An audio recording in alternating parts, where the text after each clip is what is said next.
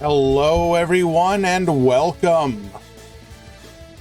The Duel Links Grand Prix number 16 will be starting in just under 5 minutes. We got a heck of an event today. Real big turnout, very happy about that. People must be heckin' excited about Dark Magician and Dark Magician Girl, just like I am.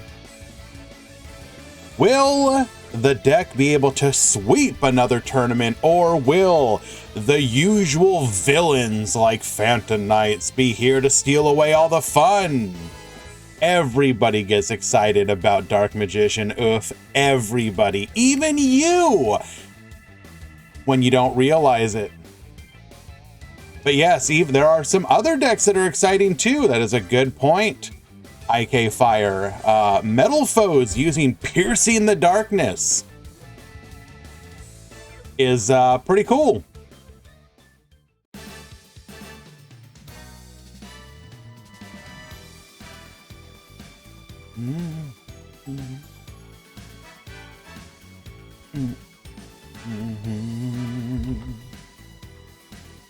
Bum bum bum.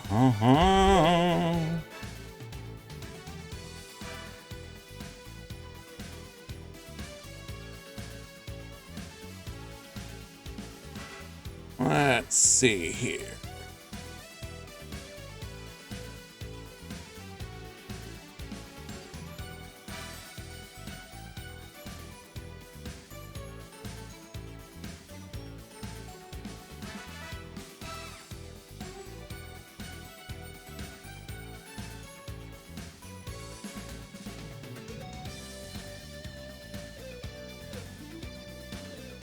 Yo, what up, Country Reb? Hello, hello. And to everybody else who is here, including Whirlwind's 33 best friends. Thank you so much, Whirl, for that raid. Who all we got here? Dranzer, IK Fire, Puzzling Valk, Duel Links Potato, and Elton Silva, JG, Rookies, Barber, Oof, Jaden, E-Hero Stratos, my favorite hero, King Feo, Elmaz, Colby, welcome, welcome. Thank you for your continued support as well, Whirlwind. I appreciate you greatly, my friend. How went the climb today? I just did a little bit of DC Cup myself yesterday. Got up to Duelist level 10, I believe. It was, well, I mean, starting from like the very bottom, because obviously I haven't played in a while. Played Labyrinth.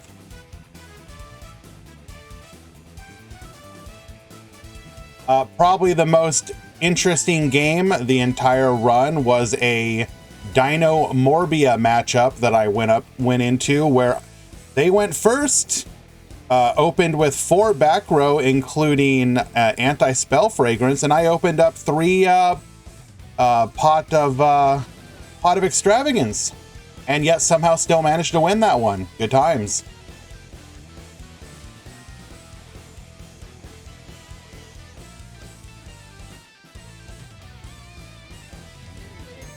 True, simply outplayed.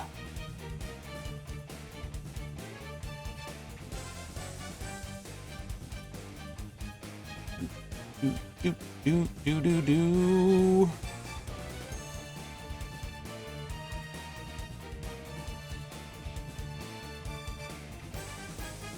Ah, the last minute signups. You got to appreciate it. Will Fionn Phoenix make the cutoff? Oh, he did. Congratulations. You have beat the most powerful opponent you will face today. The sign-up timer. Mini leaks tonight?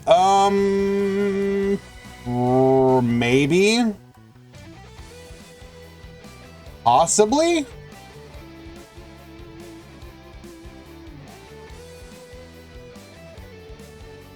Alrighty, we have hit the cutoff time. Let's double check and make sure the drops have happened. Yes, indeed they have, and holy crap, 159 people before it drops. Let's see how many it was afterwards. We will have that in just a moment.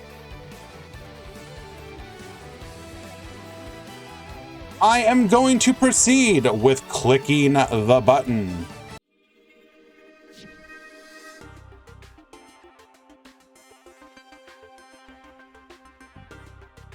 Alrighty, pool number 1 has begun.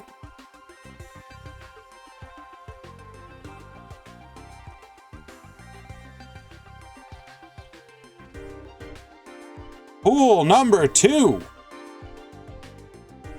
has begun.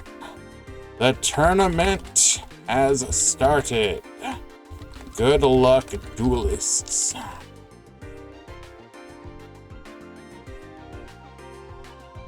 All right, so let us see. We have 8, 16, 24, 32, 40, 48, 56, 64, 69. Nice.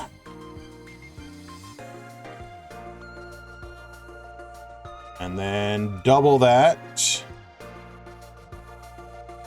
So looking like 138 after drops. Only about 20 drops. Not bad, not bad.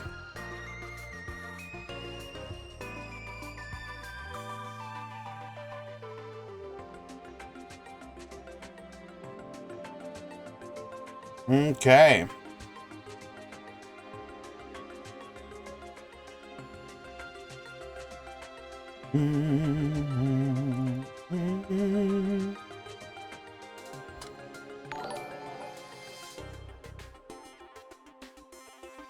Moors, thank you so much for the follow. Appreciate you.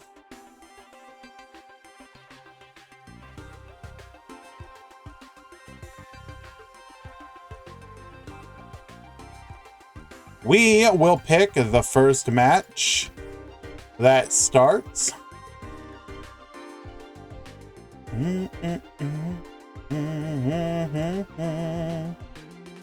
How are we doing today? Doing pretty all right, actually. We did a whole heck of a lot of sleeping. Oh God, the people and chickens are here. I slept a lot, if I'm being honest with you. I really needed it. I probably slept like half again as much as I realistically needed to. Alright, we're gonna go ahead and just click this button. There we go. No more chickens. Ah, nice.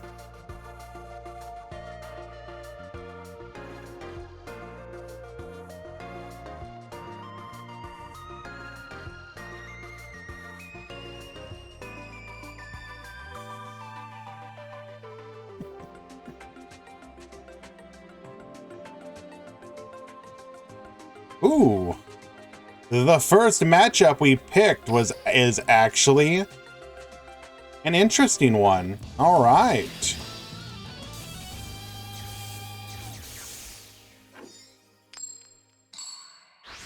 We've got Neo Roxas at the bottom. We've got Sheik at the top.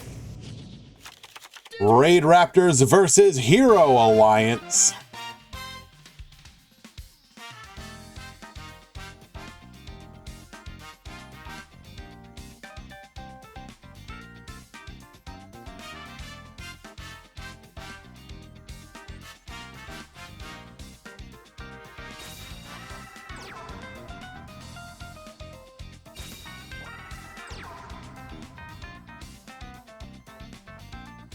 Does not appear to be a very strong opener, unfortunately.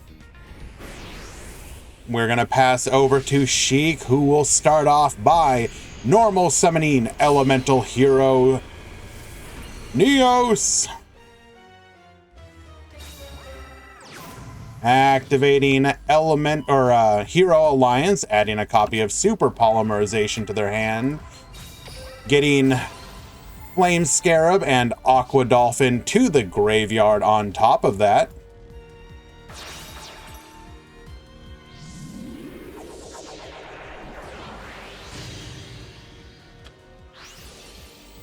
To be heroes are the villains of this duel? Oh no, what are you talking about, IK Fire?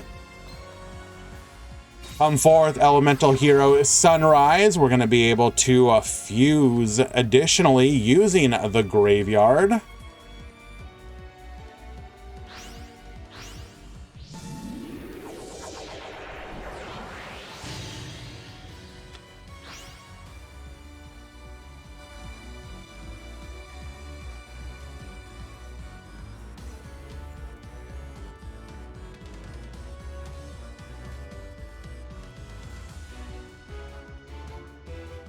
Is Hero Alliance the new go-to skill?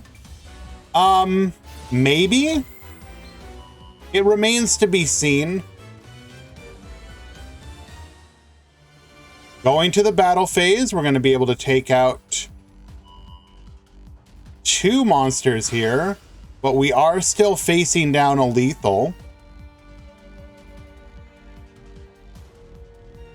I think heroes are actually probably in a position where multiple cards are viable, or multiple skills rather.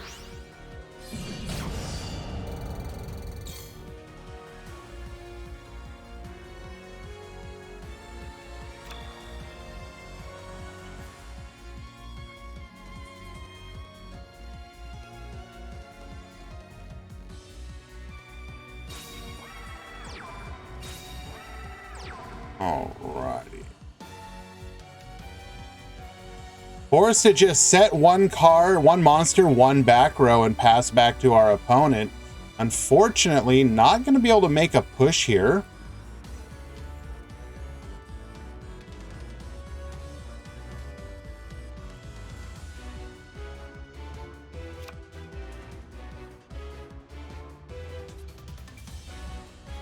We do know that our opponent has super polymerization available to them still.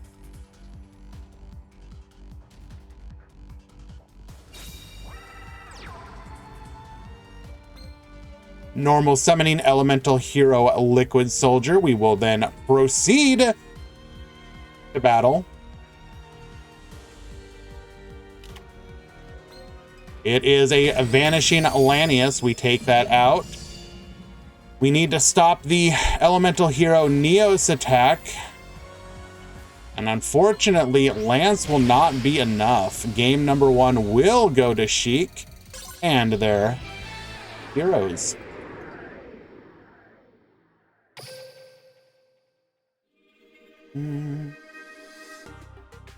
You just started Duel Links and don't know what world or deck you should be building. Any tips? Well, the first, as some people have started to say, is you should identify what deck it is you potentially would want to play.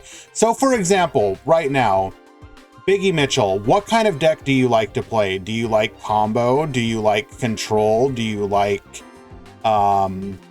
unusual decks? Like, the idea, you should first identify what it is you want, the style of play. That will help you then decide which deck you should go for.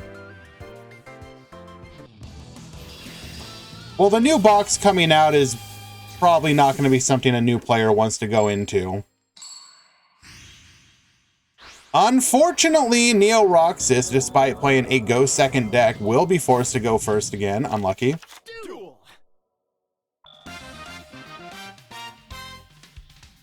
One decks, but decks that can still be viable. Okay, I mean, sure.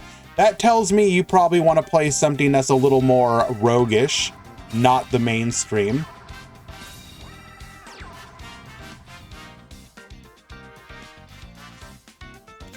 And I will get to that in just a moment. We are in the first round of the tournament. We always have to make sure that everything goes okay. And we don't have any unexpected mod calls.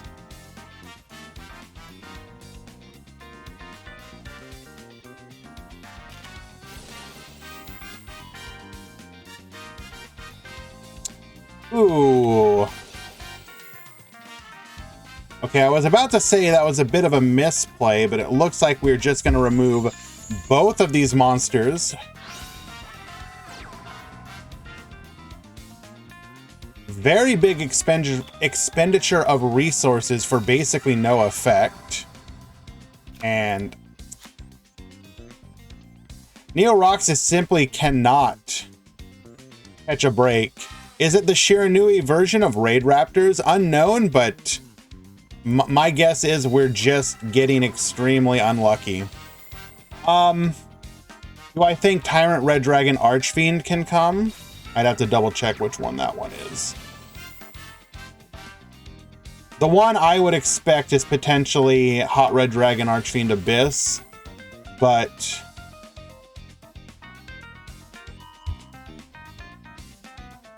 which one's this one again? 2 tuners and 1 or more non-tuner. Must be synchro summon, cannot be special summoned by other ways. During the main phase, you can destroy all... Okay, can we start with the part that says can destroy all other cards on the field? We good, bro?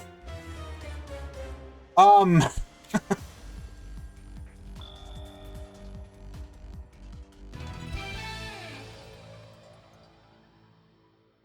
right. Unfortunately, Raid Raptors not really showing what they're capable of in this particular matchup.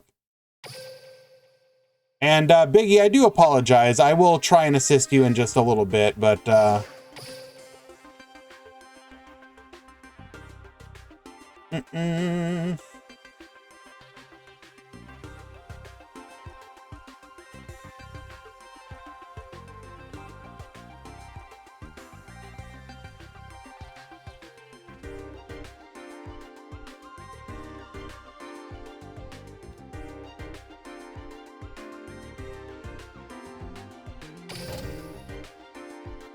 my number one recommendation is Dogmatica and Duel Links. No.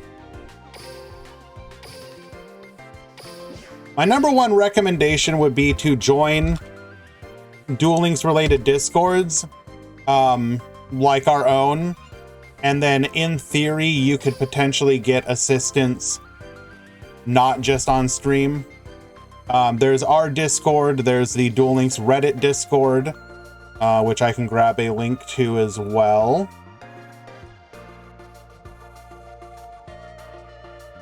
Here is the Duel Links Reddit Discord.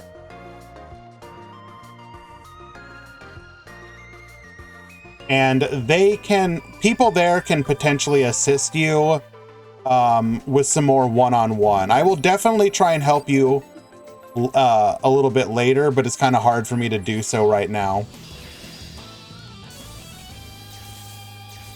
I do hope you understand.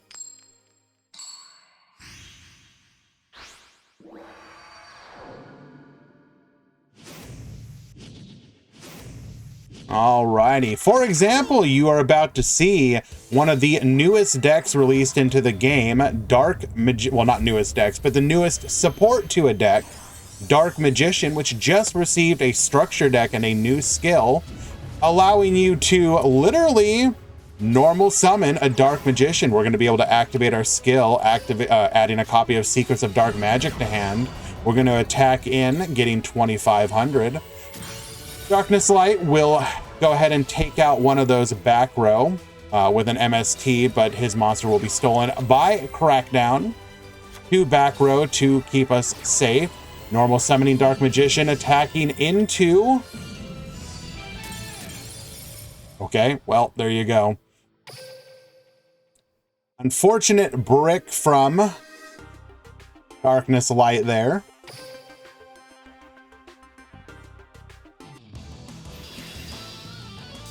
When will Blue Eyes get a skill that lets you normal summon with no... I mean, to be fair, Blue Eyes has a lot of stuff.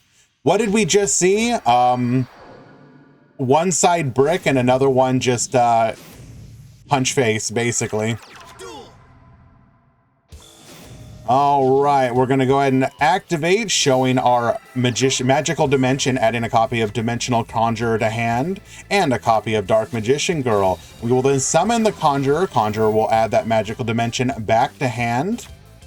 We will then set 3 back row and pass. Our opponent's going to start by sniping MST, hitting a Book of Moon, 1 disruption down.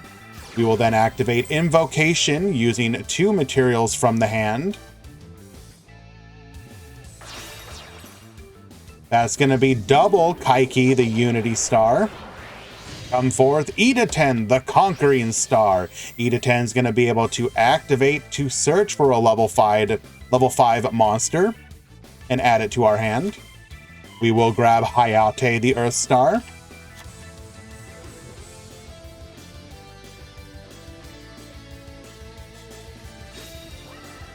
Normal summoning Hayate, as we do control a light monster.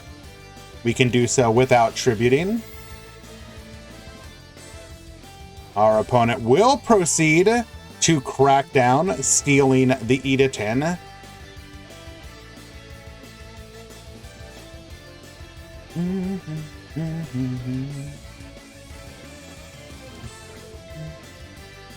You've never seen this deck played? Which one?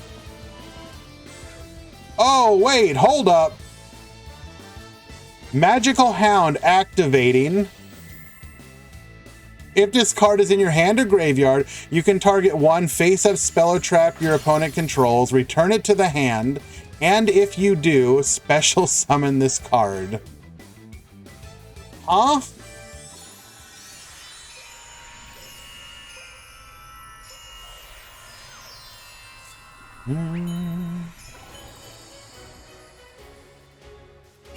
Come forth, Dark Magician Girl, popping the Hayate. We will then pass back to our opponent.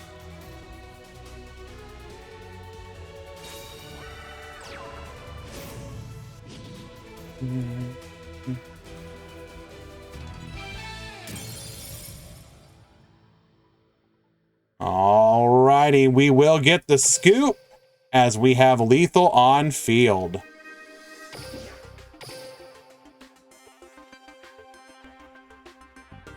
Quote, "It's amazing Konami made Dark Magician into another boring back row deck." You're joking, right? You're telling me, yes, beforehand, when Dark Magician was an aggressive deck that would go into Dark Magical Circle, Navigation, pass. Eternal Soul, pass. What? Come on now. They actually made the deck capable of aggressive plays. You'll see, don't you worry. If anything, the skill actually turned the deck into a more aggressive version of Dark Magician. As now people will actually make aggressive plays like normal Dark Magician, grab the quick play spell, special illusion, attack, quick play fusion into Dark Magician's attack.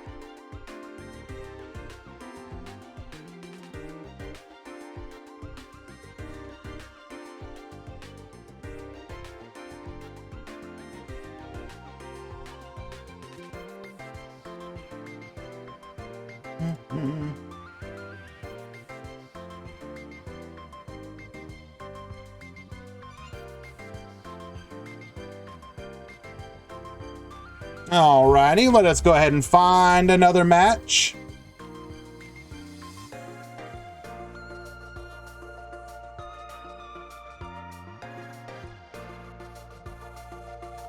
Why don't we show off? Is Malefic any good?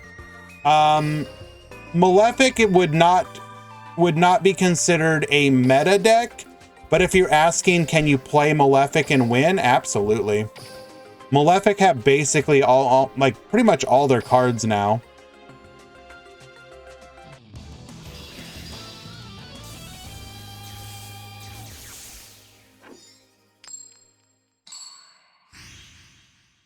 My recommendation, Biggie, would be to go to YouTube, search up Malefic Duel Links, and look for the most recent deck like someone's playing, just to see how it's being played right now and see if the play style appeals to you. Alrighty, Aatrox at the top, Valk at the bottom. We're going to go ahead and get Cleafort Scout. Scout's going to search for a copy of Monolith. We're then going to pop our Scout to grab a copy of Metal Foes Fusion, sending the Stealing back to the deck, getting ourselves a Gold Driver. Activating Metal Foes Fusion into the Alcahest. Metal Foes Fusion will then draw us an additional card. We're going to activate another copy of Summoner's Art, grabbing ourselves a copy of Metal Foes Volflame. Dark Factory of Mass Production will then return both the Gold Driver and the Monolith to hand, refilling our resources. We're going to go ahead and scale 1, scale 2, then proceed to Pendulum Summon. Pendulum Summoning 1, we will then pop, grabbing a copy of Full Metal Foes Fusion, and then pass to Valk. Revealing Rael to be the newly drawn card, we're going to go ahead and Book of Moon. Summoning Rael, Rael will search for a copy of Starry Night Ceremony. Starry Night Ceremony will be able to grab us a copy of Starry Night Dragon if we wanted to, but we did have access to Balefire. Instead, our opponent will activate the Full Metal Foes, allowing us to get an Alcahest to the field. Starry Night, Starry Dragon will pop the Alcahest, and then we will pass back to Aatrox. We're going to go ahead and grab 2 copies of Gold Driver. Starry Night Arrival, bringing the Starry Night, Starry Dragon back to our hand. Full Metal Foes Fusion. We're going to go ahead and Starry Night pop that Full Metal Foes Fusion, which we apparently just drew into. Come forth, Mithrilium. Mithrilium activating. We're going to go ahead and bounce the Volflame back to our hand. Scaling the Volflame, scaling the Silvered. Come forth. Gold Driver, grabbing a copy of Full Metal Foes Fusion. We will then get in for 2619. Ceremony is going to grab us a copy of Starry Night, Starry Dragon.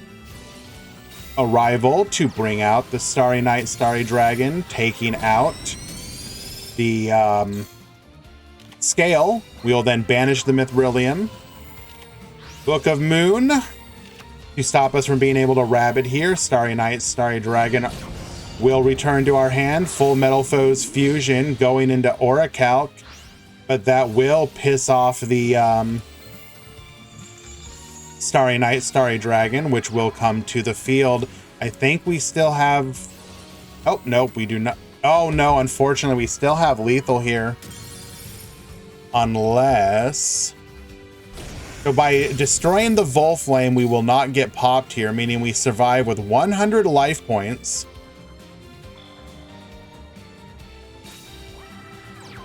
One back row. That ain't it, Chief. Unlucky. We just needed to see like a Flamel here to get a Starry Night, Starry Dragon back.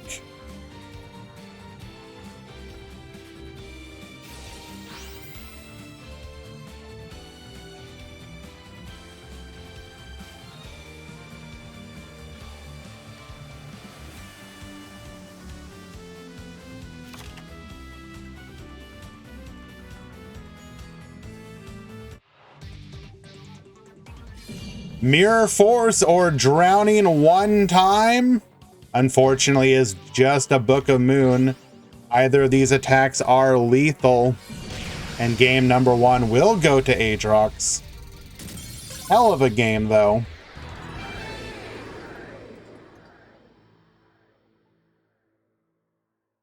Yeah, as Valk said, literally any name would have been lethal there.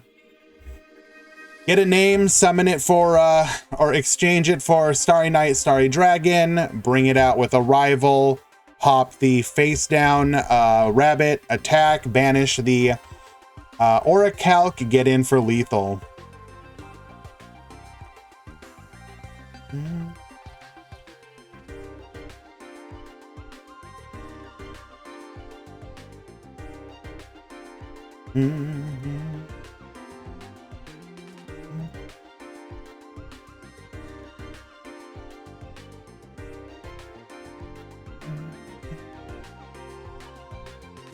Starry really do be a pretty fun deck.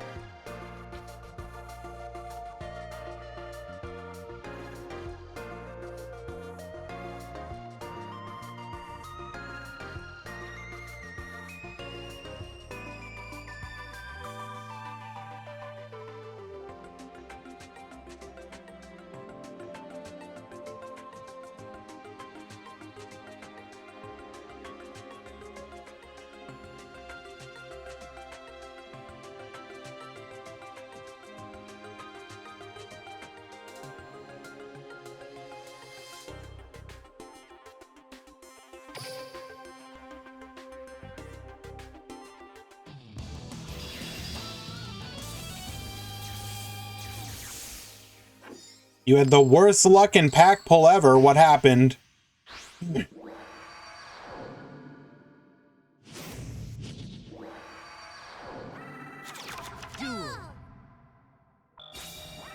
All right, normal summoning Rael, searching for a copy of Starry Night Arrival. We will then set 2 and pass to our opponent. Right off the bat, Metal Foes Fusion into Orichalc. Metal Foes Fusion will activate to draw a card. Can I turn the voice lines on? Sure.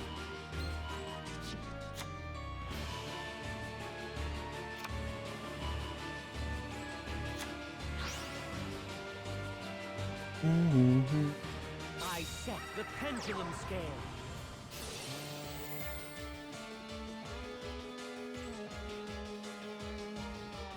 Making use of Dark Factory of Mass Production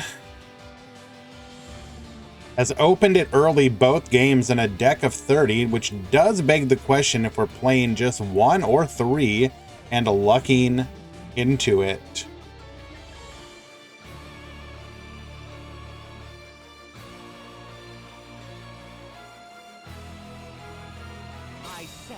I will say you probably shouldn't have gone for Big Eye because you're like no longer you're not gonna use it very often.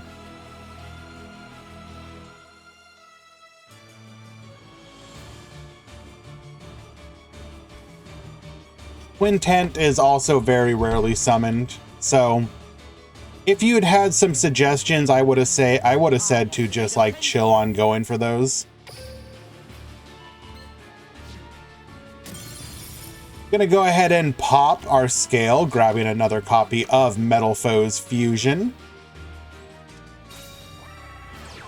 Rescue Hamster to the field is gonna be able to grab us 2 copies of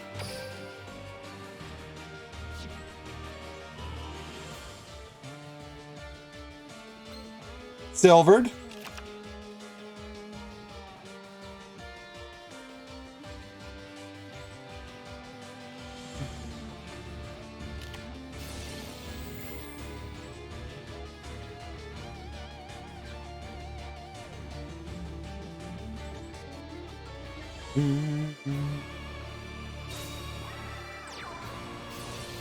How do I think Time Lords will do? It really depends on skills and what support they get. But obviously Time Lords have some unique abilities that can make them a difficult proposition to out in some situations. It may demand the inclusion of cards in decks that have kind of fallen out of favor, such as Karma Cut. But really, it is a situation of we just need to know what we're getting and how good the skills are. But the deck could be legit.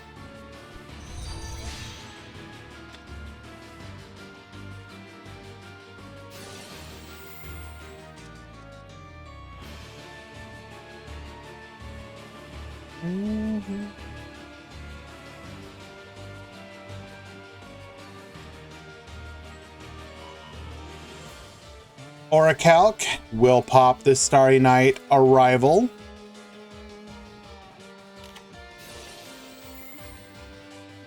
Book of Moon will ensure that we cannot go into an Imduck here if that was the plan.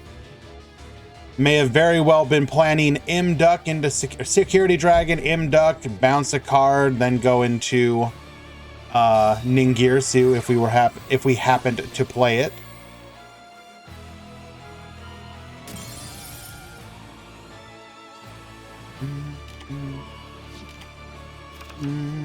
It will be interesting to see if the Time Lord is going to do something like cut your life by a quarter instead of half, or if they'll keep it at half.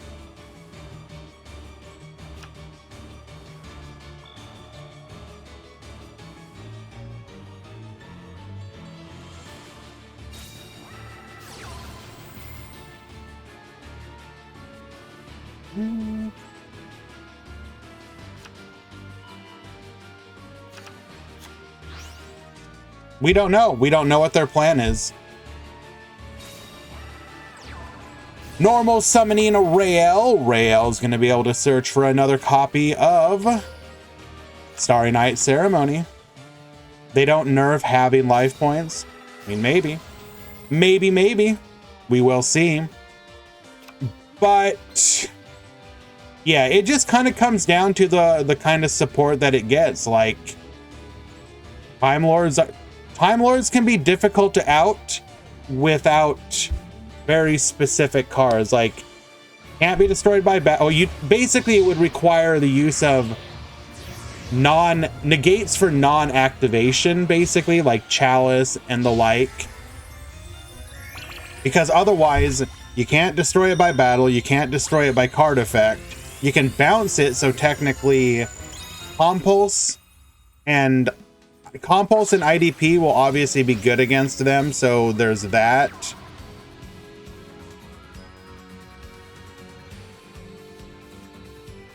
PK just book and pop it.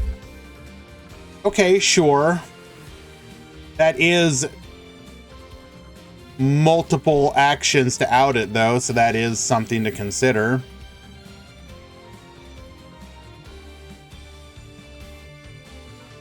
I don't know. I doubt it'll become hard meta, but I will be surprised if the deck isn't at least playable. Come forth, Alcahest, Starry Night Ceremony activating.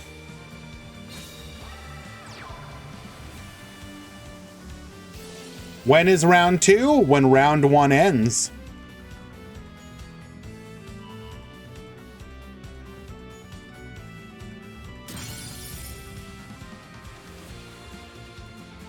You can Chalice them and swing? Yes. You absolutely could. And this should just be lethal. Banish the Alcahest, get in for 25. Get in for 19. Starry Night taking game number 2.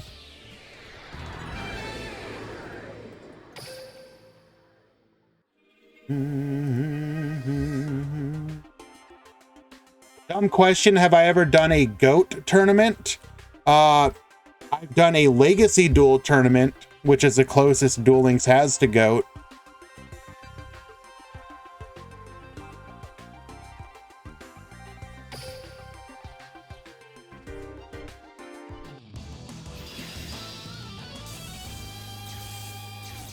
Let me go ahead and bring up the website article for that. It was pretty fun. I enjoyed it. Here we go.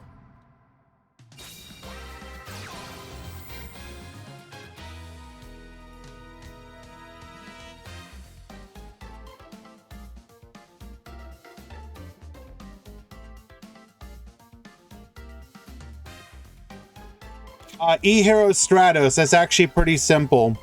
What you do is go to the PvP center, go to duel rooms, go to create, go to rules, and select legacy.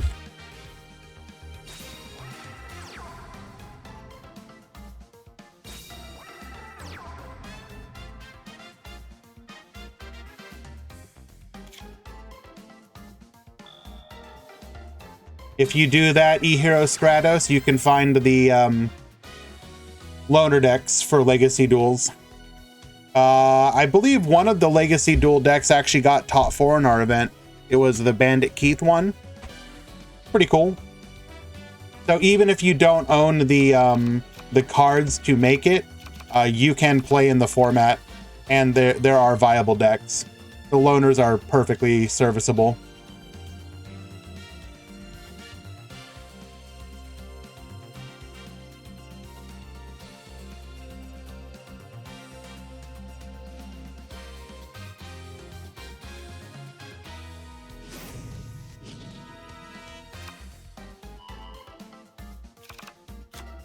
The Discord links takes you to the download link. Do you have Discord installed, Biggie?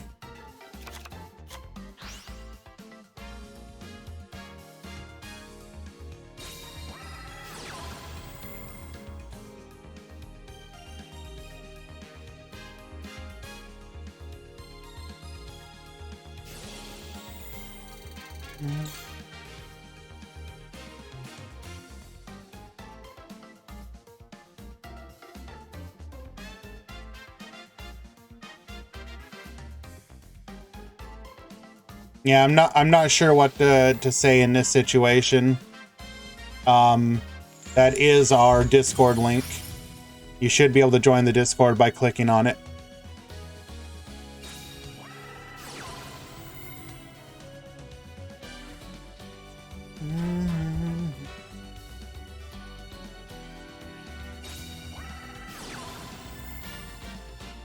Looks like we do have the breakdown now, though, thanks to Eli. We're going to go ahead and bring that up momentarily.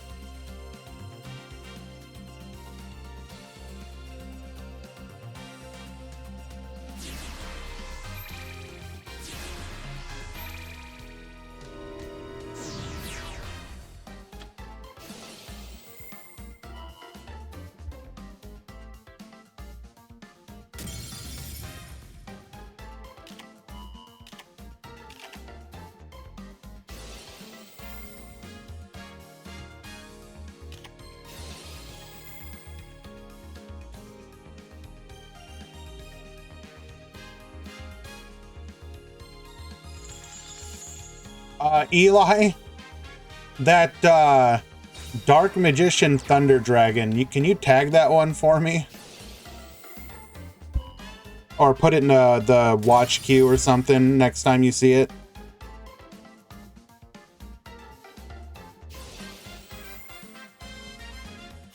Hello, Requiem.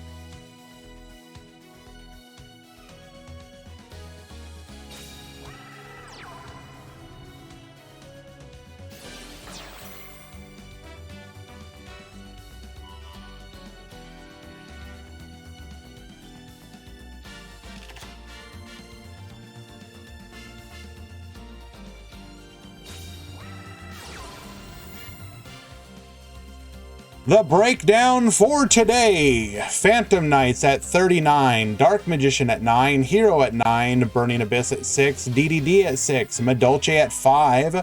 At 4, we have Mermail Atlantean, Rose Dragon, Salamangreat Code Talker at 3, Mech Knight, Metal Foes, Odd Eyes, PK Fire at 2, Goki, Infernoid, Starry Knight, Trains, and then 1 each. We have DM Thunder Dragon, Deskbot, Dual Avatar, Element Saber Invoked, Evil Soar, Favorite Hero, Gandora, Harpy, Invoked Neos, Laval, Mech Lord, Pendulum Magician, I assume that's the hero Cassis Light build, Raid Raptor, Red Eyes, Rockets, Salamangreat, Shiranui, Silent Swordsman, Six Samurai, Synchrons, Vendread, Vendread Sweep, and Yosenju.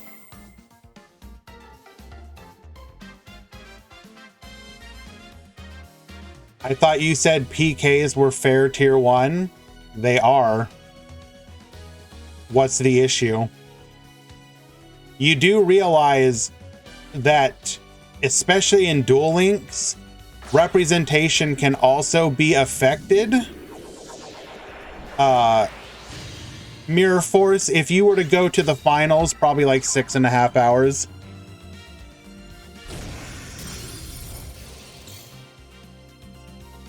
The Swiss rounds should probably take about 4.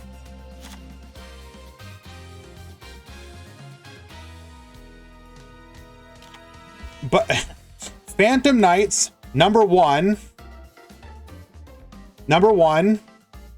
mini box from a deck that has been meta multiple times. 2, all you had to do to update it was buy 1 bundle and pull for 1 dragon from the new box. And suddenly the deck was good again. So it was as far as updating the deck, it was incredibly cheap. Why would it surprise you?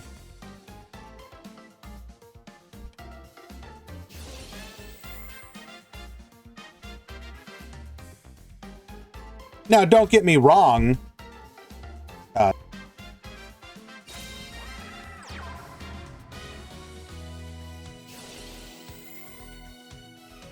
Sorry about that. You want your Mech Knights to be good again? Well, Dr. Stupid, you should be happy then that in multiple tournaments, Mech Knights have continued to do extremely well. If we go to the top deck page of Duel Links Meta, click on Tournaments, you will see that just in the past week, Mech Knights have gotten top 4, second place, top 8, top 16, top 4, second place, top 8, second place, top 4, top 8, top 8, first, top 16, top 8, top 16, top 4, first. Like, the deck is still performing.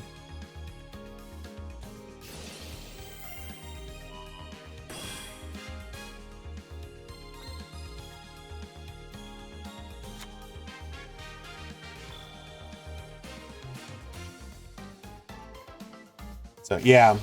Just because Mech Knights are not, like, the most played deck.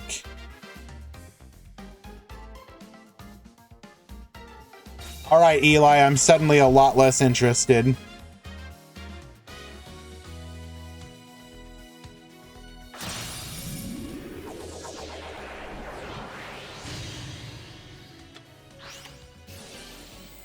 Actually, let me take that back. I'm still incredibly interested because it's still really weird.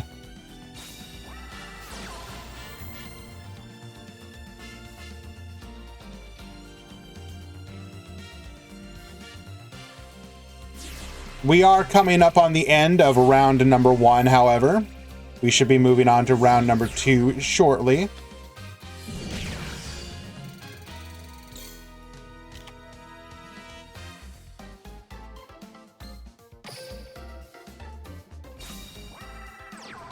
Just needed a name, did not pull the name. Unlucky.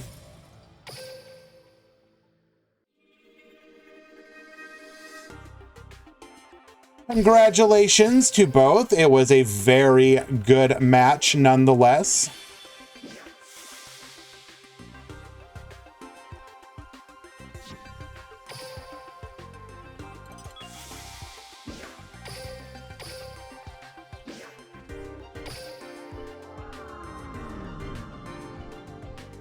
It's kind of hard to have a bad hand when your hands are literally just normal monsters.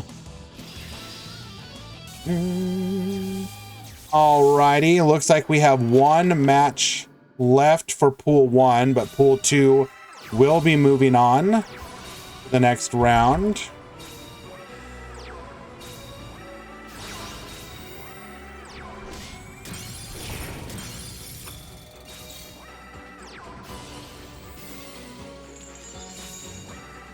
Genius AI, by the way.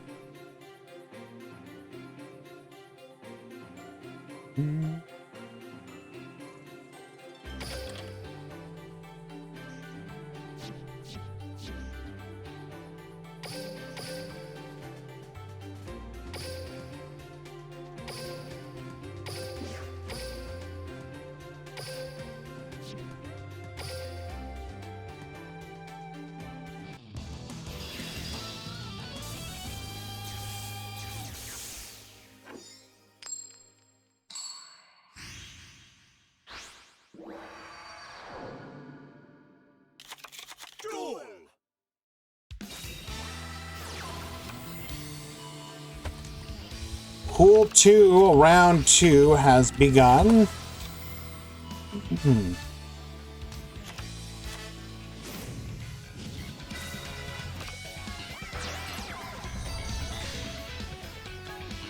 Vodka for free appears to be on World Chalice.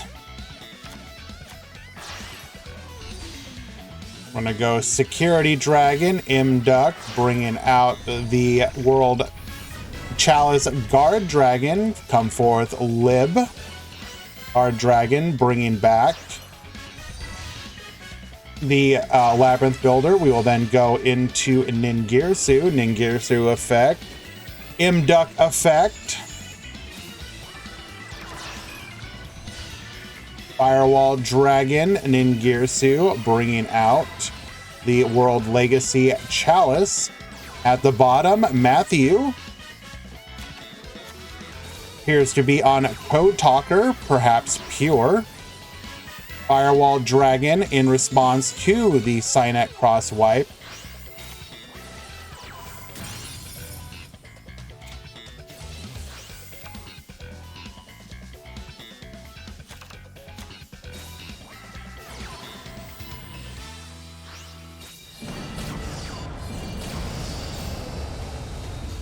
Okay, well, actually making World Chalice look all right. Did get to go first and had a cracked hand though, so what can you do there? And that will mean we will be moving on to round number 2 for Pool 1 as well.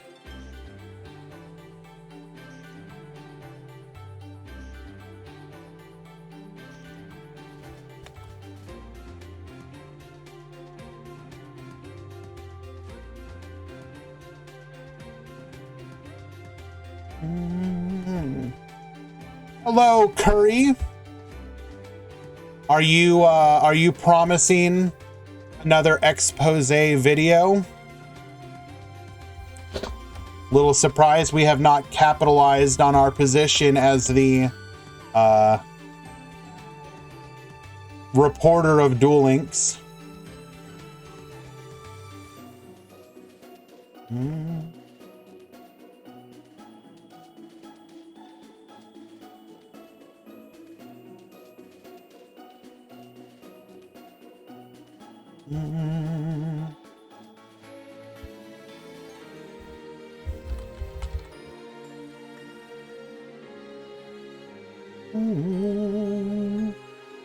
Just waiting for matches to begin.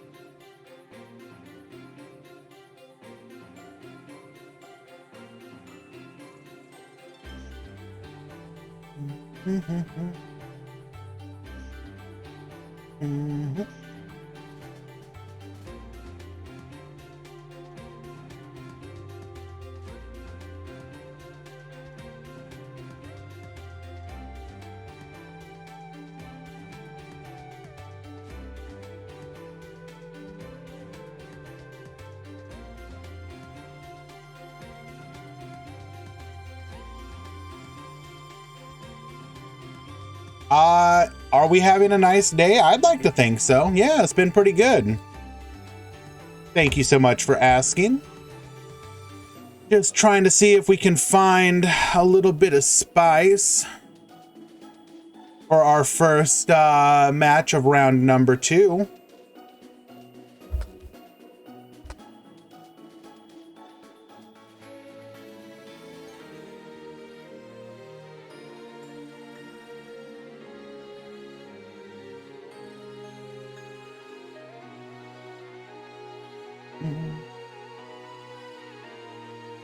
Do we have anything in the stream queue?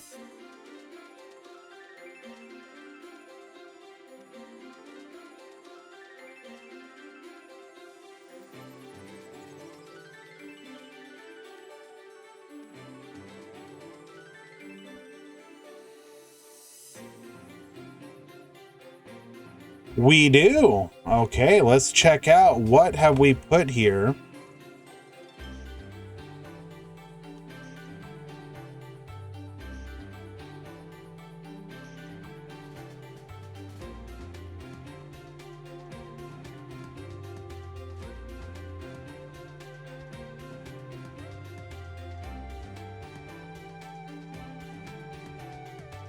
Okay, thank you, Eli. I will definitely go watch that.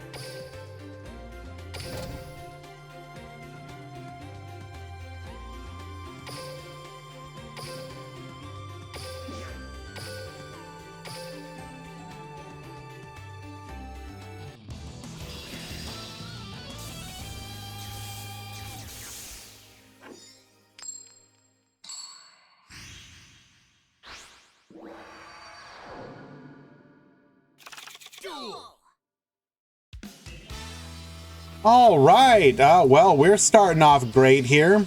Passing turn.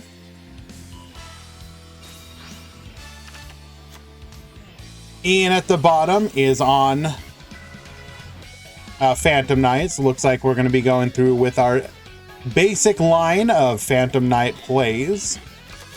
Drux hard past turn number 1. We can only hope that perhaps we have some kind of hand trap that will allow us to survive here.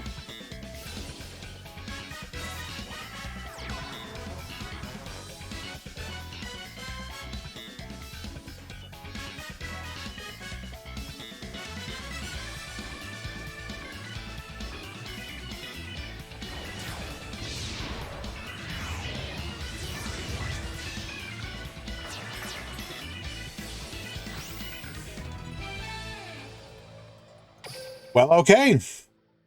Yep.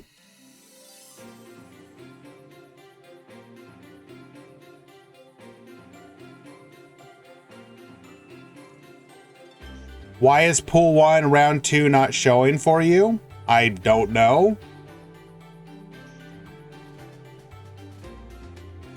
I can double check.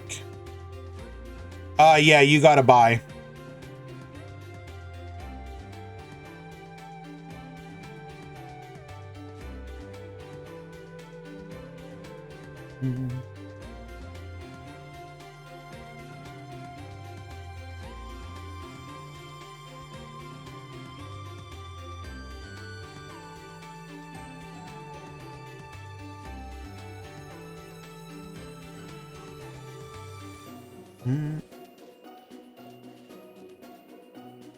No problem. Happy to assist. Just waiting for both players to return.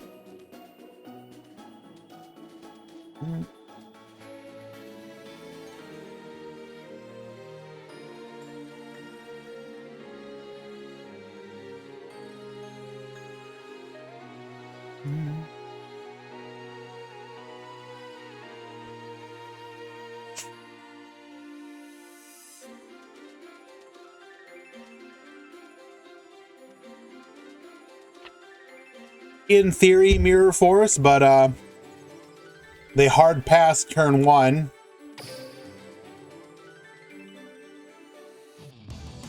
Classic Thunder Dragon.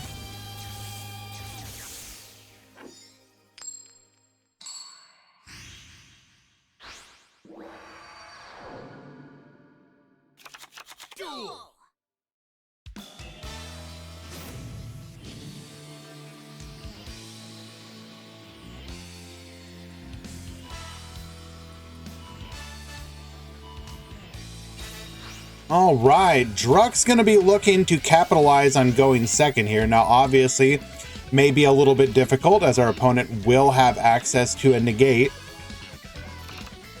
But surely we have planned for that possibility.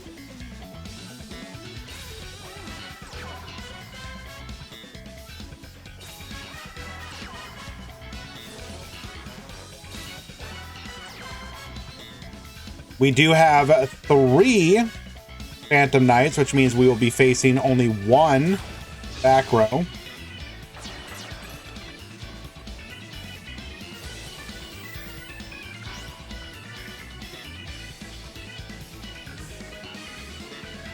This does mean better follow-up for Ian on the following turn, but it is advantageous for someone to have less back row to deal with in addition to the negate.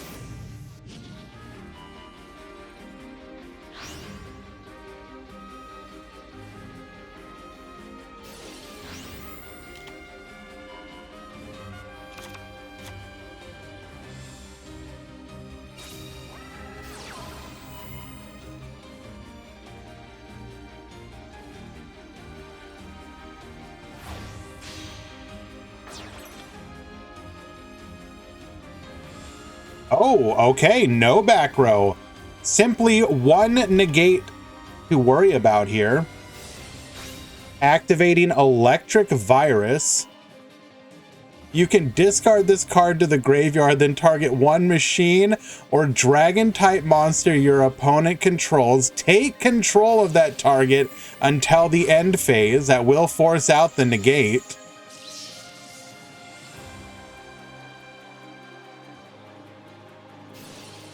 Activating a second copy of it. Your dragon is my dragon.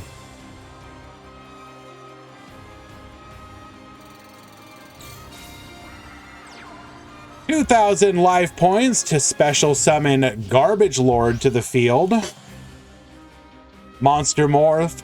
Evolution. Come forth. Chaos Betrayer.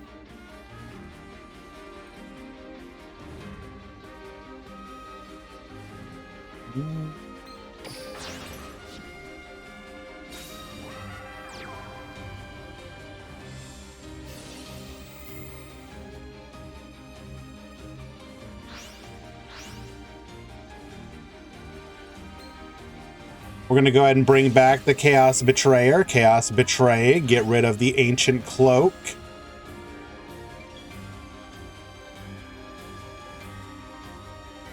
Let him cook.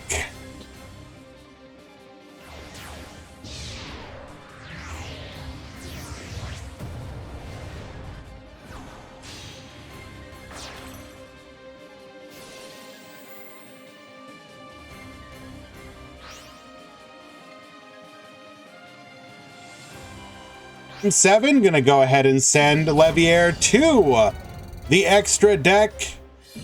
And then Requiem Betray. Drux will win game number 2. Damn.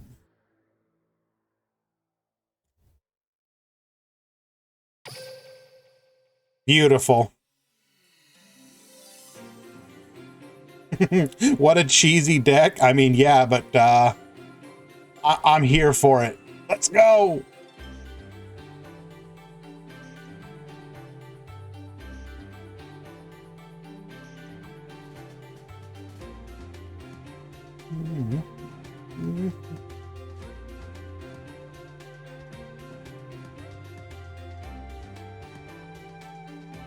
What have you missed so far? I mean, you know, the usual. We're watching Thunder Dragons beat Phantom Knights.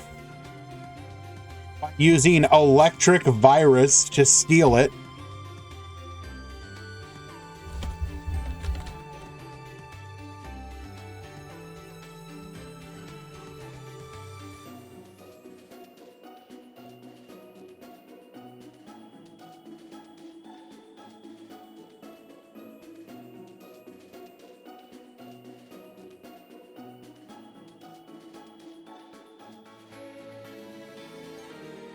Alrighty, both duelists are back to the table for game number 3.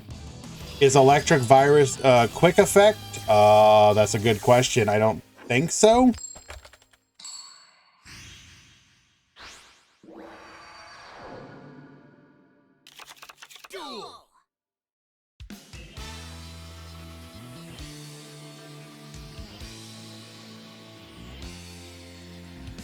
It is not.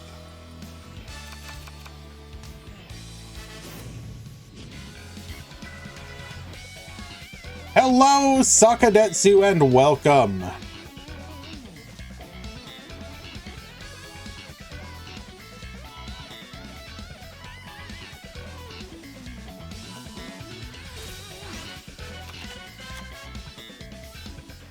Take care, Draft. Have a good day.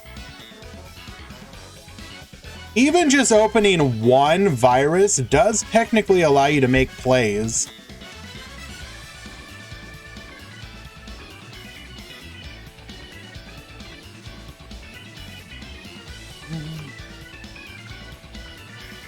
And if you bait out a negate, you can then steal it. So maybe not the best, but it is always fun to see the application of unusual techs.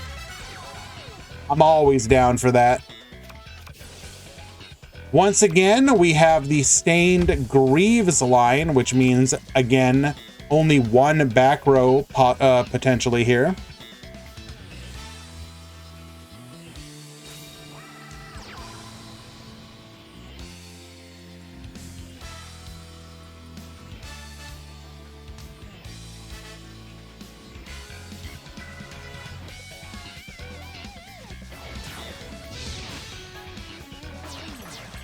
Come forth, Levier. Bring back the ancient cloak.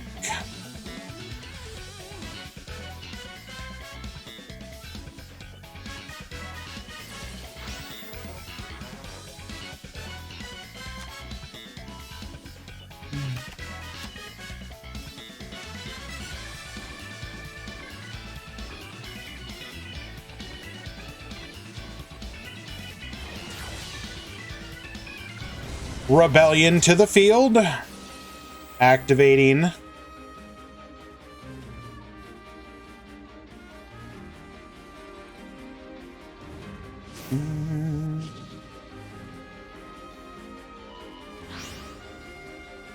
Sending the material to the graveyard.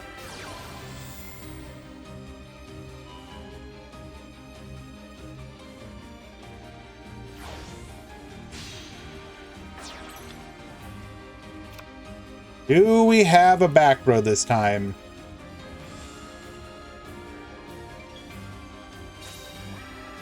We do. Alrighty. Activating Thunder Dragon Dark during the end phase. Grabbing another copy. To you, Drux, can you break this board?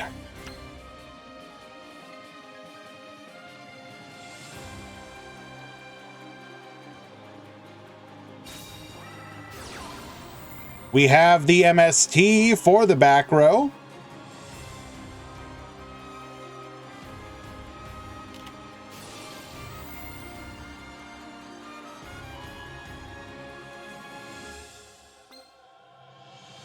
Let's get yoinkin'. Stealing the Thunder Dark Dragon.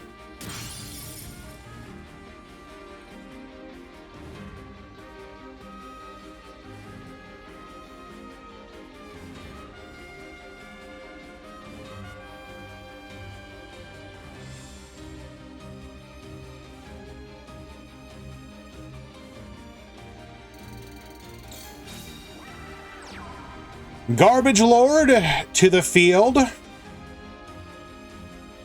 for the low cost of 2,000 life points.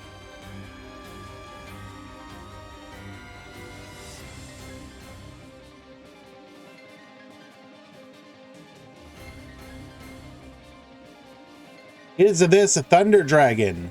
Yes.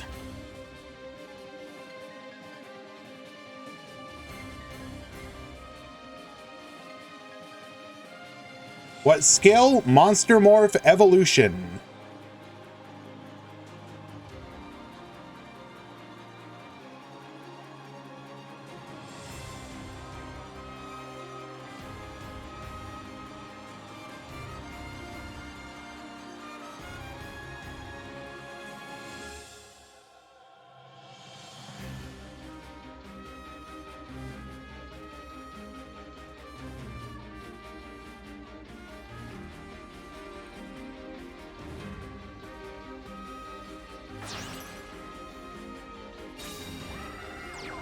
Not activating evolution on the Garbage Lord.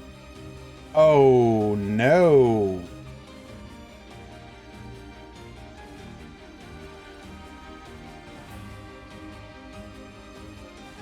That's not good.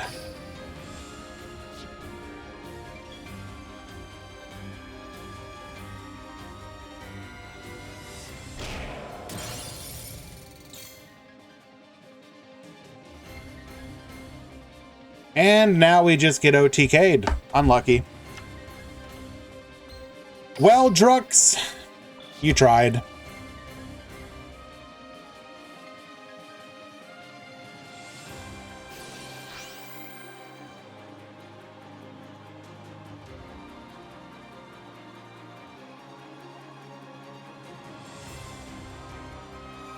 White Princess, negate.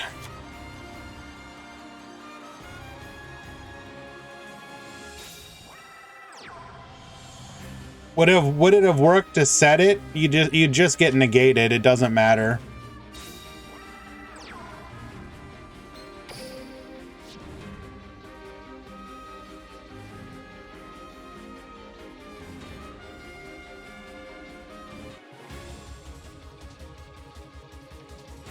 Does not even activate to get reducing.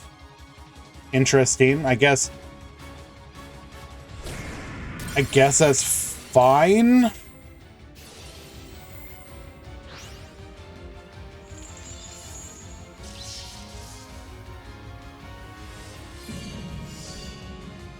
Had to give up game one because you had the wrong character set. That sucks. I'm sorry, my guy.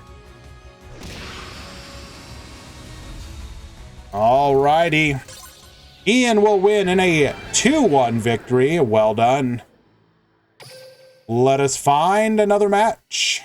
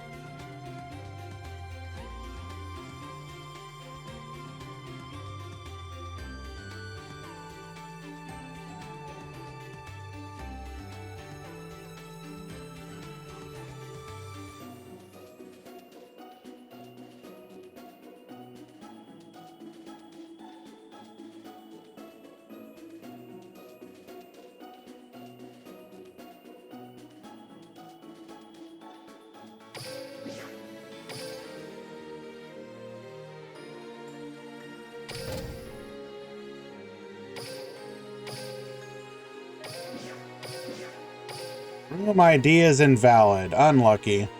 I would have liked to have watched that.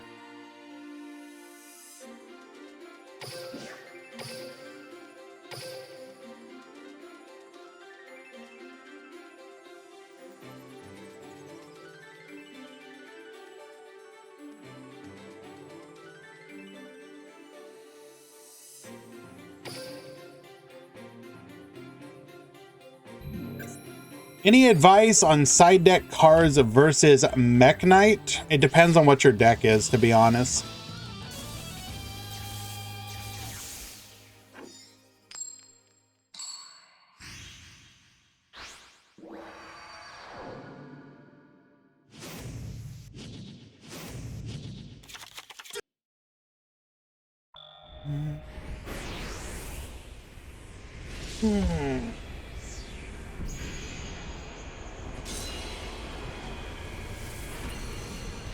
I'll get back to you on that, Wills.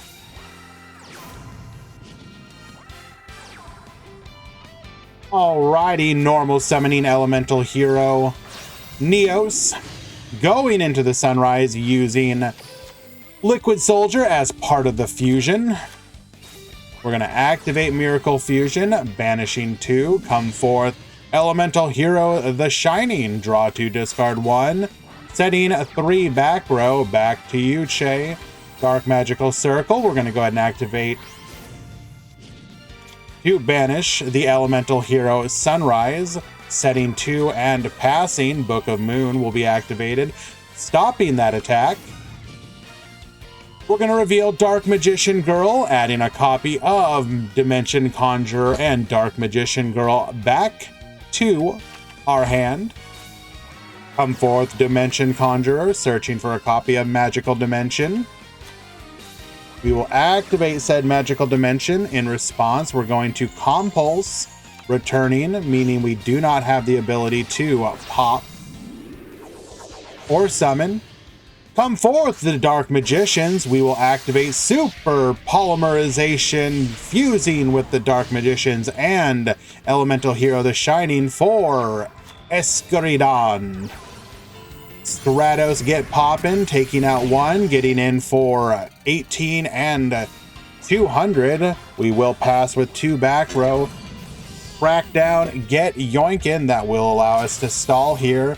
We're going to tribute over Apprentice Illusion Magician, come forth. Dark Magician to the hand. Book of Moon will allow us to dodge that attack, but we do have another copy of the Dark Magicians, come forth, attacking into the Stratos.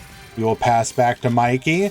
Setting 1, going to defense position. Ice Dragon's Prison is going to bring back Banish both, and with no monsters on the field, I normal summon elemental heroes and attack for game. GG.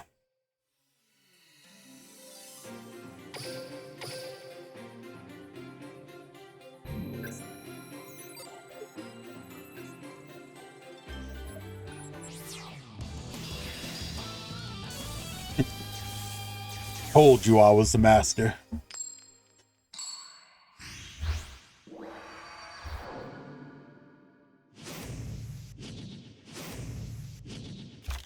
Duel. All right. Mod call.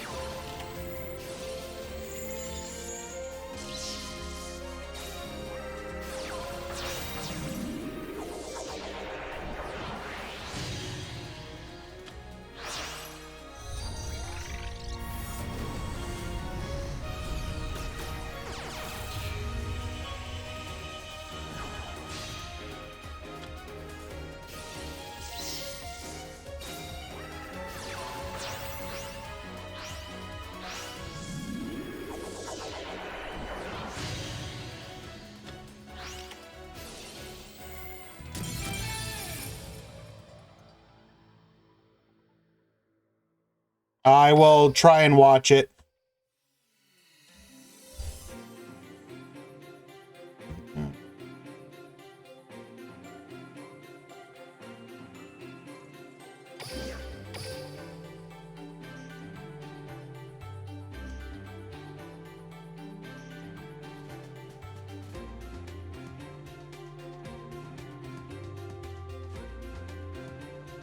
And do apologize, guys, just handling a couple mod calls here.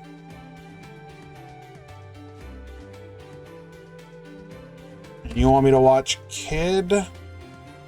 Okay.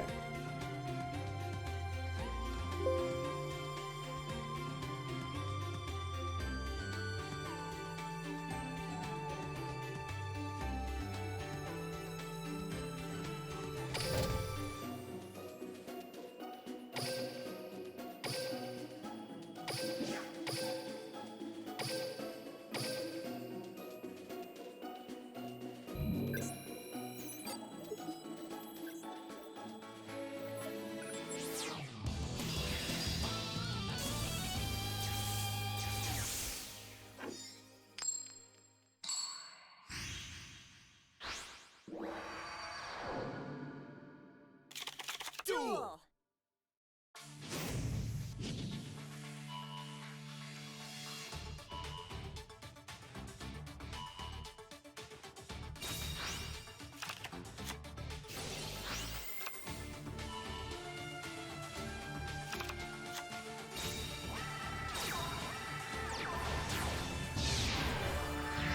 Alrighty.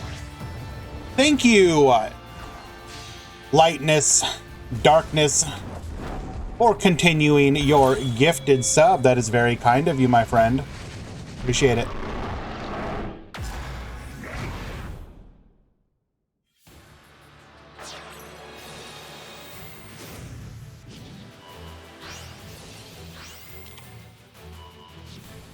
Alright, so we will be able to go into our Requiem here.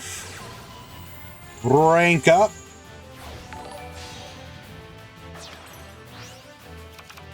And on top of that, an additional anonymous gifter gifting to Swaggle. Thank you so much. Means a lot to me.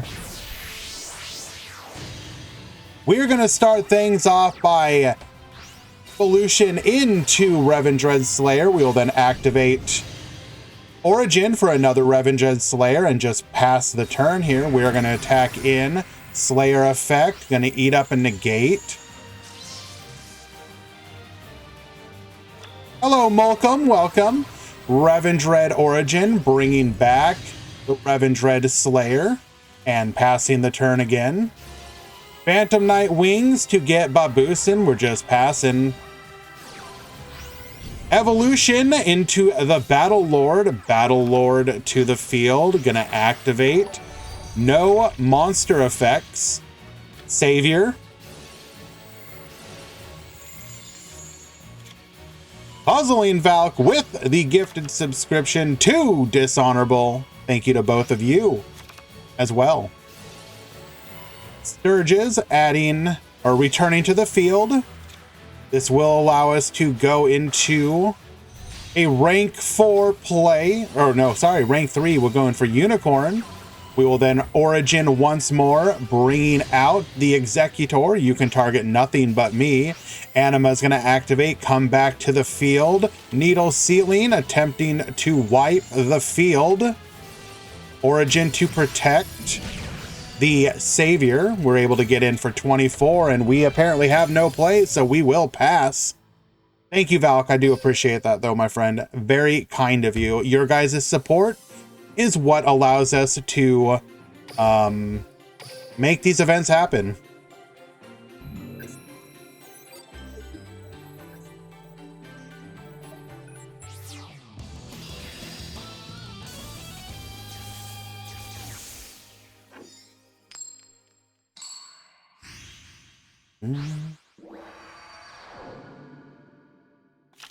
Duel! Once again, Gandia is going to be leading the charge here. We'll go and fast forward through these plays. Cloak for gloves. Gloves to the field. Boots to the field. Into Leviair. Cloak, and we will then pass on 3 back row.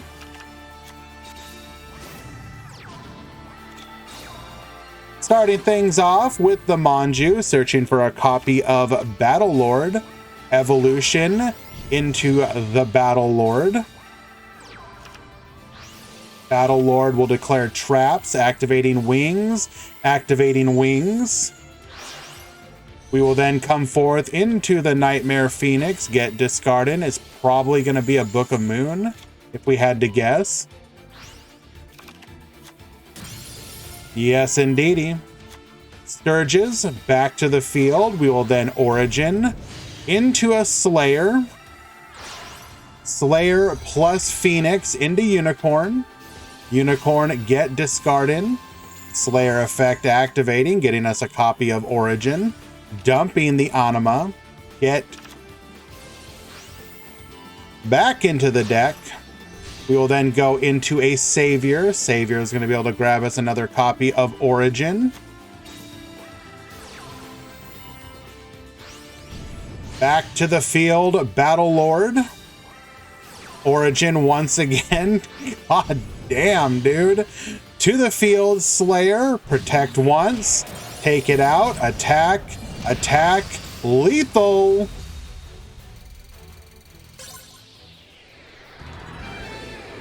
And Kid wins game number 2.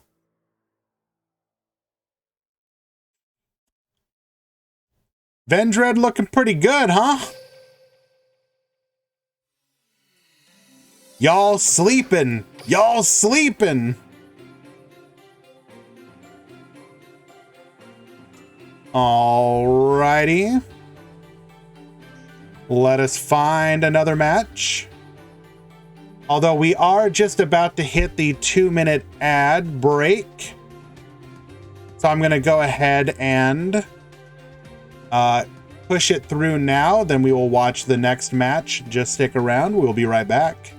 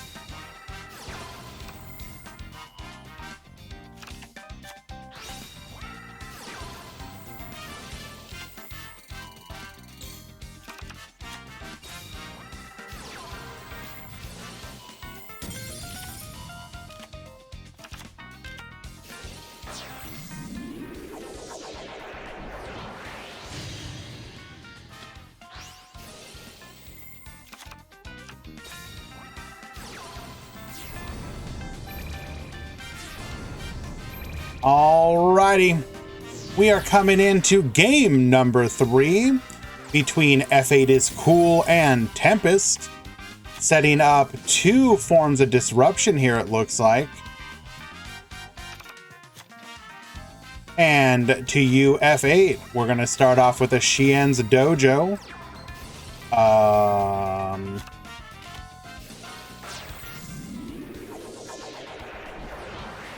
What? Oh, okay. I was looking at the wrong thing.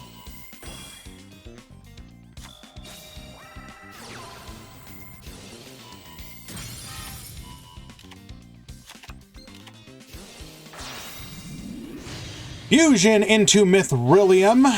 Mithrilium effect. Gonna go ahead and get bouncing on that Fuma. Get out of here. Metal Foes fusion to draw a card. We will then scale the Volflame. Volflame get poppin' for another full Metal Foes fusion. Bismugear effect. We will then activate the fusion into an Orichalc plus Mithrilium search. Attack, attack, and unfortunately, that disruption is enough to keep F8 is Cool from doing anything. Game number 3 goes to Tempest. Well done.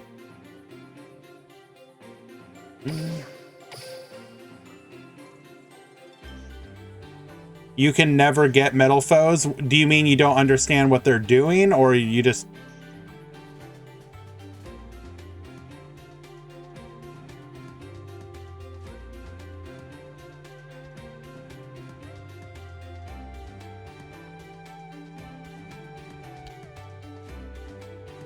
You don't understand what they're doing. That is fair. A lot of it just comes down to proper resource management.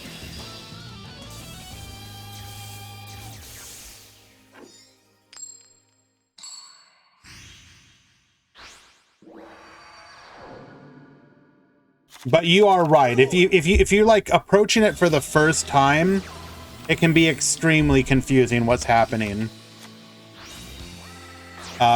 We could go in depth on it at some point, but trying to explain it in the middle of a tournament, probably not the best idea.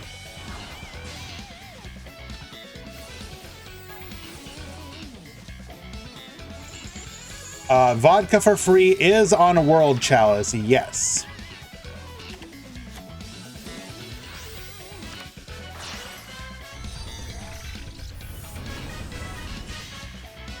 A lot of players are attracted to Metal Foes specifically because it does require you to like juggle a bunch of different things. For some people, that is specifically what they want. They want to be challenged by having different lines to go down and to effectively juggle their resources, as opposed to more simplistic deck styles. I tend to favor more basic play styles. I don't mind a little bit of complexity, but stuff like Crystron, stuff like Metal Foes is just kind of not my personal cup of tea. But I completely understand why people enjoy those extremely high ceiling decks, as Kid pointed out.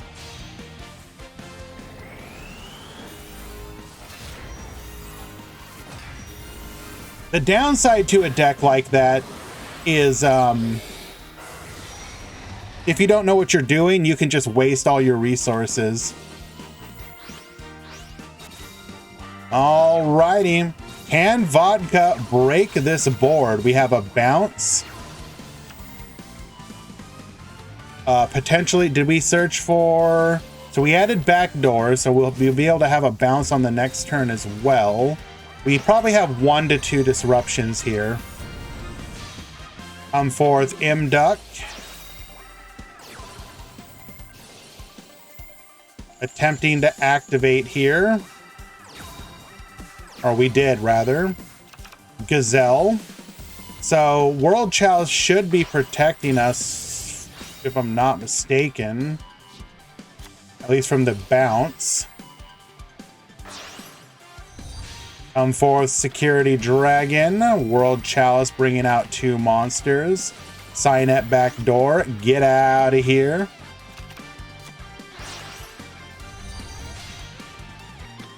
Into the Nightmare Unicorn. We're going to go ahead and get that out of here. Excuse me? Succession into Borolo Dragon. We will return to our opponent.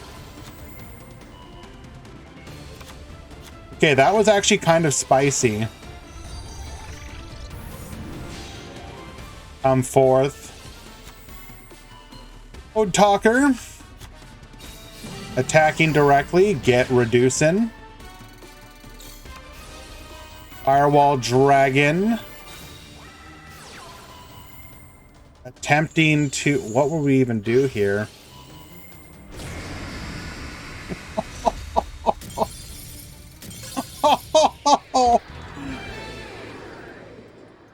Okay. Actually kind of making World Chalice look pretty okay. Not gonna lie. Played through that very well. All right. Looks like Pool 2, Round 3 has begun.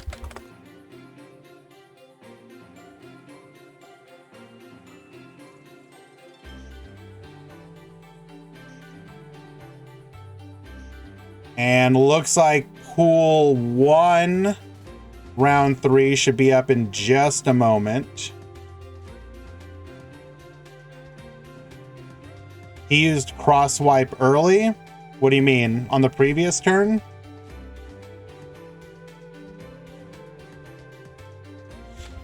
Pool 1, Round 3 has begun as well.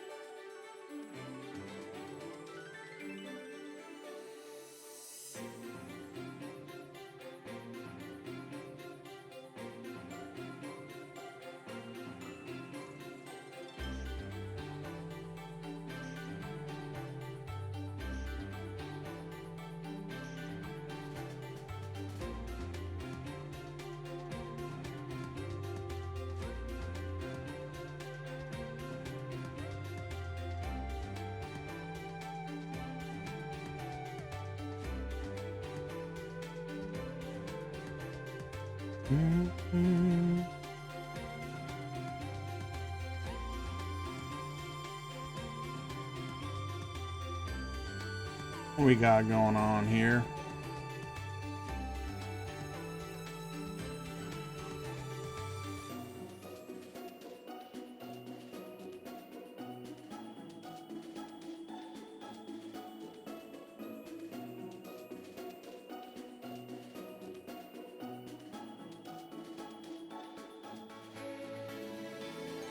We'll have a matchup in just a second, guys. Sorry.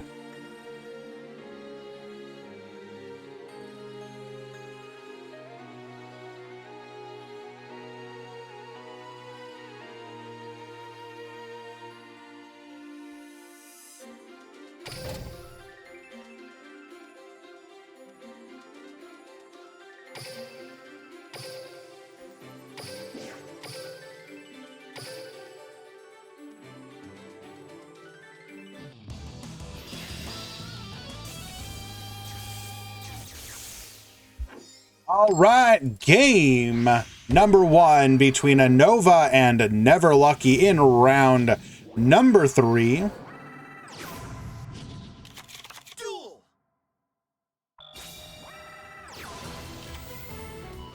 We're going to start things off with a normal summon of Joker, searching for a copy of our Odd Eyes Pendulum Dragon.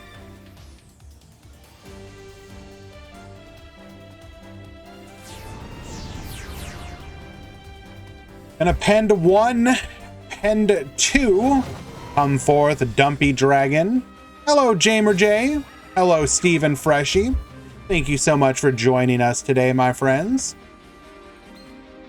Perform a pal, second Donkey. Did Donkey not search? Oh, we must have no targets left in the deck. Breakdown is not up yet. Let me go ahead and do that.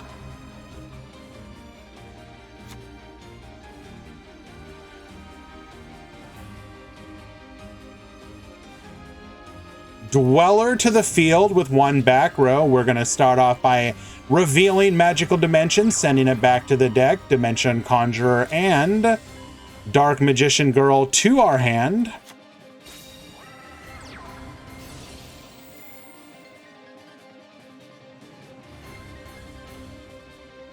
Edit Com Breakdown.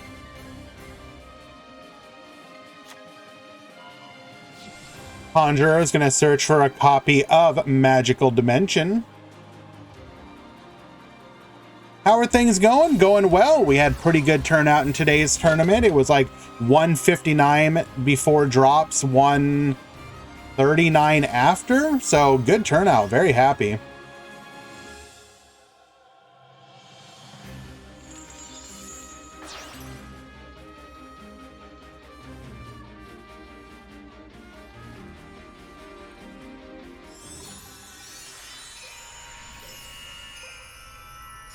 I heckin' love Dark Magician Girl, and you should too.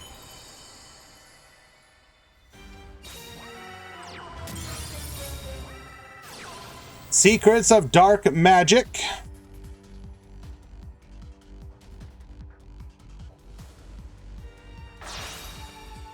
Using Dark Magician Girl and Dark Magician to go into the Dark Magicians.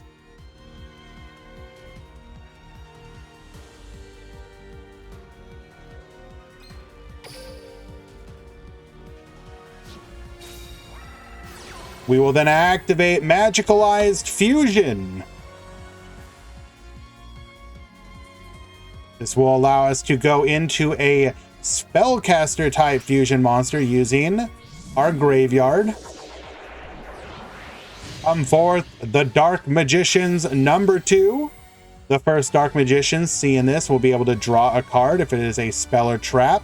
We can go ahead and set it and use it immediately.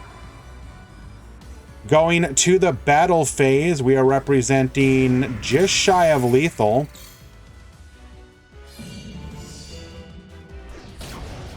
Dark Magician is not tier 0, but it is very good.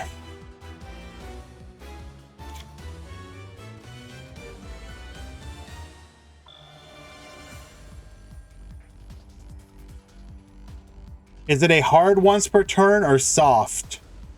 So if he activates a spell trap here, he will get to draw 2 and potentially set 2 to be activated again. If you don't deal with this, they can generate an insane amount of advantage, especially if the deck is specifically built to have like interactable back rows such as Book of Moon, Compulse, and the like.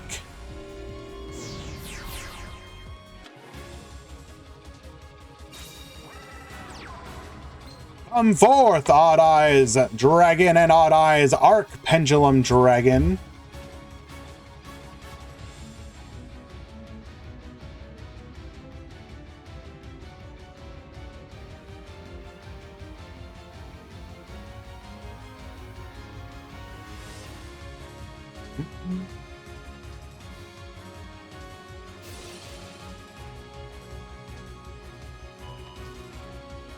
Oh, Noble Dragon Magician. This is going to threaten a Trishula play. You keep getting DQ wins. Well, what's the problem with that, Colby?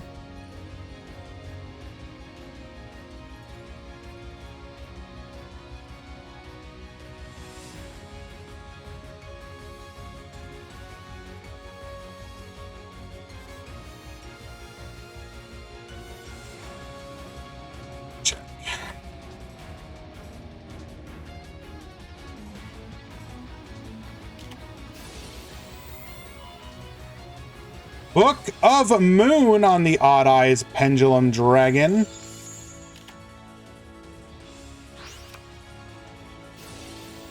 Dark Magicians are going to see this activation and draw 2.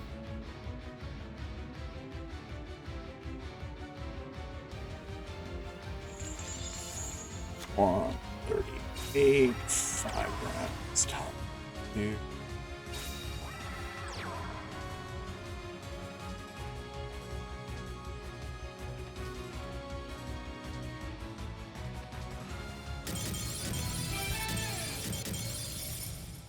And we'll get a scoop. We're out. When is the Z1 or the zone event coming? Could be tonight, tomorrow, if I'm not mistaken.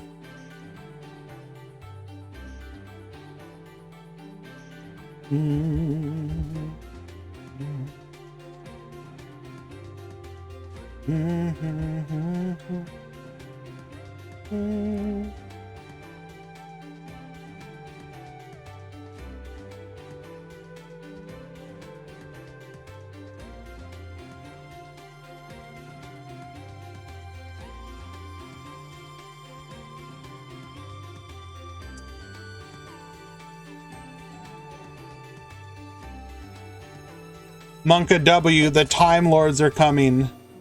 Monka W, the Time Lords are coming. That wasn't a microwave loss, Jamer. That was a, I'm out the window because I know I have no chance here.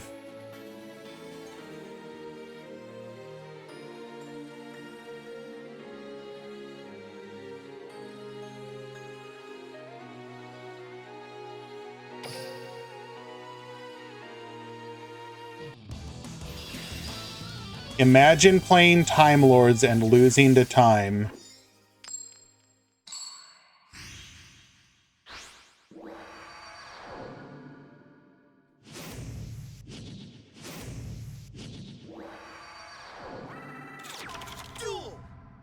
Alrighty.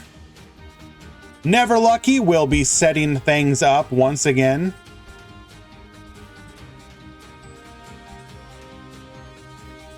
Thoughts about the drops? They seem really meh. Nepata, you realize those are some of the best Time Lords, right?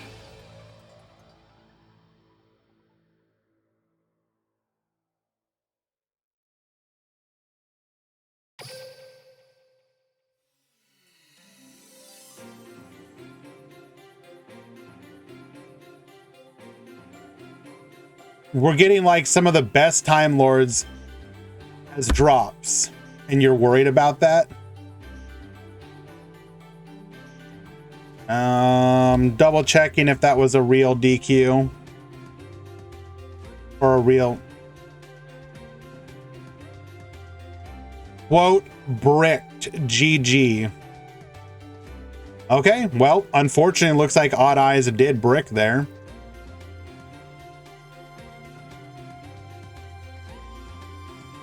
Steven, yes.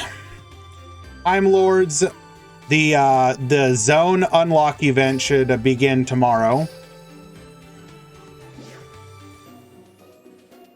And as you can see here, proceed through the event to get Sandion the Time Lord and Michion the Time Lord. Now, if we bring those up,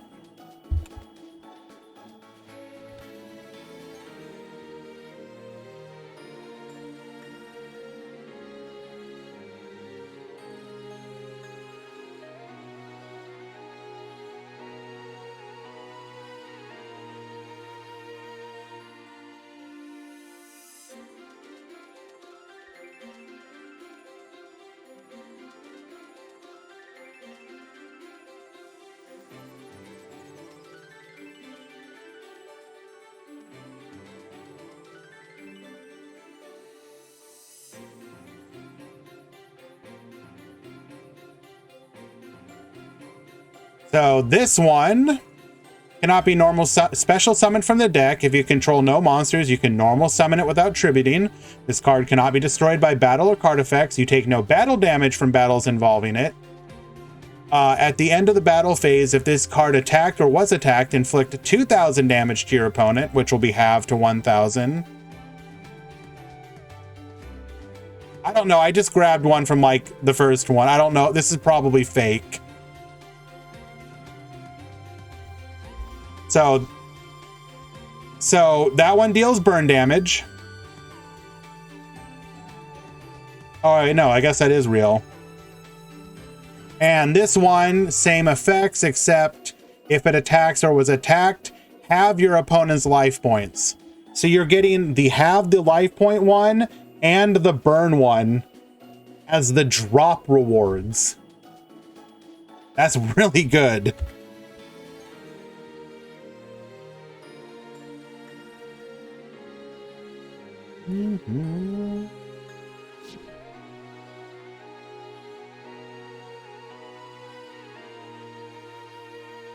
Let us go ahead and find another match.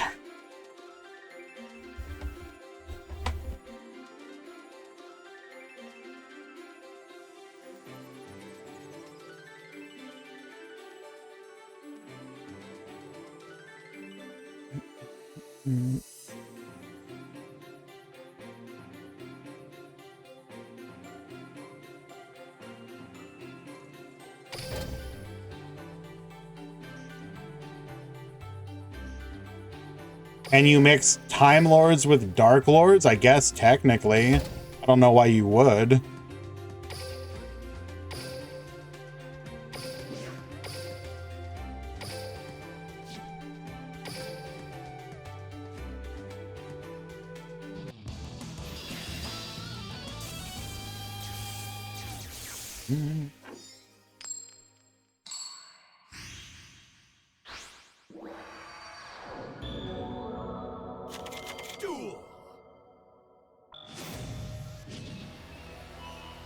You can call the deck the Dark Time Lords.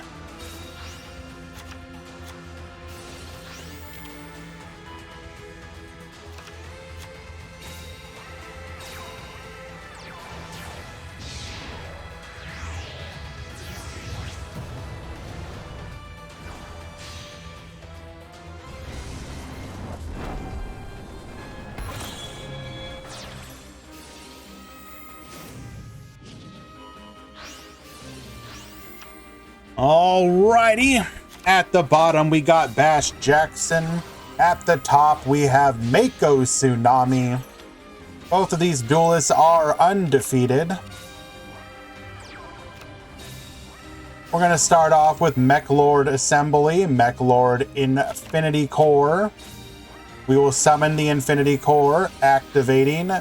That'll be a negate. In the graveyard, activating.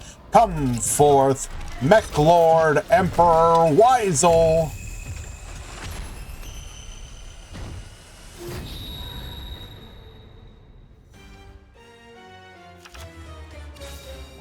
Setting to back row and passing back to you.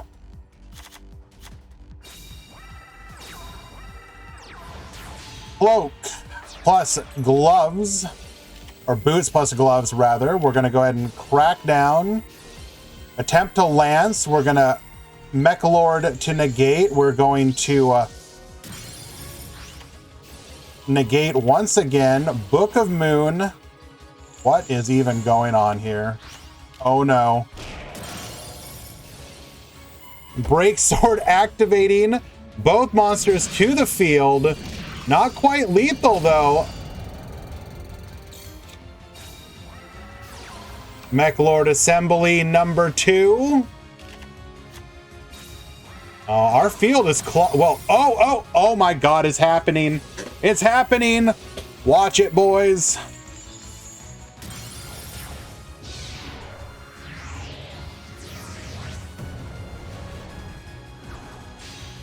Gear Gigant X. Activating, searching for a copy of Mech Lord Emperor Granel. Mechlord Refinement, searching for a copy of Triskelion. Book of Moon.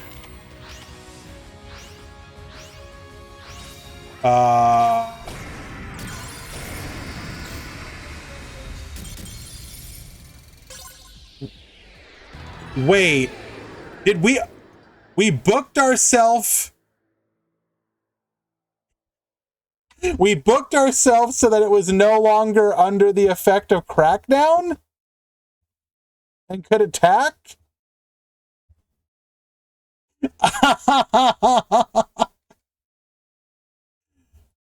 Wow. The BM. I love it.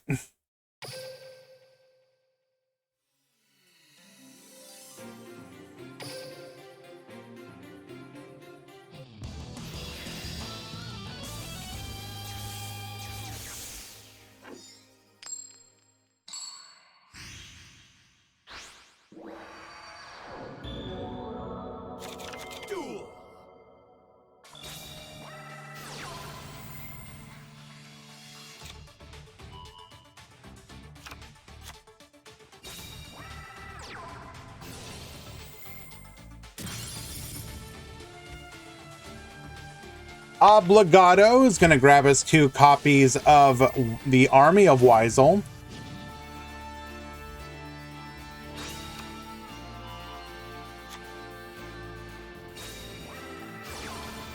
Boon of the Mechlord Emperor, draw 2.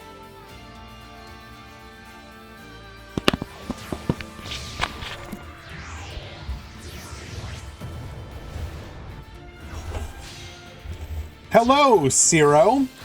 They've been doing fairly well. Remains to be seen how they will do overall, though.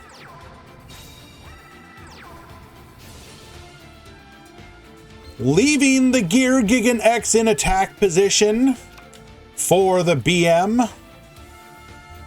He must be pretty confident in himself. MST.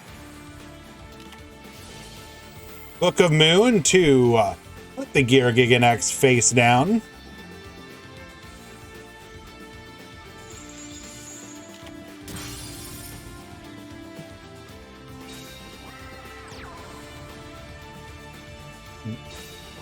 What?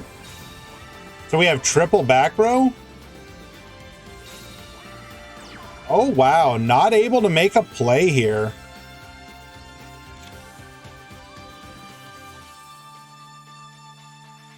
Does have to burn through 3 back rows, so do keep that in mind. Likely facing books, compulses, etc. All those back row are probably live. If we had the wings, we would have been able to make a play in theory. No kidding. Onomat, or not Onomat, the PK brick is almost unheard of at this point.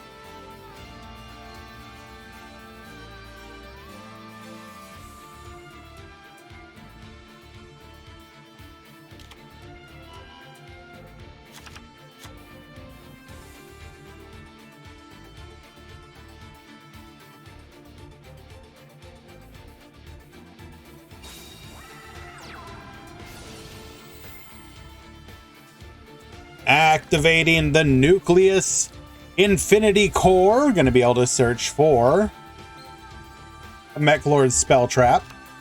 We will grab another copy of the Assembly.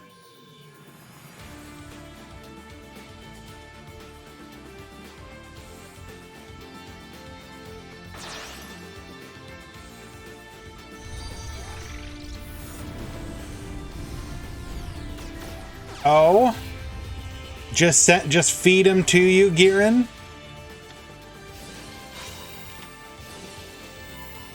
MST on the back row.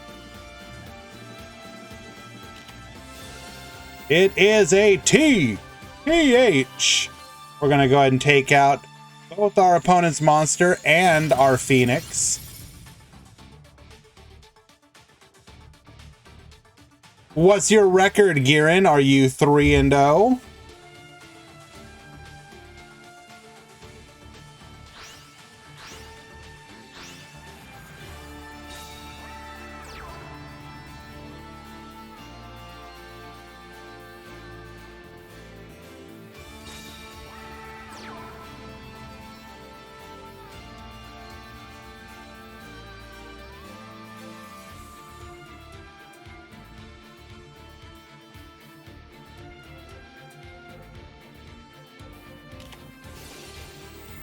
Activating Compulse. We do not have a Lance. So we will be forced to pass. Is Dark Magician tier 0? No. But it is pretty good.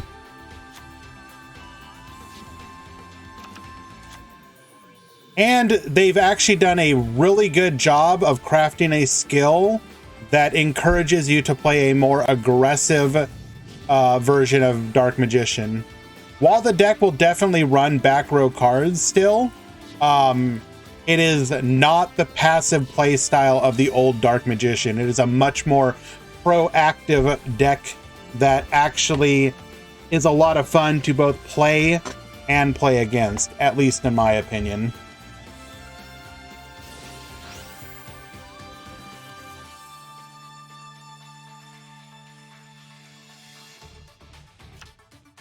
You were about to say the skill is bad because you can't special summon Dark Magician. You're actually partially wrong, Zero. You can actually. You can just only special summon it from the deck.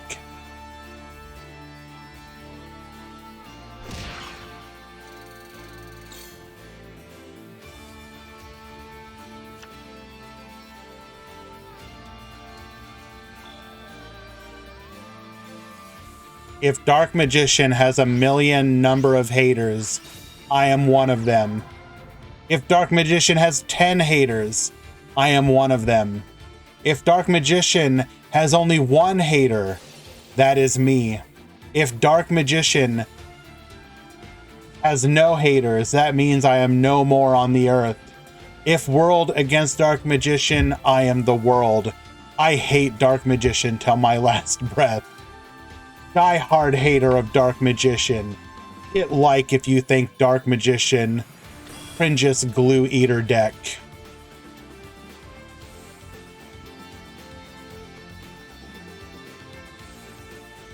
Hello, Nash Gaming.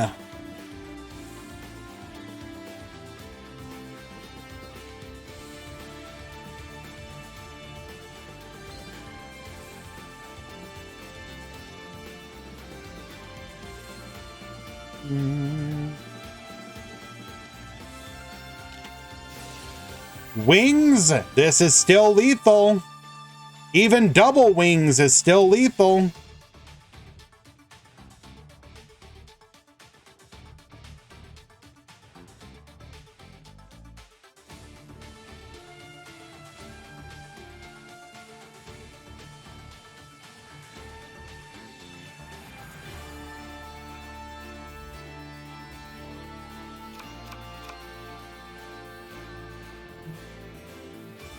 Is Phantom Knight about to lose to Mech Lord? Looking like it.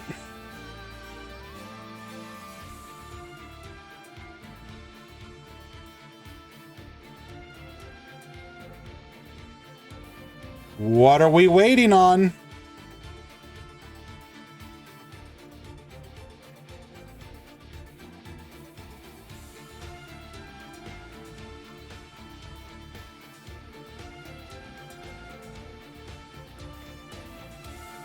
Is that a salty timer stall?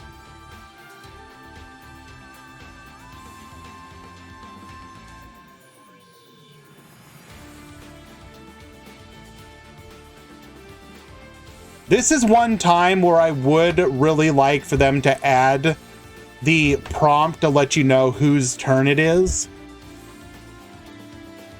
Because I would love to know who is the salty one here.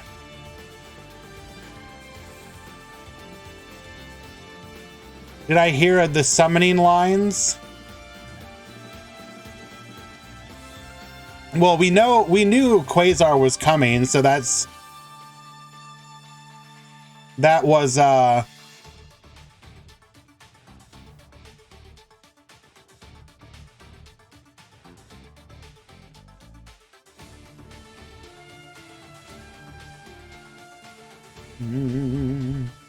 I'll rev it up to blast through my limitations. The stars unite to brighten the future. Form the road of light, limit over excel synchro. The evolution of light, shooting quasar dragon.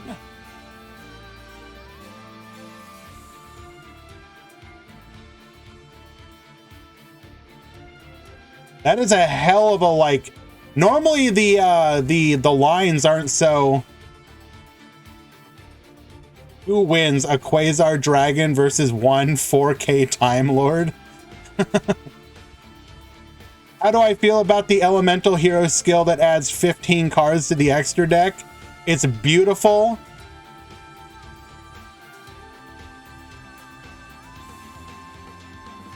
Yeah, I'm not really happy about this.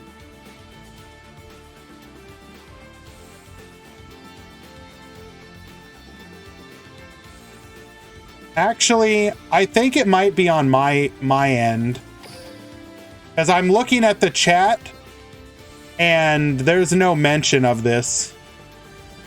But yeah, I think it's on my end. No. I don't think that was them at all.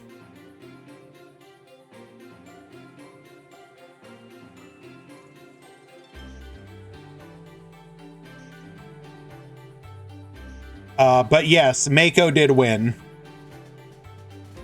Yeah. No hate towards Bash. He did not appear to actually do anything.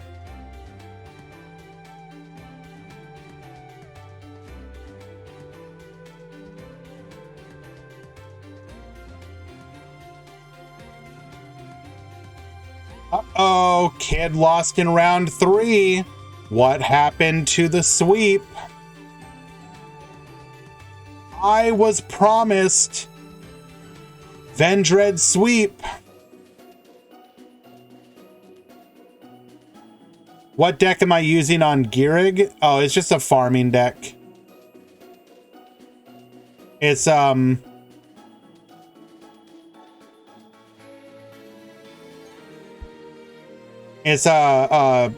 a train farming deck.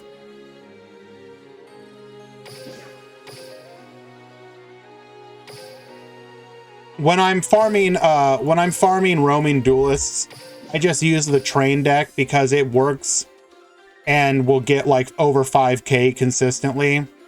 So you get 5 chests and I don't have to think about actually farming.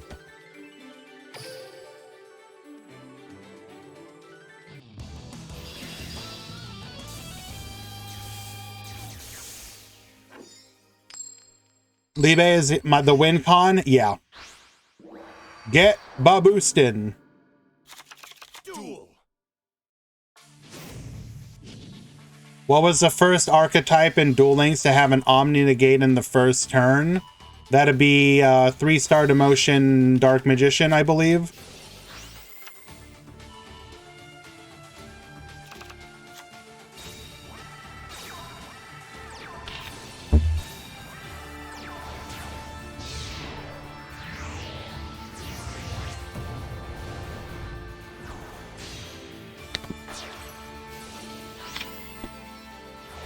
Champion's Vigilance is a hell of a card.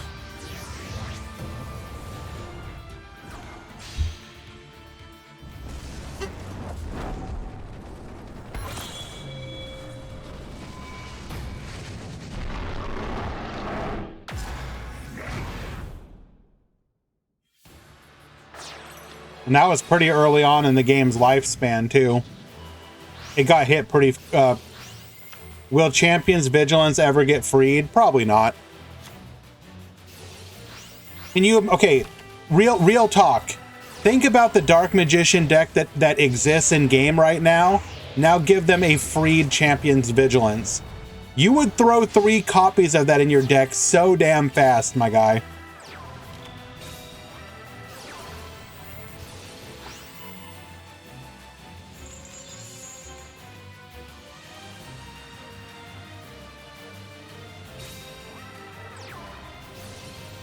Yosenju, comma 2.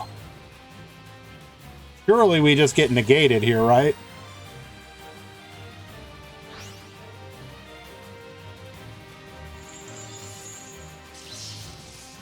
Negate.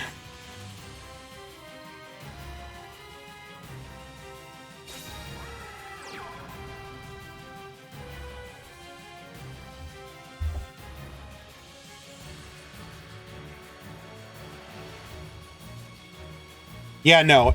Champion's Vigilance being freed would literally just lead to the most, like, I will play literally the most degenerate counter trap Dark Magician deck you have ever seen.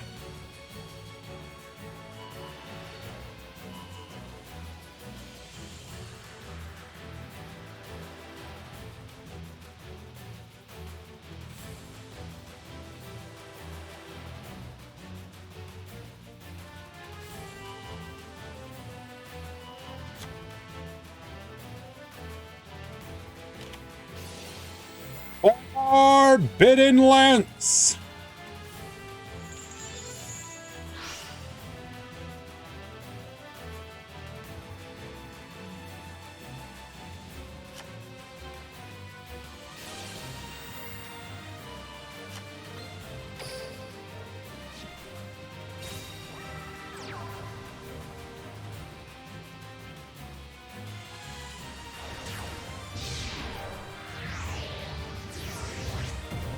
Lance is pretty good. You are absolutely correct. One of the staple protection spell traps in the game. And On Fire will win game number 3. Well done.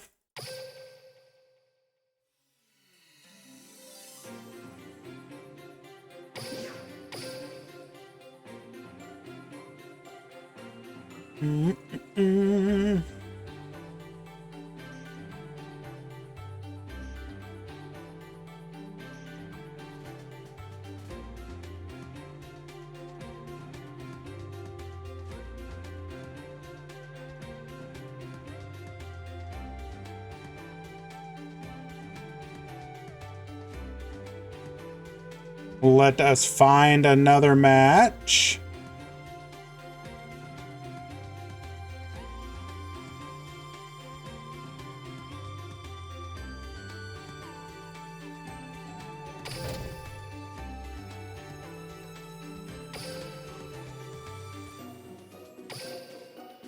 Will we get Shooting Quasars and Ultra Rare for the mini box? Probably. Or an event? I doubt it'll be an event.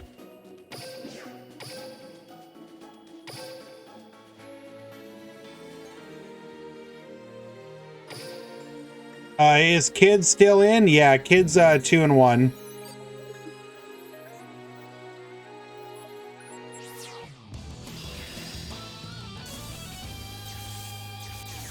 It's not, I mean, you have to understand, Nash, that the card is hard to, outside of the skill, it's going to be hard to pull off. So, like, it's not like people are just going to be throwing Shooting Quasar Dragon in all their decks and being like, let's go! I heckin' love Shooting Quasar! Shooting Star was free, surely. I mean, I could be wrong. Quasar could be free, but you have a box specifically themed around Time Lords and Zone. It just makes sense that Quasar would be in the box as well.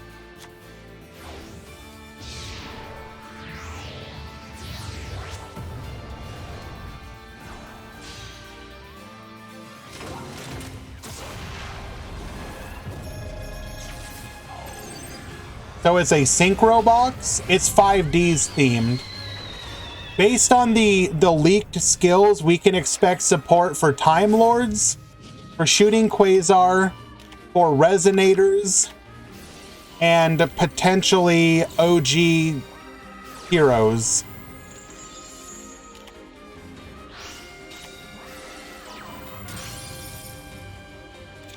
How many 5Ds themed boxes we have already? I mean, how many boxes are in the game? Not that many.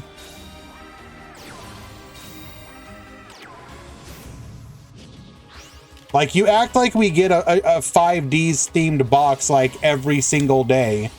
Like, come on now.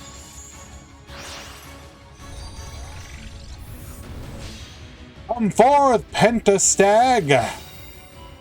Returning Shave Force to the hand. Activating Shave Force. Bring back the Rise Falcon into Solda. Attack. Not able to deal piercing damage because we are too small.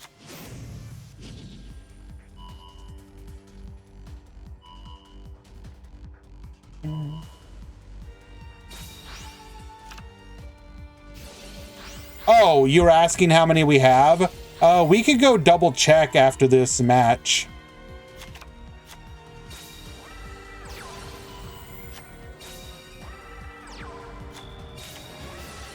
Wings!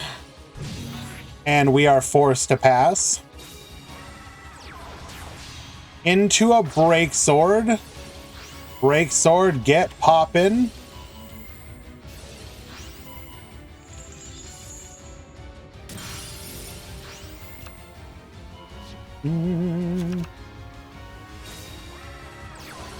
Solda, negate.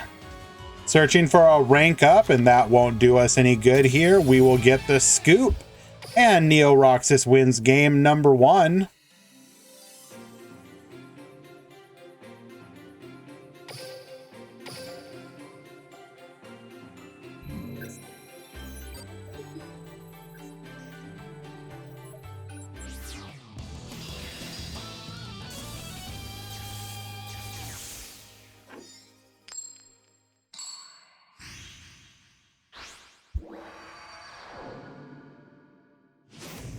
Your Raid Raptor school? Yeah? Are you gathering a class of people together? Come forth, all my bird enjoyers.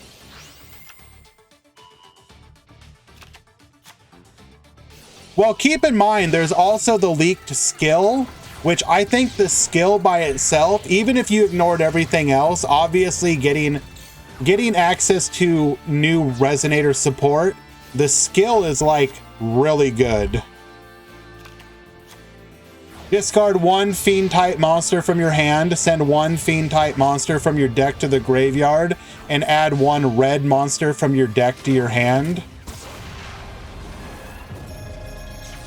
Skill look like cheat.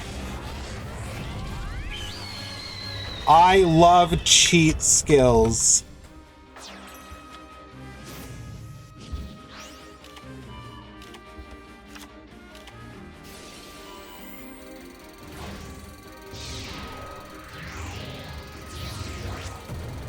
So you wouldn't even go for red Resonator. You're missing a whole different group of Resonator cards you would want to go for. Or not Resonator, red Resonator support, red named monsters. Pool 1, round 2 has begun, by the way. Pool 1, round 4 has begun.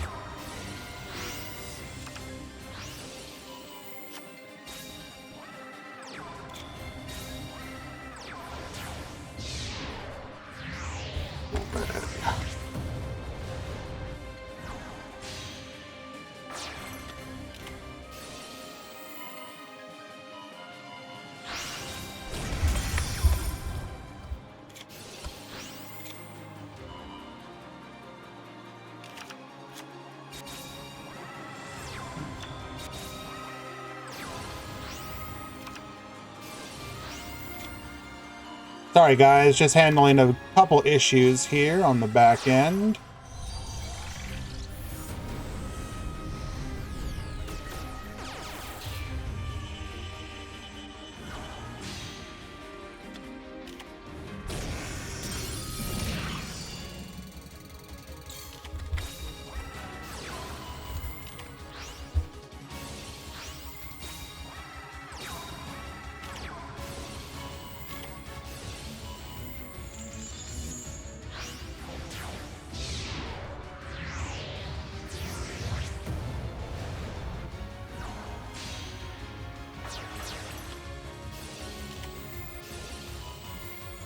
Activating Xyz Encore, not today.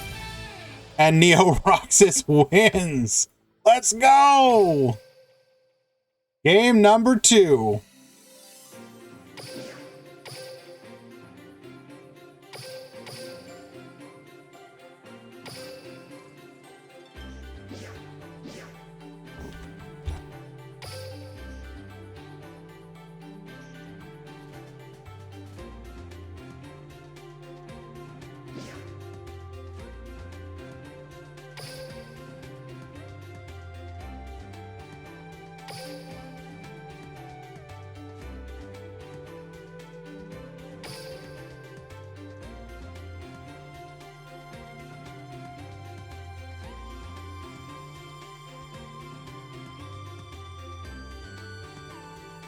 Yeah, Red Sprinter is the other one. Red Warg and Red Sprinter are specifically what it's going to be worth working with.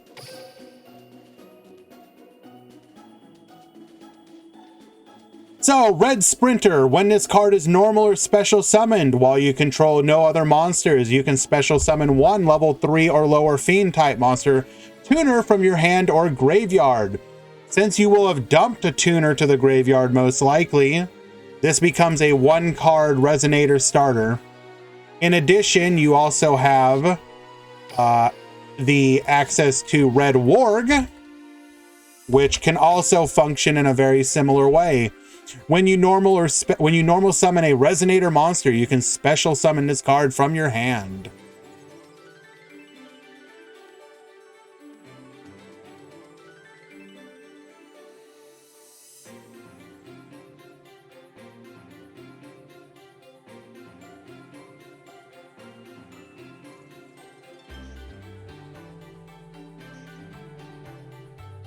All right, looks like Pool 2 is pretty close to being done as well.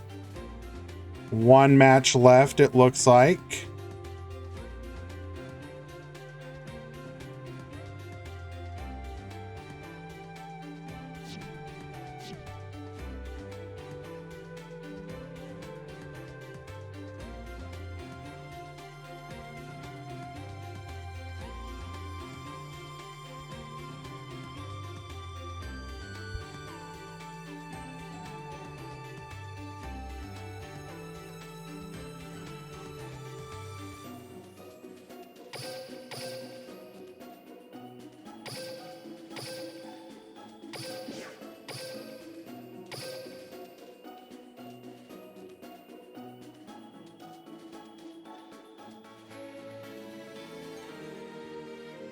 Okay, actually looks like Pool 2 round 4 will be starting in like just a couple seconds.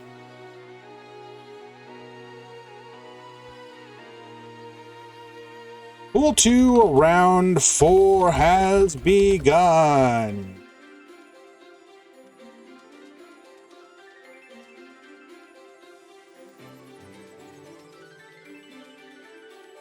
And a big shout out to my boy Easy Mick for the beautiful breakdown artwork.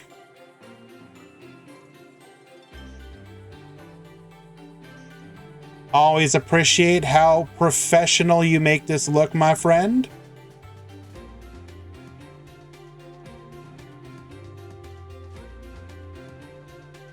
Standalone, are those actually better than Demon's Resonance? Well, in theory, Wandering, Demon, that skill doesn't lock you to synchros only, at least as it's listed. And 2, remember, you can dump any Fiend type monsters to the graveyard. How many DM entered? A 9.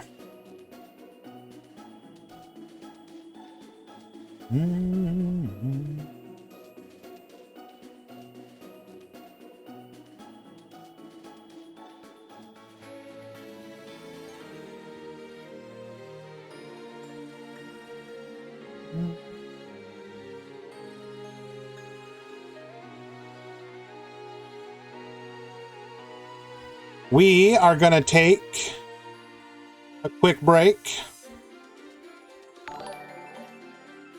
DSV Attilis, thank you so much for the follow. Appreciate you. Be right back.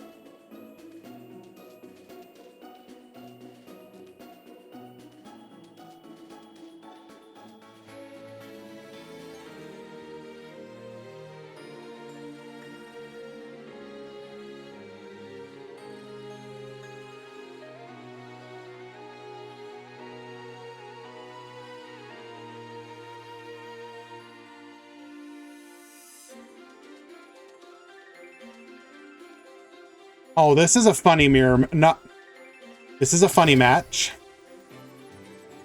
I don't understand why Konami creates only broken tier 0 and nerf everything else. What are we referring to, Oren?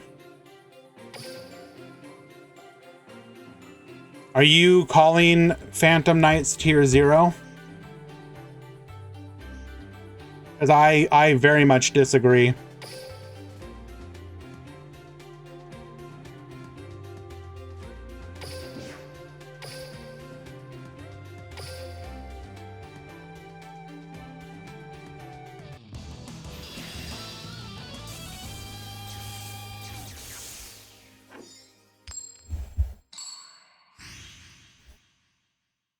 Alrighty, two different sides of Yuya.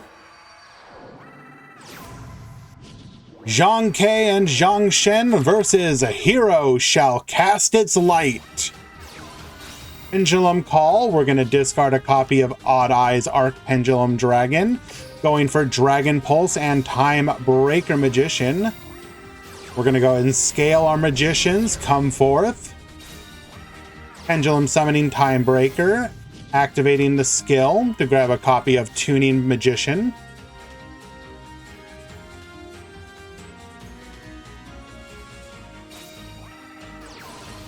Come forth, Tuning Magician.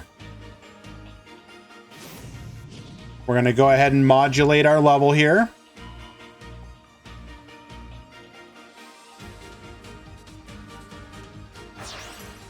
By representation, they have tier 0 numbers. Wait for the top 16 to judge, or top 32 to judge that.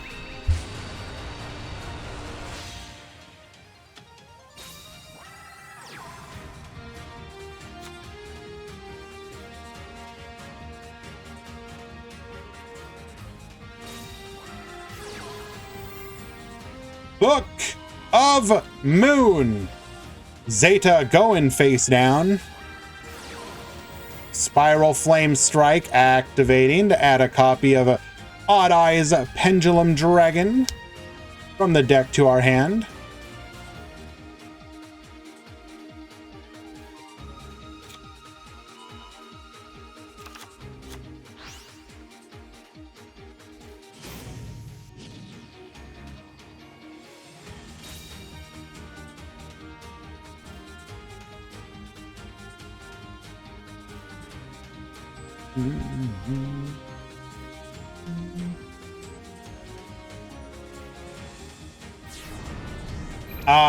Valk's point is one I do agree with.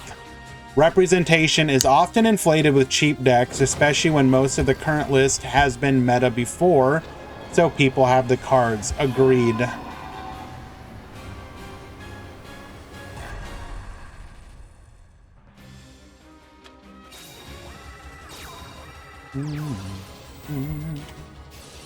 Floodgate Trap Hole. Well, that's one way to keep yourself alive. Let me go ahead and update the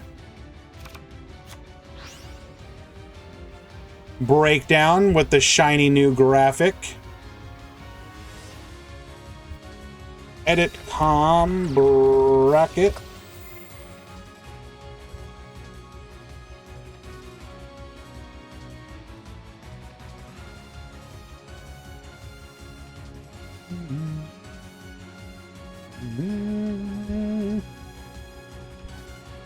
It also helps when the popular deck is a fan favorite one. Like, it should be pointed out that people are still playing Phantom Knights in Master Duel. Less so the TCG, but even in Master Duel, people are still playing Phantom Knights. That should tell you something. And the deck isn't even like that busted. The poor players are. I mean, I don't know if I agree with that, but sure.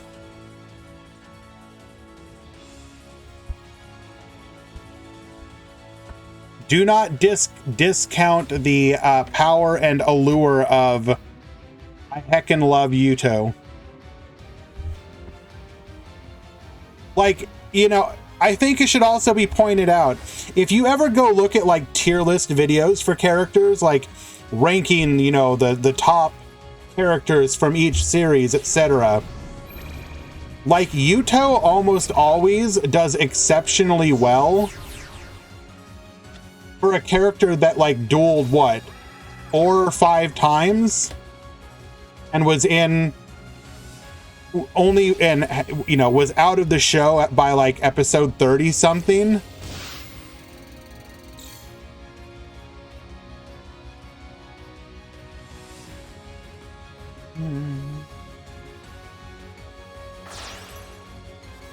Despite it being hugely popular before, I ain't seen. Well, I mean, why would the Galaxy players not move back to like Phantom Knights?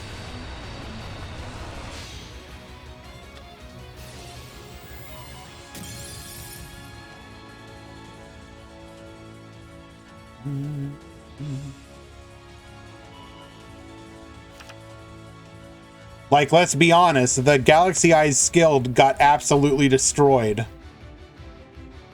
Why would you play it?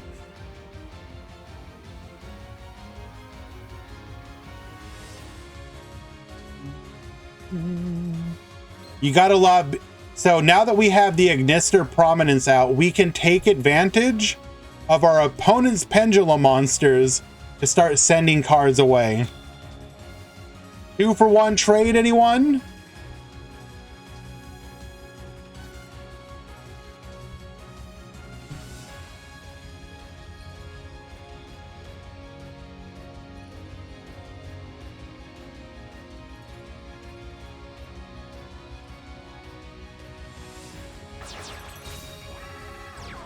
Normal summoning our Odd Eyes Pendulum Dragon using 2 of our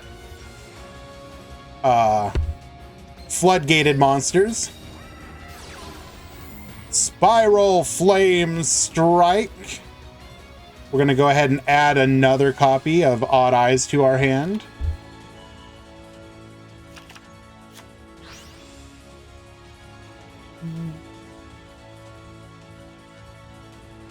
The crystal clear synchros are too good.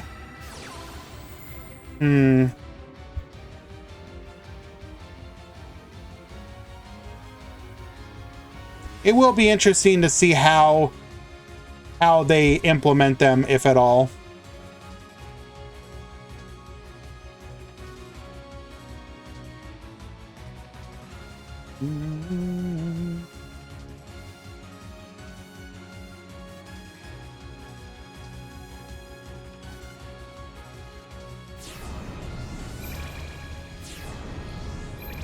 We're going to go ahead and Pendulum Summon here. Bringing forth 2.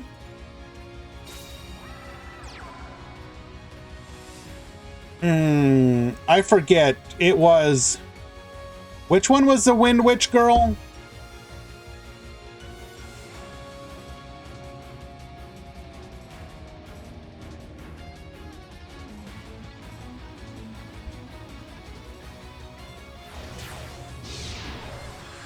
Wind Witch Art 5.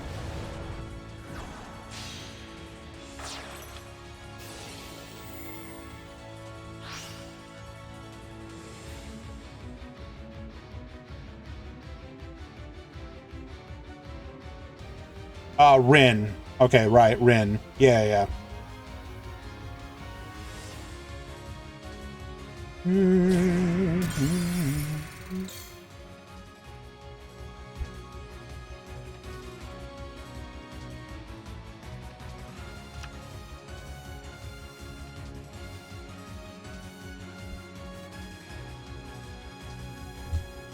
Let me play Harpy Wind Witch again. That's all I'm asking for.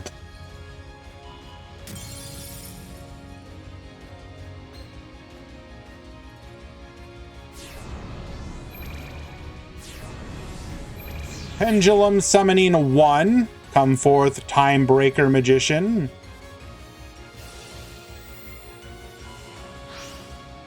Get Bonetian. And pass back to Josh Fishy.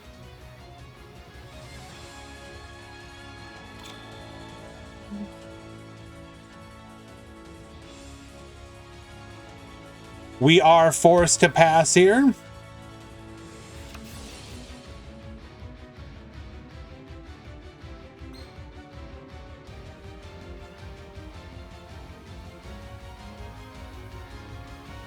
Return to the field, Odd Eyes Pendulum Dragon.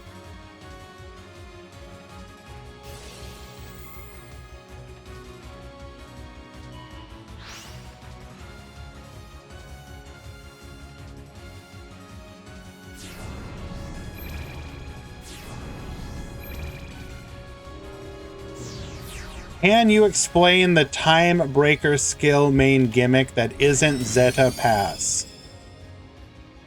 What do you mean?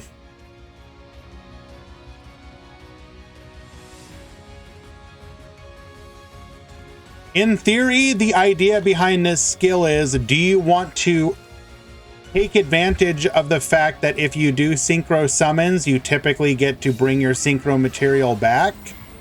If so, this is it for you. Otherwise,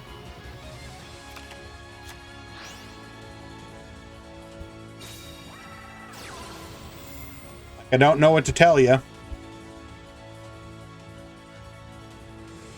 In theory, Link monsters and synchros can abuse the pendulum mechanic more than any other, because obviously with Xyz, the materials go to the graveyard, so you're not able to re-pendulum summon them.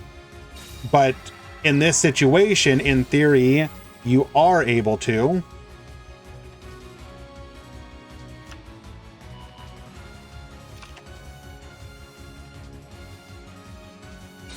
Why are we not in attack position here?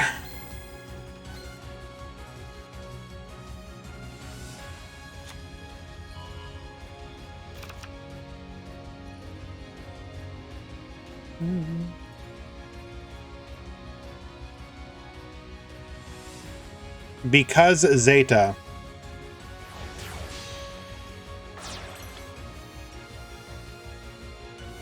Okay.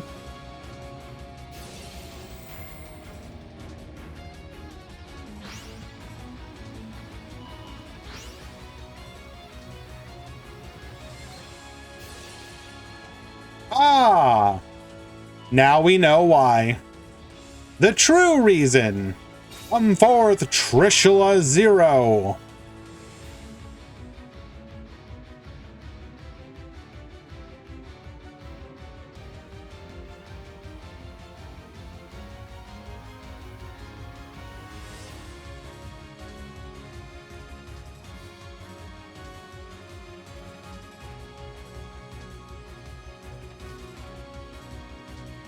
Mod call time.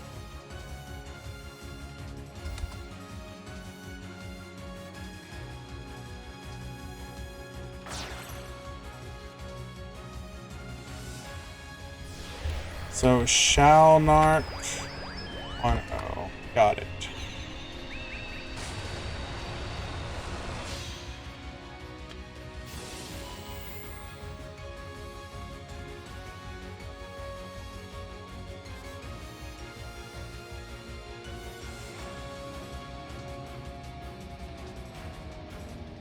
Oh, I was looking at the wrong one. I thought this monster was on Josh Fishy's side. I don't know why.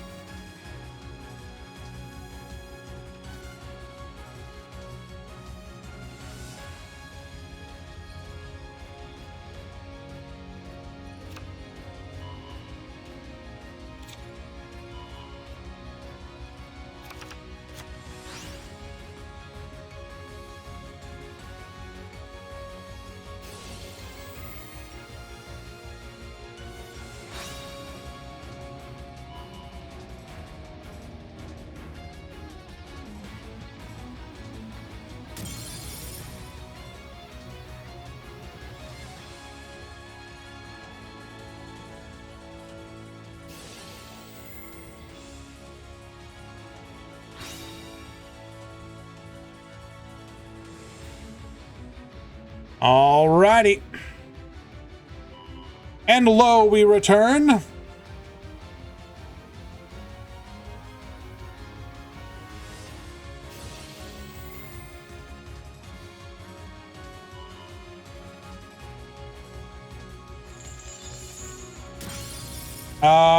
Giran, I will do so. We're probably going to dip out of this one after this match, or this game ends.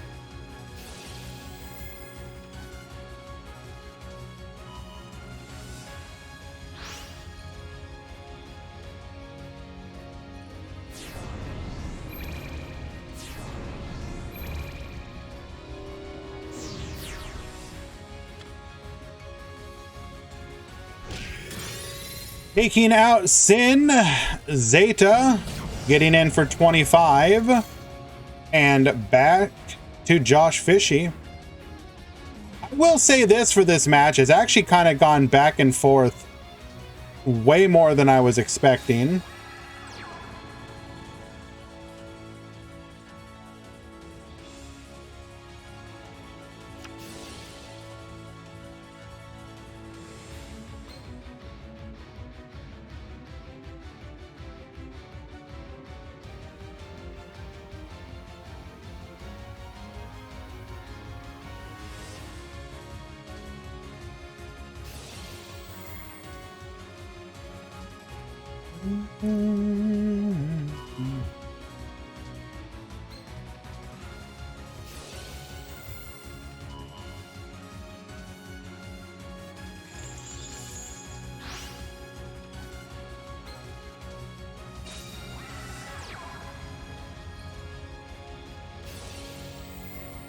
You need this deck. Why do you need this deck, Giorfio? Alrighty, David winning game number 1. Good luck in your next games. We're gonna go ahead and dip on over to watch what I am told is a quote-unquote spicy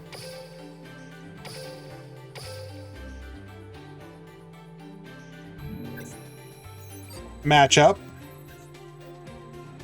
or a spicy bit of replays.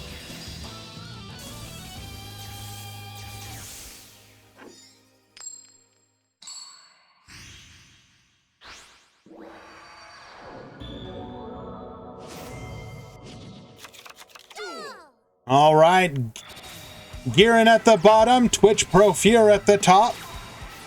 We're going to go ahead and Book of Moon. You will not be making any plays or aggressive moves today. Rael adding a copy of Starry Night Balefire.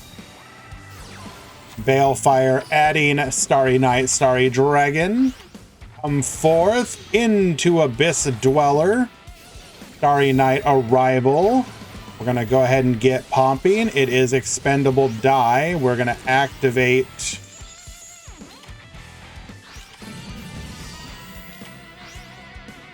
stopping the graveyard summon. We are forced to just pass here. Abyss Dweller once again. Arrival, bringing back the Starry Night Starry Dragon. No graveyard search. Rael off of the top. We're going to add another copy of Balefire. Balefire, searching for another copy of Starry Night Starry Dragon. Going in, 1, 2, and lethal. Why did he normal headbat? I mean, we were being so controlled at that point, I don't think it mattered.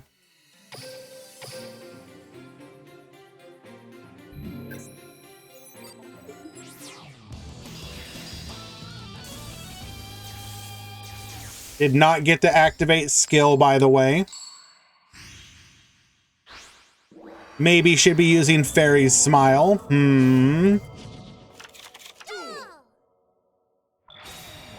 Normal Rael, adding Ceremony to hand.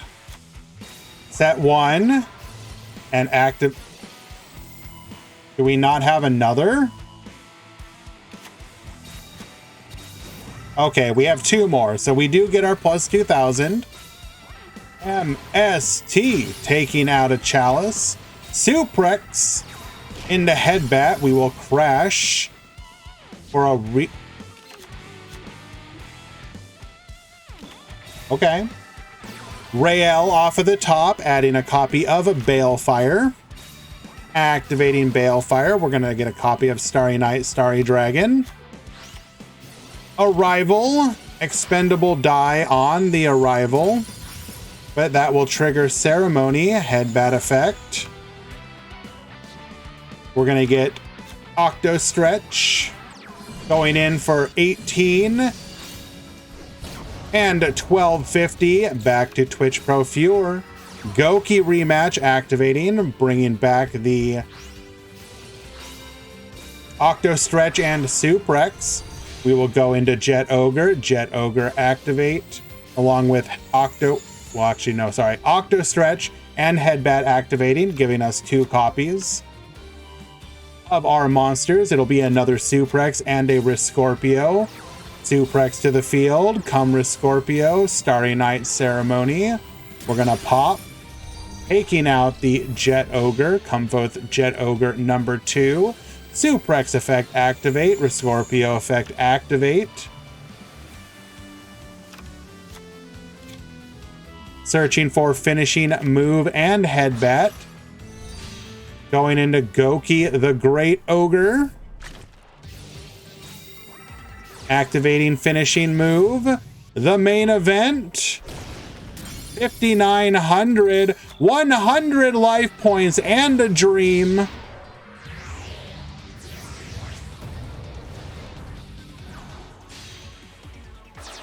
Starliege, Paladynamo.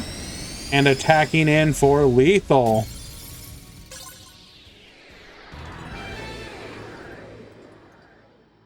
Well done. If this was a real Yu-Gi-Oh! Duel, though, you would have been at 50 life points, not 100.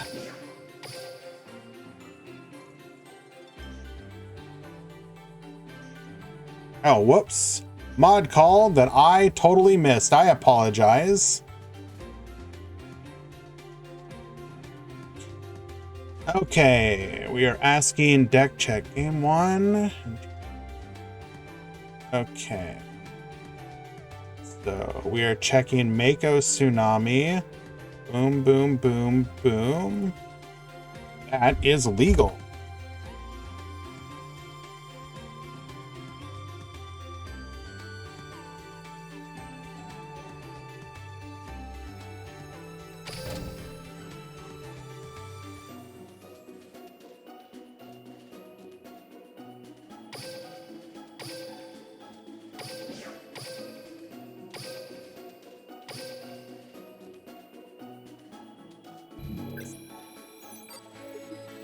Yeah, Cole, I can come watch your match.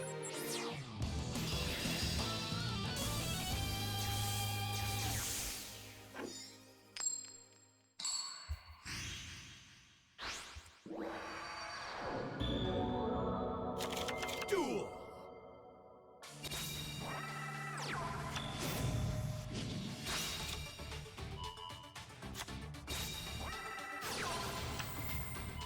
Of course it is, Giorfio. What are you talking about? Both of these players undefeated, by the way. Going into round 4.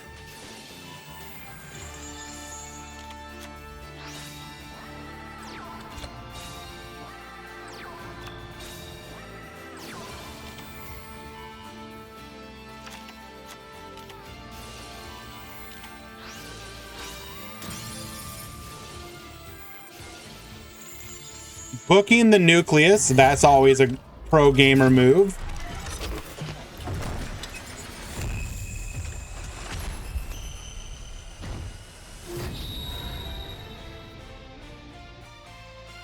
I played versus a deck I didn't even know existed today. And what deck would that be?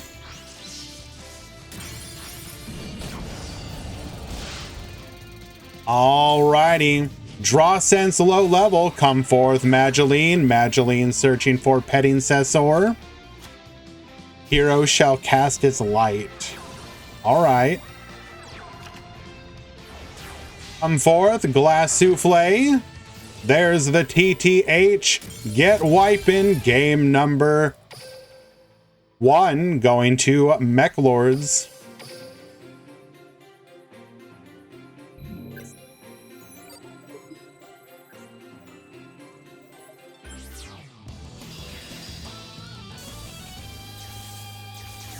Oh, wow. Insane Mech Lord plays. I'm glad you appreciate them, Giorfio. Duel.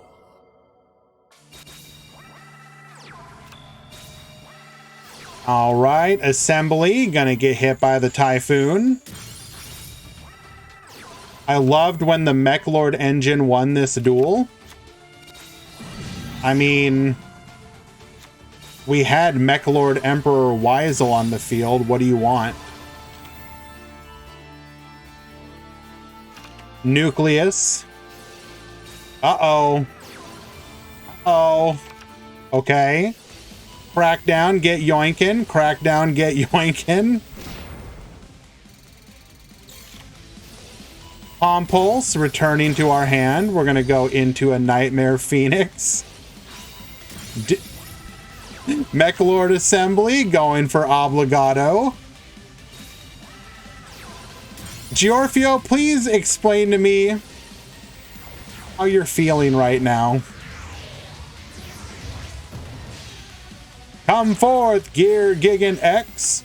Adding a copy of Mech Lord Emperor Granel. Activating our skill, adding a copy of Triskelion. And Mech Lords win game number 2.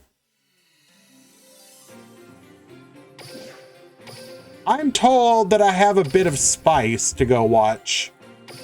I'm trusting Cole.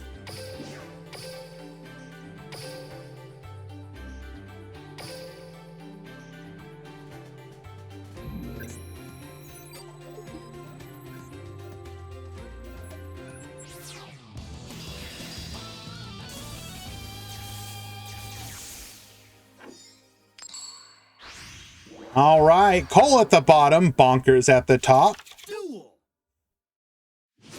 Activating favorite duel. I heckin' love elemental heroes. Activating Miracle Fusion. We're gonna go ahead and bring out the Neos Knight. Draw 2, discard 1. Elemental Hero Stratos, adding another copy of Stratos for the follow-up, and then setting 3. Molten Conduction Field, sending Lava Lakeside Lady and Handmaiden. Handmaiden will send Handmaiden. Handmaiden will then send Lava or Magma Cannoneer. We're going to take out one of the back rows.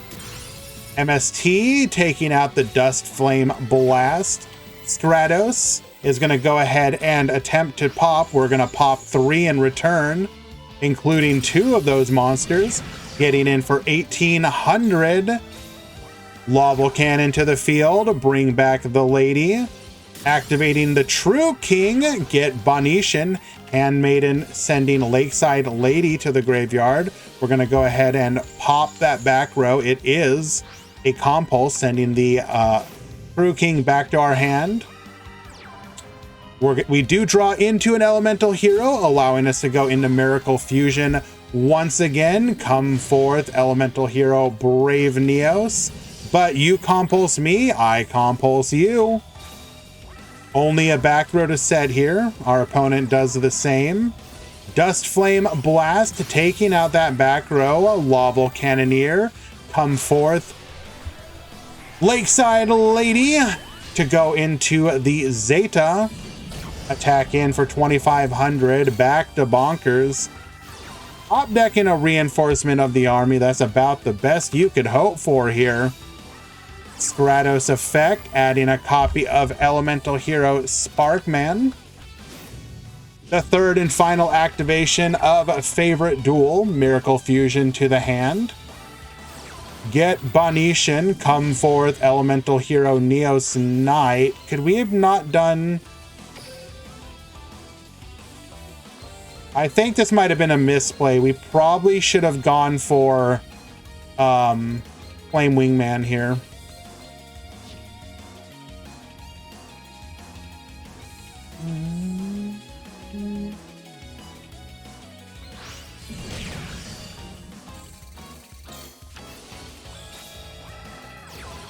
Top decking another Laval Cannoneer into the Laval Dragon effect.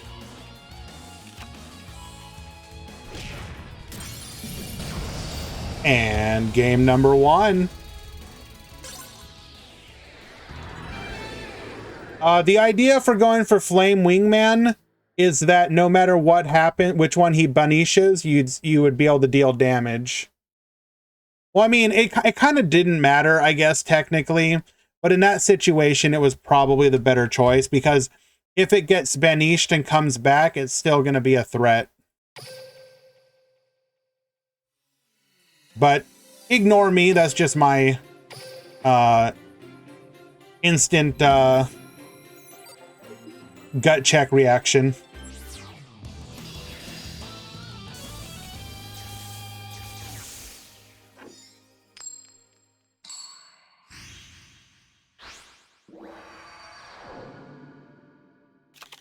Duel.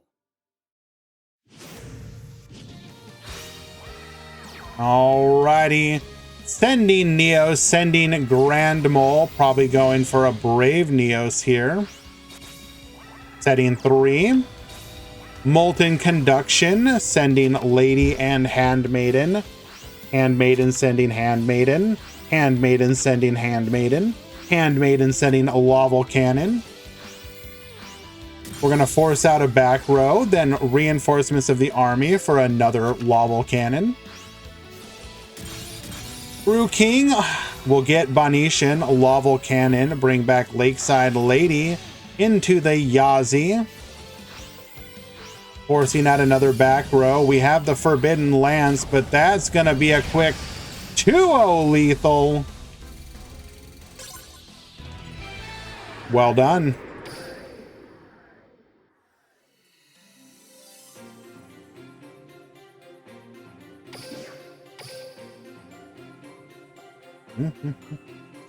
Thank you for sharing. That was enjoyable to watch.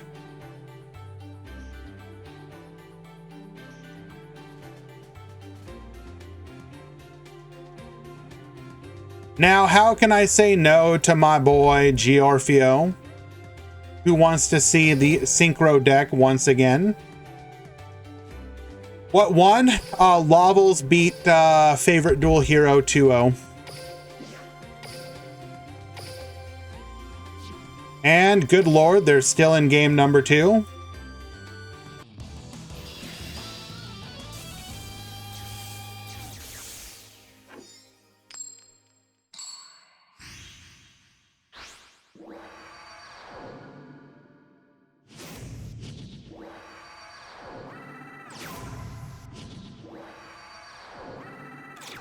Duel.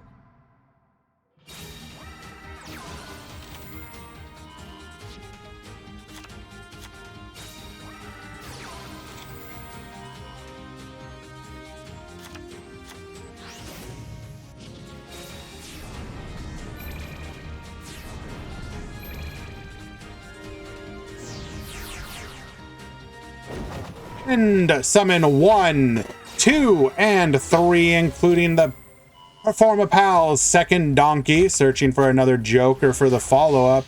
We're going to go Roach into Doom Rider and pass back to David. Pendulum Call, discarding the field spell, searching for Time Breaker and Dragon Pit Magician. Scaling the Time Breaker, activating our skill to get a copy of Dragon Pit Magician. We're going to go ahead and attempt to pop this scale, but somebody didn't read Pendulum Call.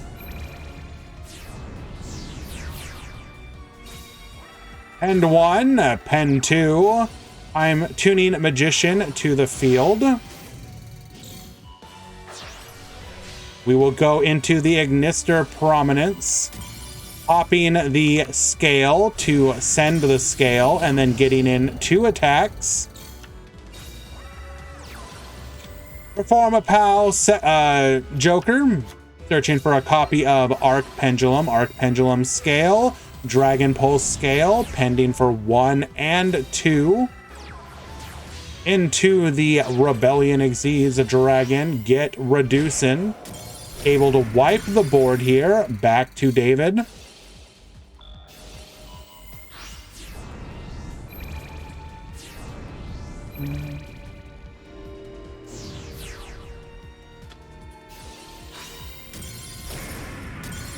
All right, taking out the scale and beating over one monster.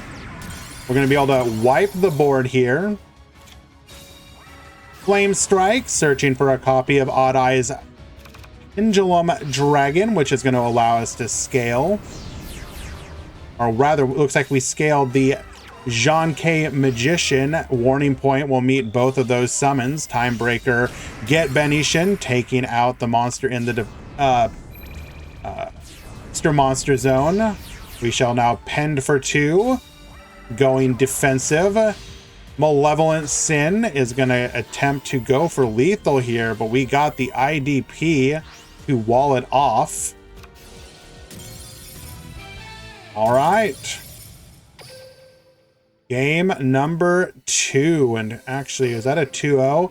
A 2-0 victory for David, defeating Josh Fishy. Well done.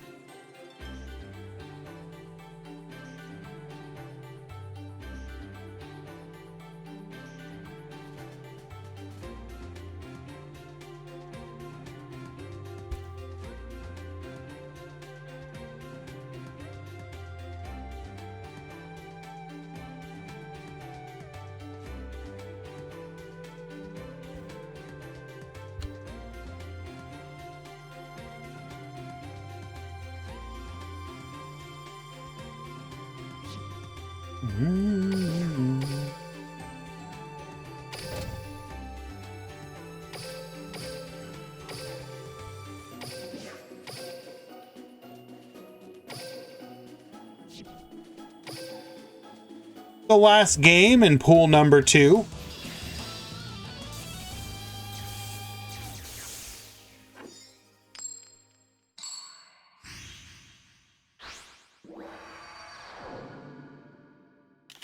Duel.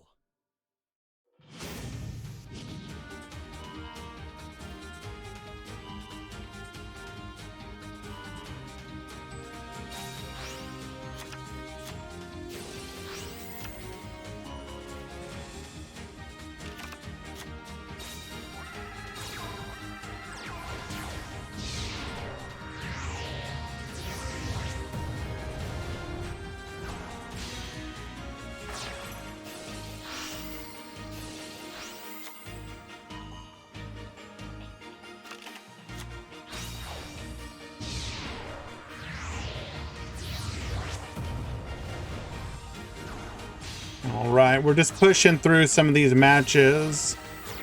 Looks like pool 1, round 5 has begun.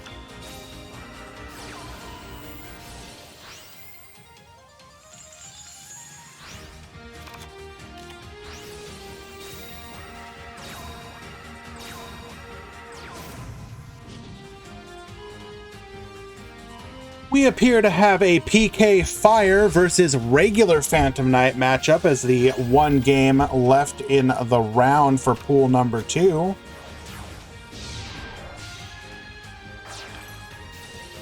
Levier bringing back the Ancient Cloak, Greaves special summoned, allowing us to go into the Odd Eyes Pendulum Dragon. Or, don't know why I said that. The Dark Rebellion Xyz Dragon, activating the skill so that we can get the rank up effect going. Xyz to the field, attacking into the Beatrice, which we will protect with the sword.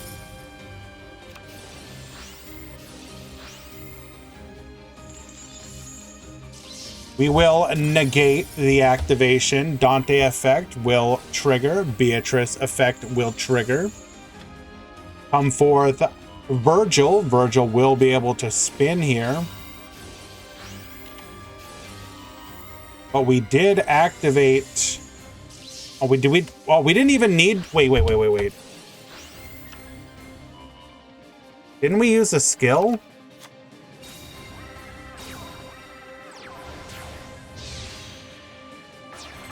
My...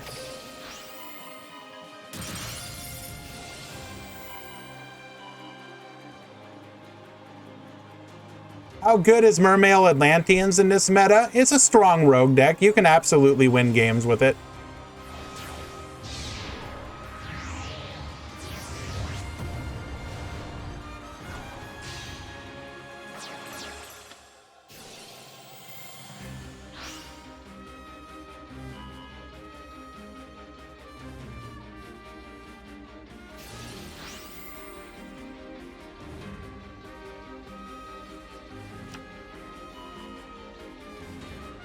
Yeah, he didn't use the second effect. I always forget about that.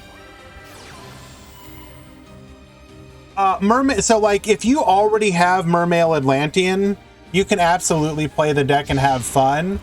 I'm not sure I would recommend it to be a deck that you would go after and build if you don't already have it, though. I mean, don't get me wrong. Water has been one of those decks that's been in and out of the meta so many times that it's, like, kind of crazy. Also, Lamau Pal.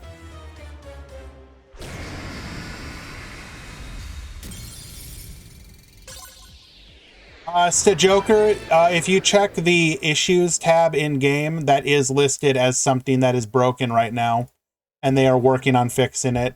I assume it's in relation to the tiny text bug that they were working on fixing. It's not just a good cog deck. You can absolutely play it in tournaments as well. Just understand that it's a little bit of an uphill battle, but you, like, we see people make it to the top cut with Mermail Atlantean all the time. So keep that in mind. No, that's the wrong one.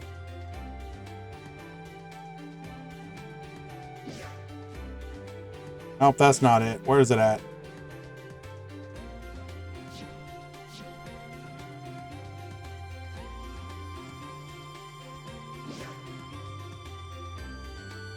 That's not it.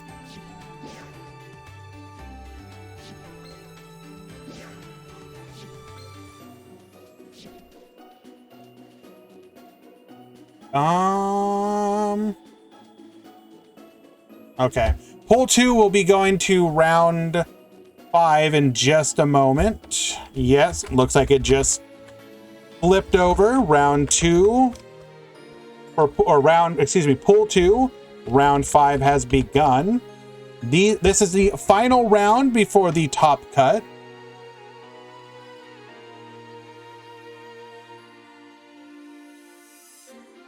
So I didn't really play much ranked last month. Wills. We will be doing a stream to push to King of Games this month, though. Can I update the bracket link? Yes. Absolutely.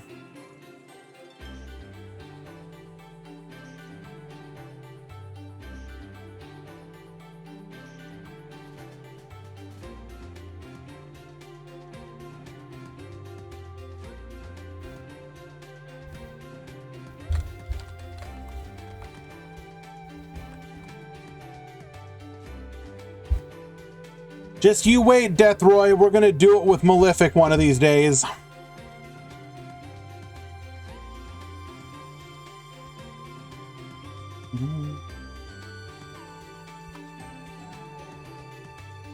No, actually it will be King of Games Deathroy because I don't want to have to...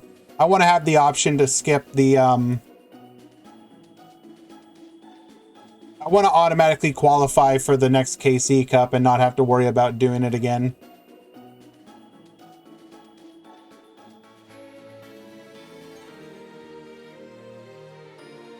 In theory, I should do it. It should happen before Time Lords come out.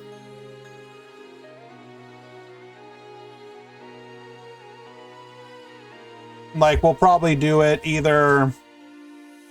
or try and work on it Thursday or Friday. Does that mean I'm gonna grind stage 2? A little bit, but not like seriously. Any metal foes today? Yes, indeedy. Here's the breakdown if you're interested. Looks like there are 3 Metal Foes players today. If I did Heroes, it would probably be Hero Alliance. That's the one I want to check out.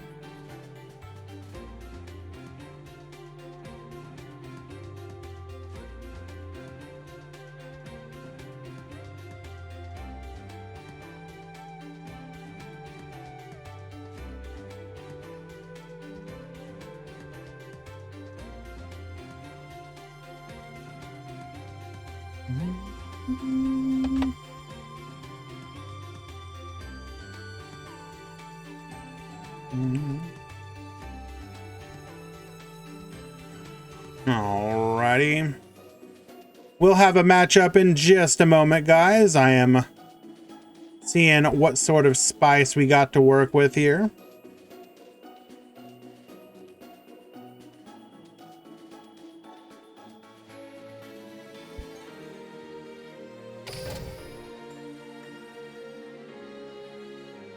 You can climb, yeah, so yes, even if you automatically apply, you still want to grind for the rewards, but there will be times where I'm like, I just don't want to do the 19 to 20. I just want to be able to skip it.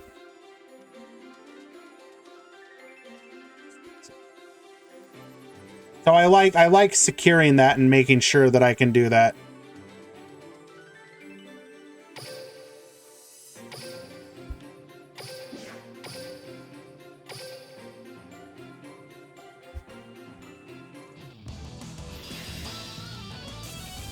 SD space, I am a whale, so the amount of gems that I miss out on, it's okay. I can deal with it. Duel. Alrighty. So you were asking about Mermail Atlantean. Here you go. Activating Abystius, sending the Dragoons. We're going to search for a copy of Abyss Gund and Diva. Deep Sea Diva bringing out a copy of Heavy Infantry.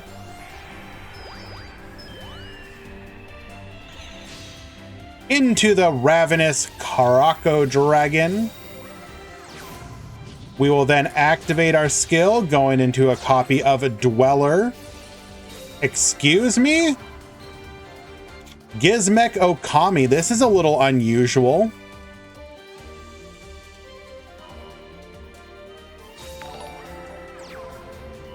RPG Prince, thank you so much for the follow. Okay, so what do we have here? We got a pop. We got a pop and a Graveyard Negate.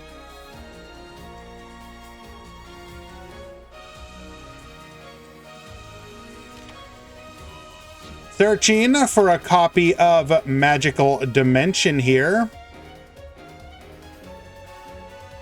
Hello, Neo. This is a really strong setup, though.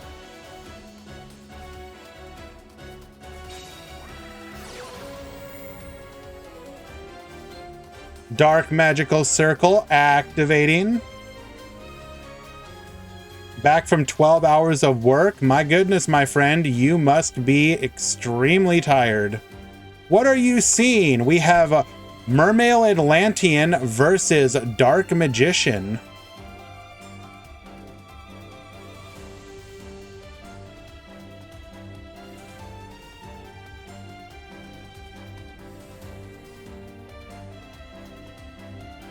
Water is in a really strong position here.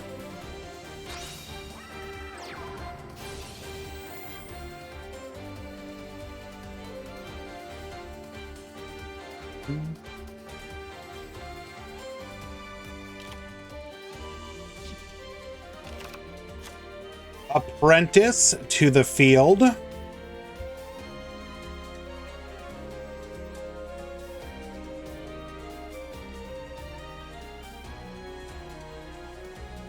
Is there anyone not playing Dark Magician? In King of Games, I'm sure just a lot of people are trying this stuff out. It's not surprising. Whenever something new comes out, a lot of people play it. And if you are in King of Games is typically going to be all the really hardcore people or the people with the money to afford anything at any point. When I played ladder, we were seeing a fair bit of variety. Sure, there was a lot of Dark Magician, but it wasn't like everything.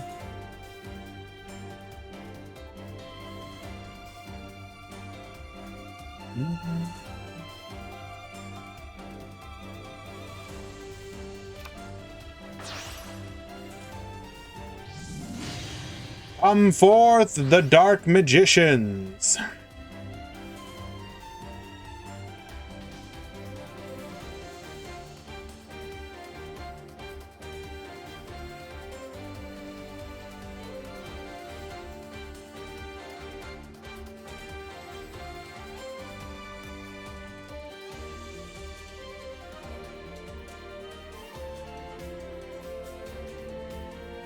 I should do more ladder streams. I should.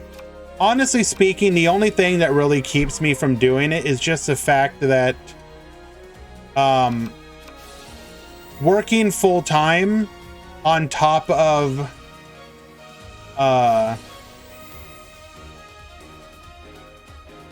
doing the tournament streams that I do is pretty exhausting. Magical Dimension. Get tributed. Do less casting streams. I mean,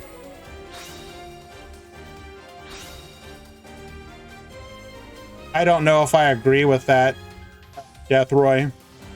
I think the health of the community, it's good to have this, what we do have.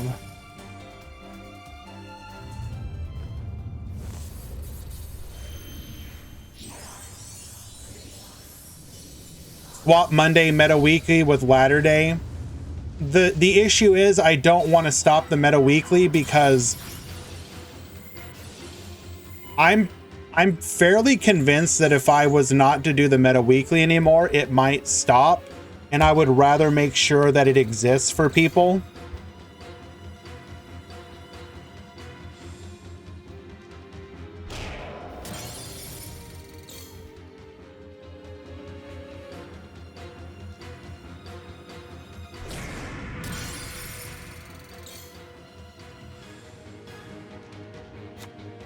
Hello, Wanted. Nova did a fantastic job of navigating that board, by the way. Very well done.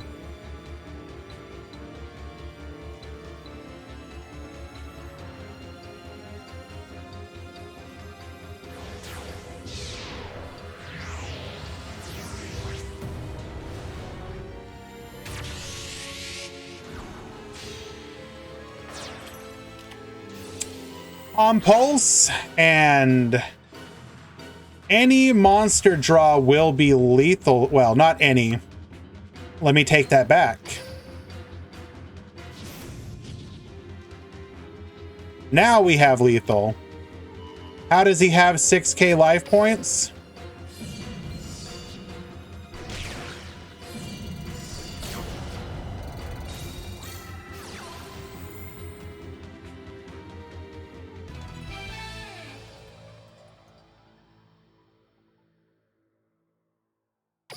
A Nova winning game number 1.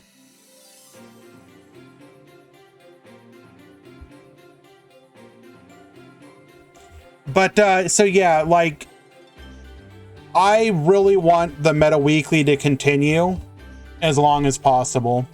So that's why I put in the time and effort to continue to run it. I could technically run it without actually, like, casting it, but I don't know. I don't like the thought of that.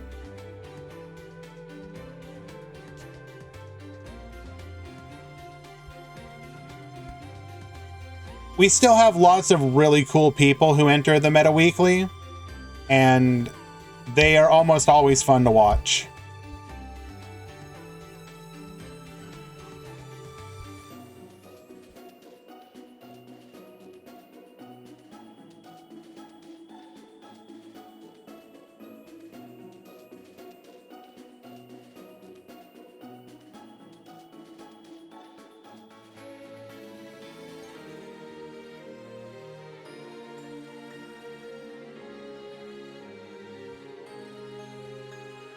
I mean, what I should probably do is just not do as many of the Sunday tournament streams where I do like the random events.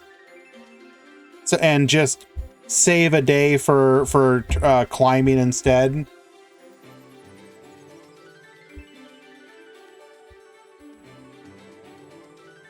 What happened with Meta Weekly? Nothing, Hans. Deathroy was saying I should stop doing the Meta Weekly and do tournament or do ladder streams instead. And I was saying that I would rather do the Meta Weekly to make sure that it continues.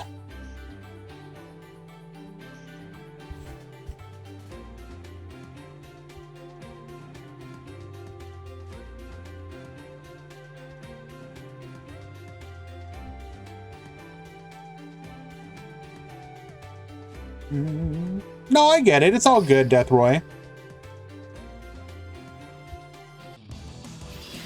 I'm probably just gonna do the Meta Weekly, the Grand Prix like we're doing today. The one that I might reconsider is the single elimination time. I don't know. The one thing I'm kind of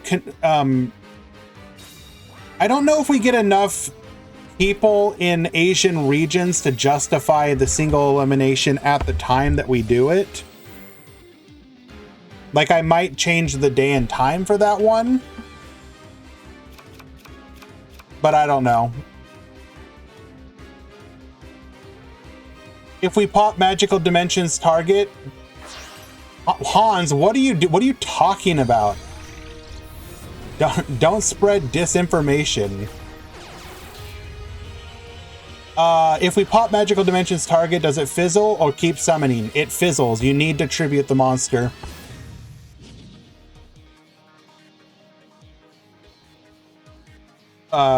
Single elimination is 1 hour early for me. You can't participate. Do you have... I know different parts of the world go into... daylight savings at different times if they have them. Does your country have daylight savings time that you're gonna change time, or is it just like you're permanently screwed?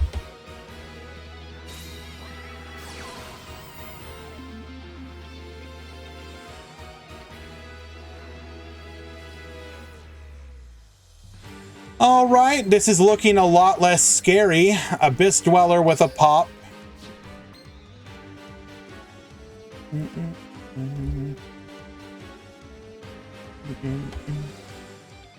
Weekend meta tournaments would be great. Potentially. I will say that the Sunday tournaments have, while they have been alternate formats, have also been the like lowest performing ones. I've been fine with it because I understand that they're weird formats, but I would need to make sure people actually want tournaments at those times.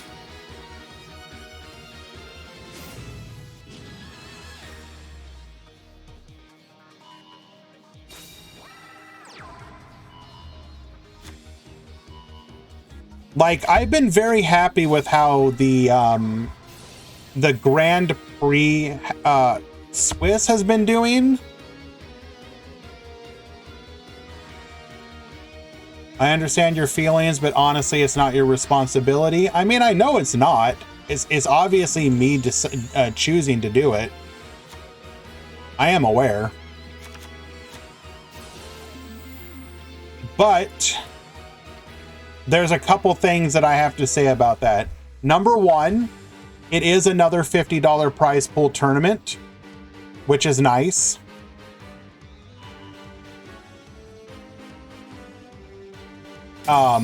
And two, even if it is no longer what it once was due to the difficulty of accessing it and people's willingness to do so, there is still the fact that the Meta Weekly has been continuing, you know, unabated for 5+ years now.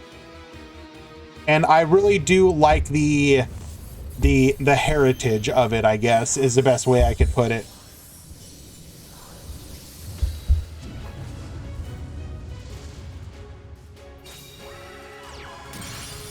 Like if you win, winning a tournament is obviously hype as all heck, right? Doesn't matter what tournament it is. If you win any tournament, it feels good. But there are certain tournaments that when you win them, feel even better. At least in my opinion. Do I speak to Decade about what exactly? I mean, we talk a little bit, but not that much.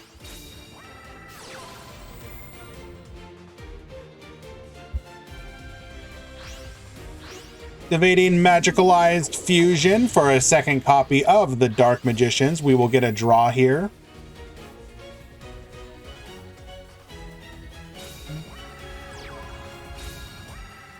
Setting 2. I mean, there's nothing to talk about.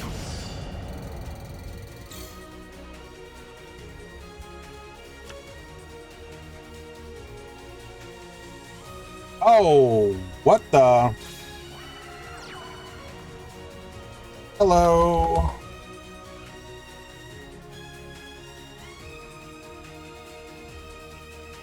Ah, we forgot to check in. Okay, yeah, we can fix this. That is an easy fix.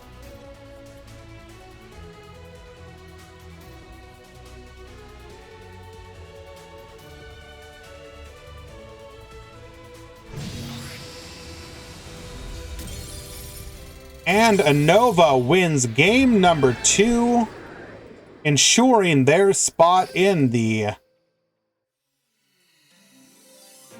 top 32. Well done.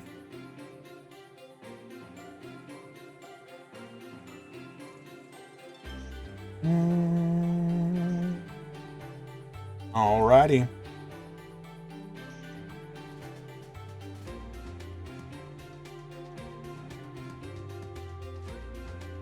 Let us find another match.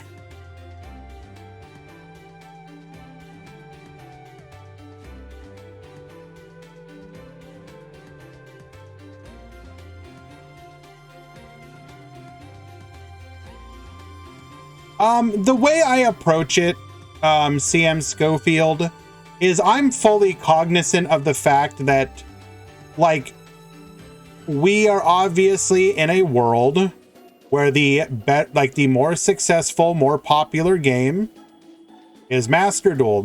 You know, nobody is disagreeing with that. I just happen to personally enjoy. Yo, Enz, thank you so much for the support. I appreciate you, my friend. That's very kind of you.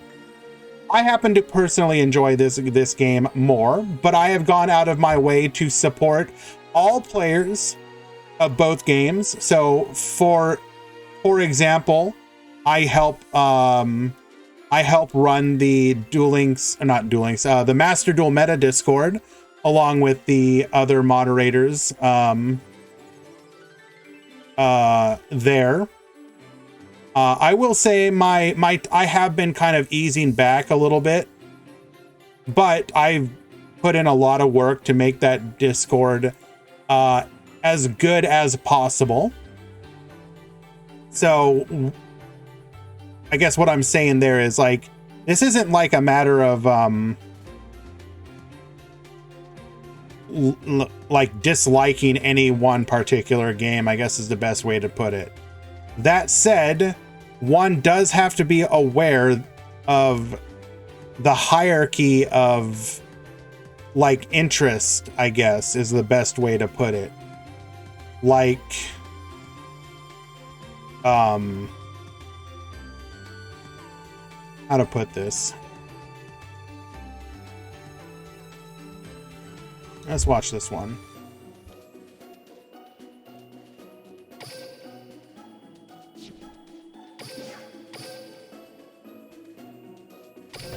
I guess what I'm saying is I understand why anyone would focus on the other game over this one. And so I don't necessarily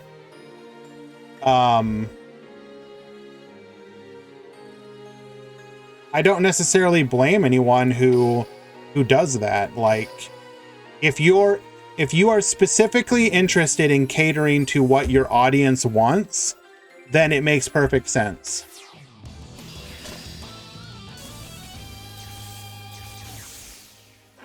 Hans, I really do enjoy when MBT does that. I try and make sure to watch those. His last one was was very fun. Duel.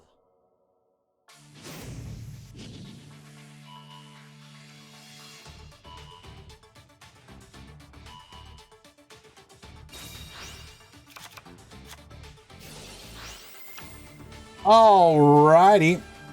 We've got Ian at the top. We've got KHXDDO at the bottom. I don't know. I kind of rambled there a little bit. Guess what I'm saying is like, I don't, at this point, it's not really worth blaming anyone. You support what you like, and that's it. This particular community has been pretty lucky that there have been a number of people going out of their way to continue to support it and make it enjoyable to play competitively. For example, and I know I'm gonna leave out a lot, like for example, in the eastern side of things, you have King Halo, who has taken over running the G1X tournament series. So like, I don't know if you guys are aware, but if you go to on YouTube, King Halo hosts, it's usually at like really weird time, at least for me, the G1X tournament series for Duel Links. Definitely go like watch it. You won't understand anything that's happening, but just give them the view to make sure that they understand that you guys appreciate any and all content.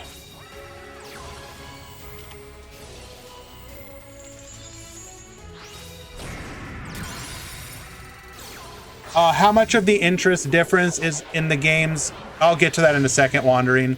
But also, obviously, we've been lucky to have, you know, DLE. We've been lucky to have other organizers like Altera Union, you know, Pilot, who does the AU Weekly.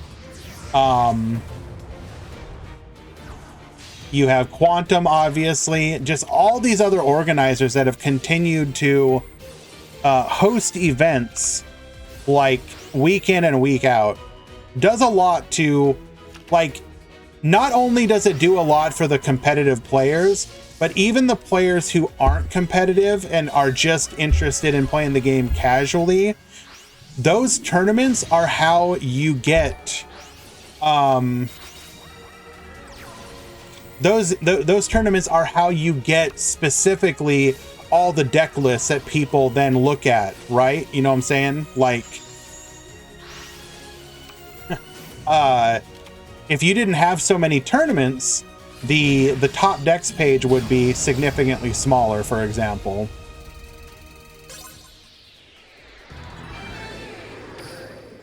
So basically, I guess what I'm saying is like, while it can suck sometimes, we should be thankful for what we have as a community. As to Wandering's comment, how much of the interest difference in the games is accessibility? Accessibility obviously matters, but you do have to realize that even before Master Duel came out, there was a bit of a stigma from some people who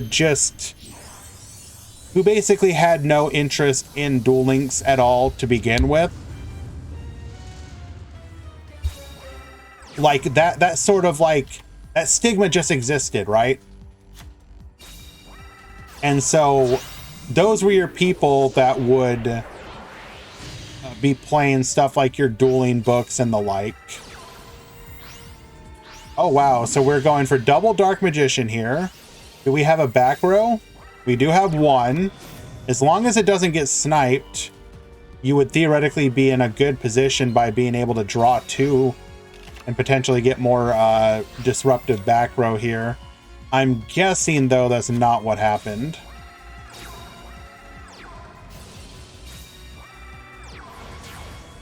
Going into a break sword. We had a warning point. Forbidden Lance. Okay, but we're going to draw 2 here. Did we draw into any? We did draw into a back row, so Compulse will allow us to bounce the Greaves. Not going to be able to do anything about the break sword here.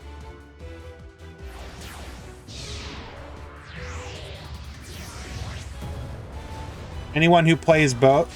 Plenty of people do, Shredder.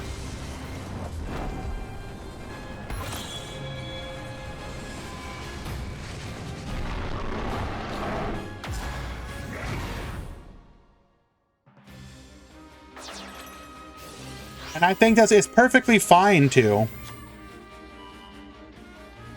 Like, one of the things that has been, like, the communities, it would be best if the communities did not have, it would be best if the communities were not antagonistic.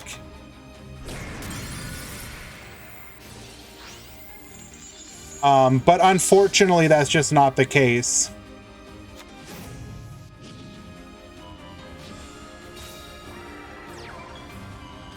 And that sucks a lot. I really hate the antagonism.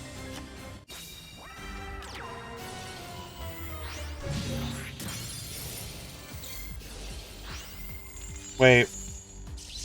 Why'd we do this? I don't understand. What was the game plan here? Were we just committing Sudoku?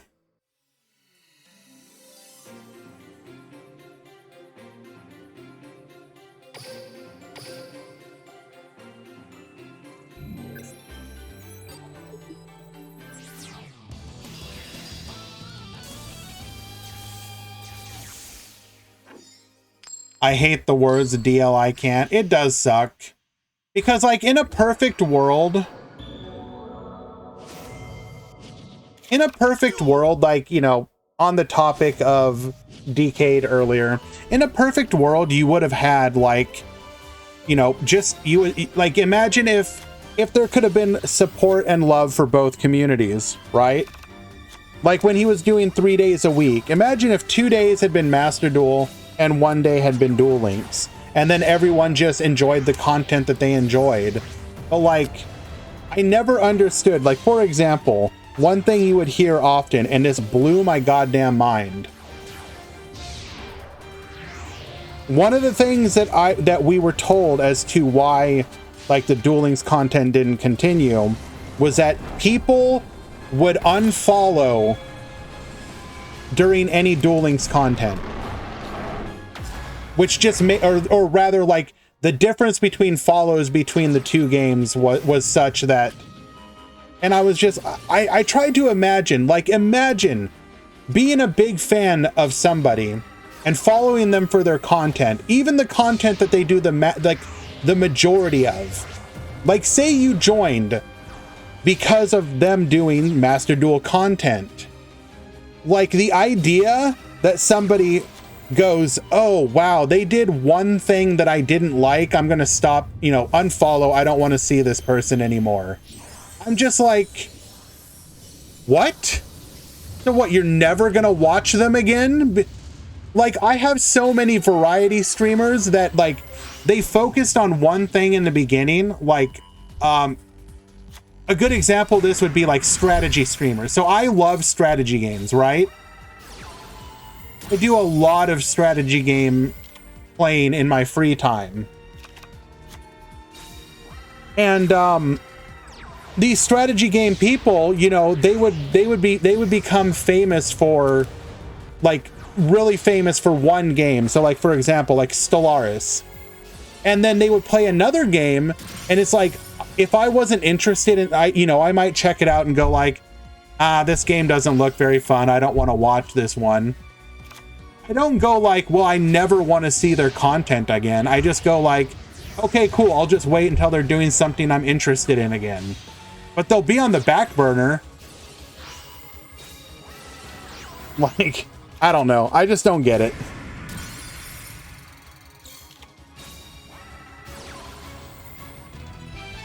All right, Ian winning game number 3. Dark Magician just not able to keep up with the pressure there.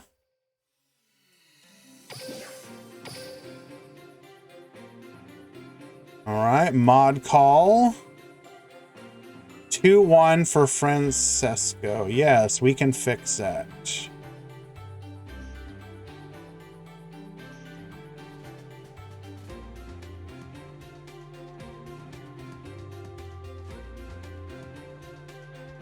Two, one.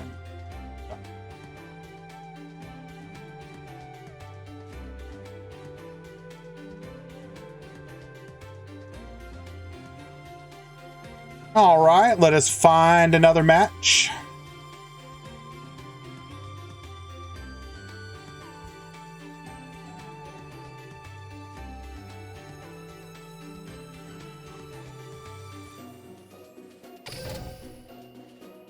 Easy. You're not going to play it anyway, so it doesn't matter. You don't need it. You're probably bad at the game as well.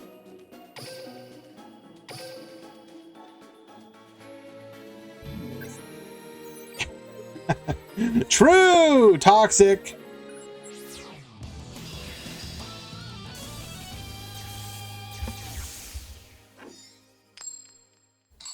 Like, I'll be honest, I have thought once or twice about doing just like a Master Duel climbing stream. But then I sat there and I tried to think to myself, does it mesh with my play style? Because I'll be honest with you guys, this is literally how I play Master Duel on the ladder. I go into a match. Did I go first? Cool. Okay. If I go first and I do my main play and it gets interrupted, instantly surrender, go next.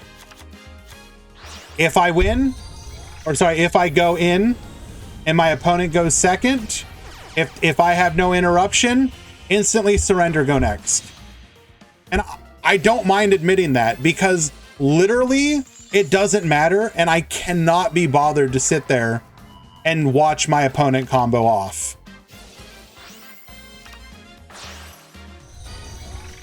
So, but like, so basically, how do you, see, that's the thing, Deathroy. I don't care about climbing. I'm in silver right now. And yes, the climbing experience is that generous. But see, so the reason I don't do that in Duel Links is because the games don't last that long.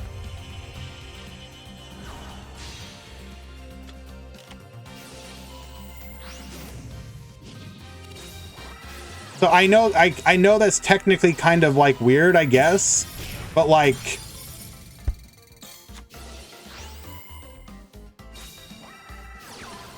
I don't know. I just know that I would literally have to force myself to not do that.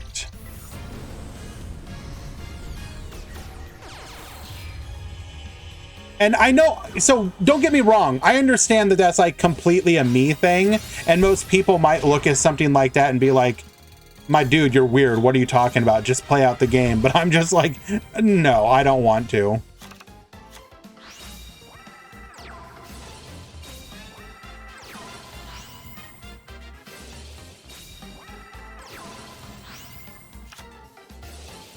Locking down the back row. This is going to be a easy OTK for Zoo. It's not even necessarily the hand trap thing. Like, I mean, that is definitely a big part of it. But I think, okay, I will admit part of the issue is the current meta that we're in. I would do that less when I was playing like Tri-Brigade, like early on, but now that we're in the Sprite, Ishizu, Runic time period, I don't know, it's just even more annoying. And I am also playing Labyrinth right now, so like, maybe I'm making it more difficult for myself, especially if you go second.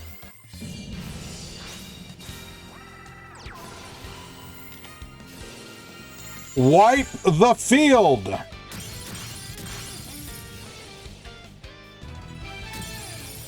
Yes, Labyrinth is my IRL deck of choice right now, and what I also play in Master Duel.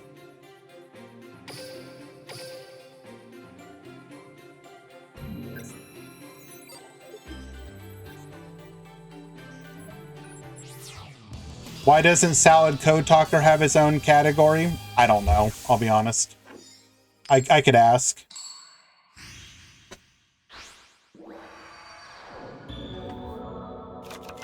Have I seen the new Gate Guardian cards? Yes, I do go out of my way to keep up on the TCG as well.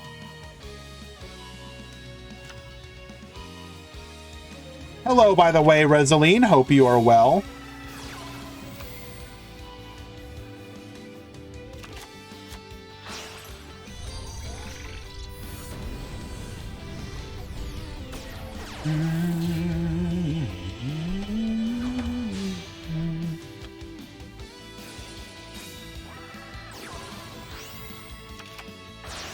Like, I think when I realized how, one of the ways that I realized that maybe it was going to be difficult for me was when I would watch Salad, like early on in Duel Links, when Salomon Great was the, you know, the top dog deck, and you had to sit here and watch so many of these Salad games.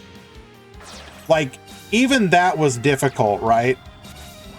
You were getting like flavors of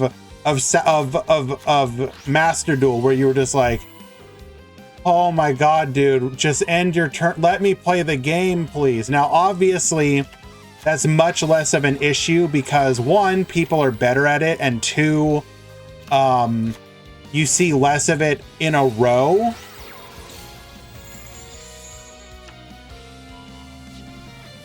Wait a second.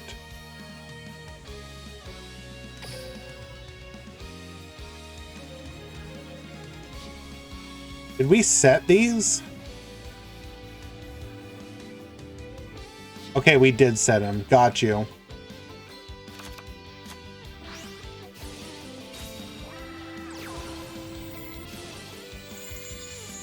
I lost my train of thought. I'm sorry. Falco is going to return. Get reducing for the life points. Gonna go ahead and lock down that back row. Leaks tonight? In theory, we should, yes. But who knows? But probably. Master Duel events? Yes, they are getting better at doing them, Dead Scold. The only thing I would say about that is that I think most of the events are just kind of like mid in general. Like, I think they made a mistake by not capitalizing on just how cool and popular like the NR festival was, as an example. Like, NR was really good. The and I wish they had like capitalized on that more, because the thing about the NR festival that I enjoyed so much was the fact that I actually built several decks during the NR festival. Like, literally, I built probably 4 different decks during NR.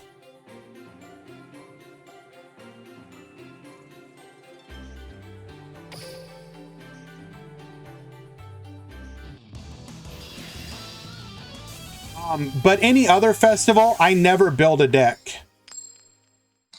I figure out what, you know, what garbage deck can I throw together for it, because I don't want to waste the resources. But with the NR festival, like, I was like, it's N and R cards, who cares? I have like I have tens of thousands of those. So I really wish they would do more of those kind of festivals.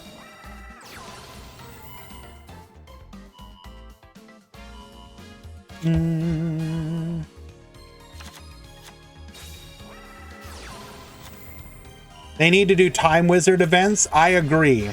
Although, that technically Time Wizard events would have the issue of I'm not going to build a deck for an event. There's just no reason.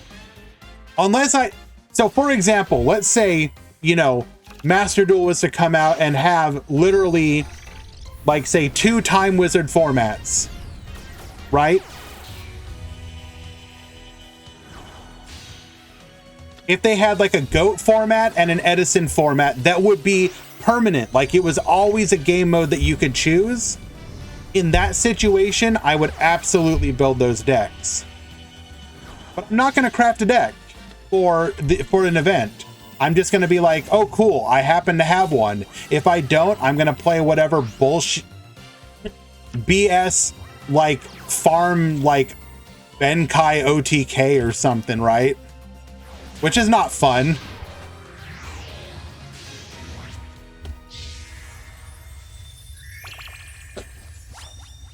Come forth, fairy cheer girl.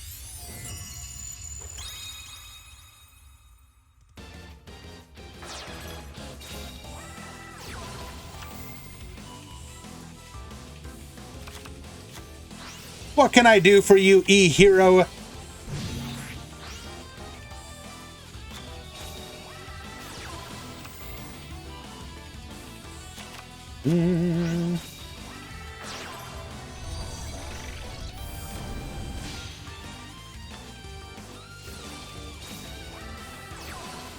The GOAT format in Duel Links, yeah, it's okay. It's not a true GOAT format, and I do wish that they would update it more often, but I understand why they don't.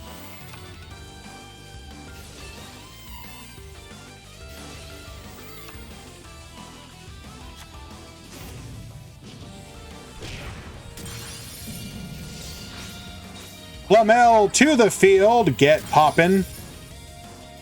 Any Dark Magicians? Yes, sir.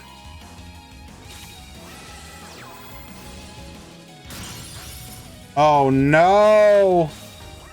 Garen, not like this!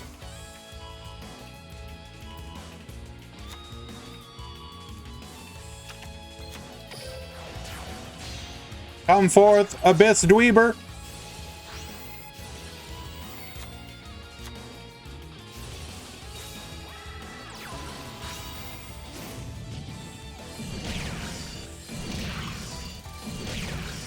We do survive, however. We're going to go ahead and chain in response, adding the Starry Knight, Starry Dragon back to our hand. 200 life points and a dream. Ending. Our opponent's going to lock down. Falco effect. Ceremony will chain in response. We could have just gone to combat, I'm pretty sure.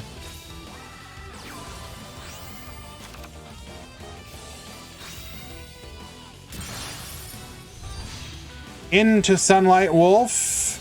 Jack Jaguar return.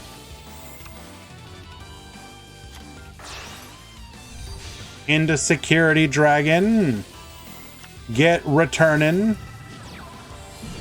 And lethal.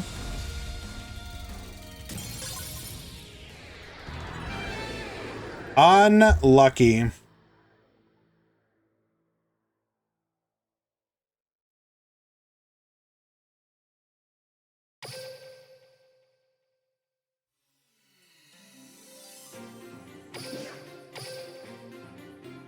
All right, that was the last game of the Swiss round, so we will be moving on to the top 32 here. Let me go ahead and let's double check who are X2s.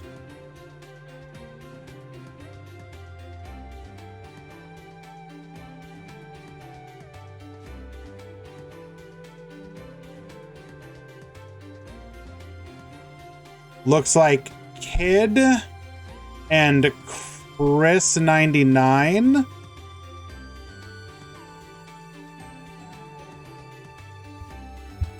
Kid Chris 99. And in pool number 2,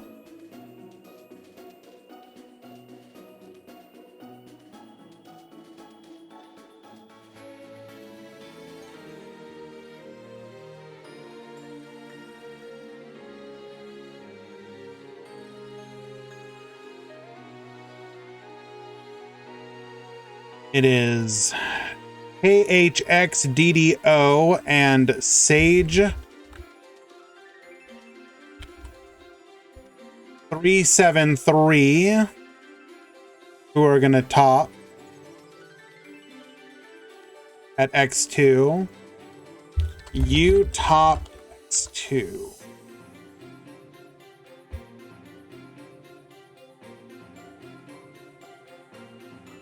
One, two, three, four, five, 6, 7, 8.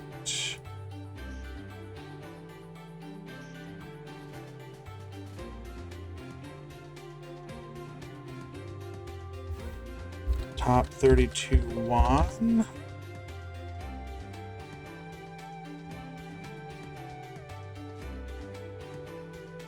One, two, three, four, 6, 8.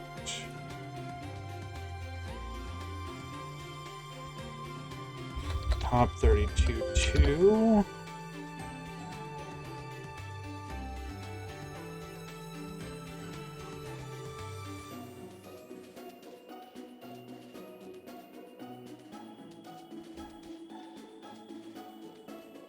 You feel sorry for the dude who has to do the top 32? Yeah, about that easy.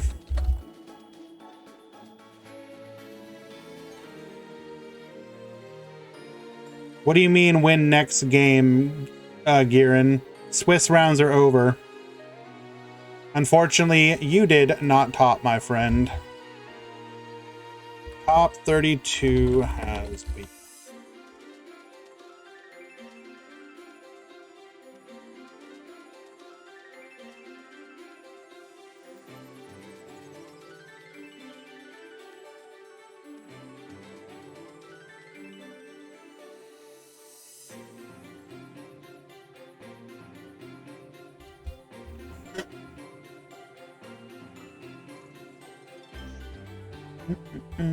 Oh.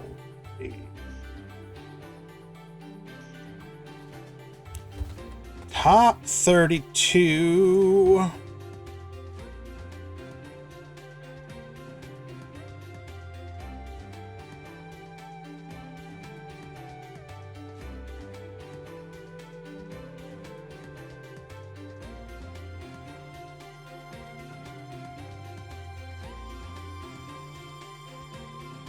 Alrighty, guys, we have started the top 32, and it will be beginning, or rather, we will have games up momentarily.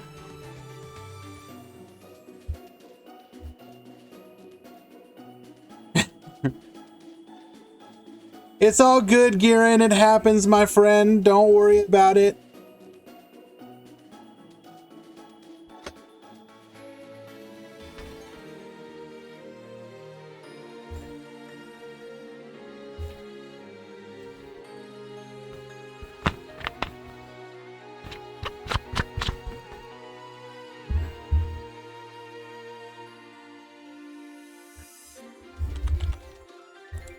Forever, easy. Forever.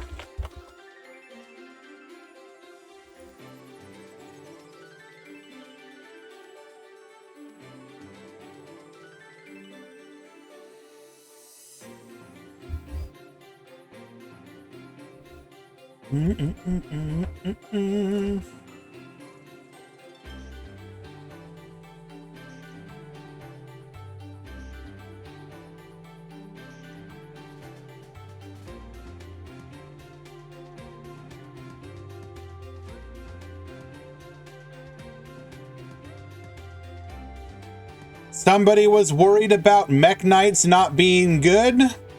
Well, we have a guaranteed Mech Knight top at 4-1.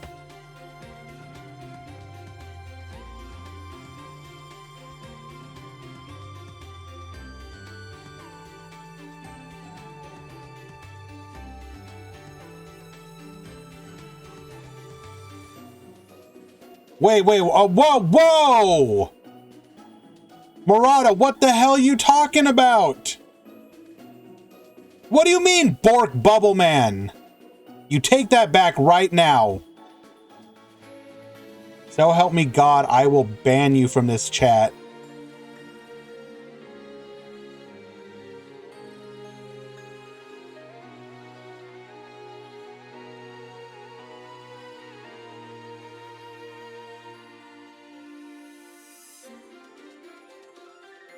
All right, we're gonna need a poll.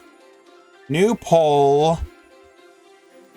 Ban Murata for disrespecting Bubble Man. Yes. No.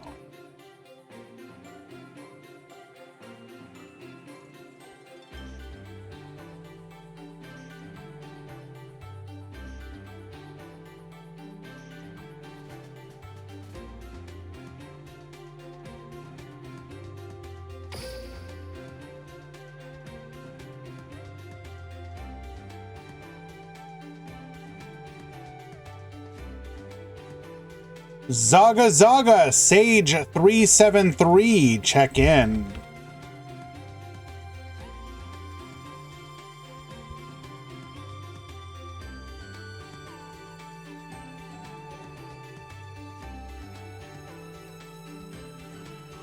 Vodka for free. Check in.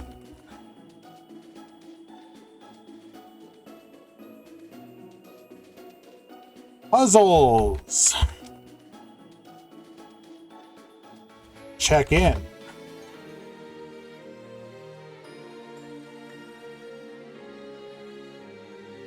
Zoo. Check in. Alrighty.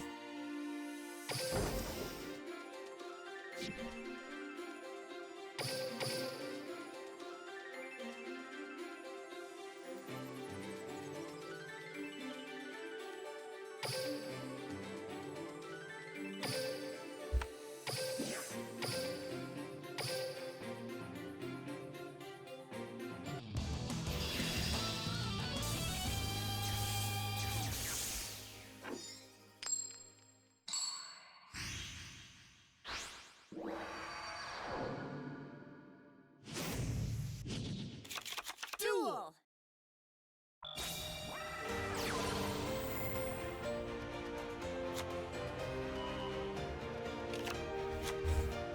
Alrighty, looking like 81% to 19 voting yes to ban Murata.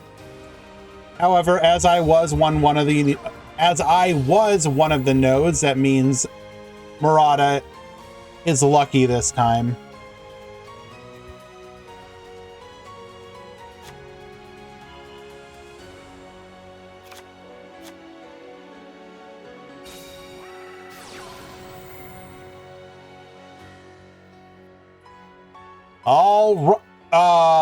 Ramon? We good, bro? Elemental Hero Stratos pass. I would like to point out that Ramon went 5-0, by the way.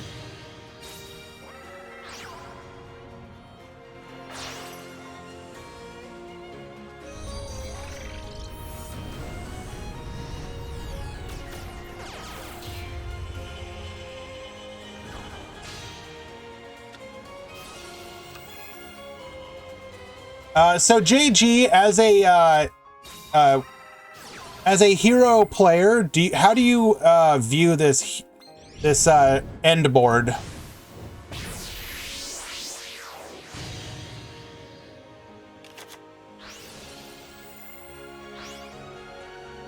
Monster Cardo has been selected.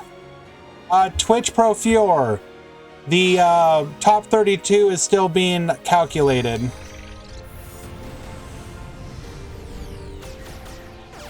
White Princess and Kiteroid versus Battlelord. Interesting.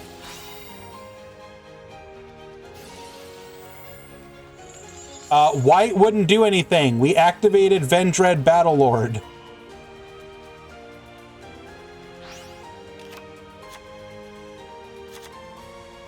Is vodka in the top 32? Yes.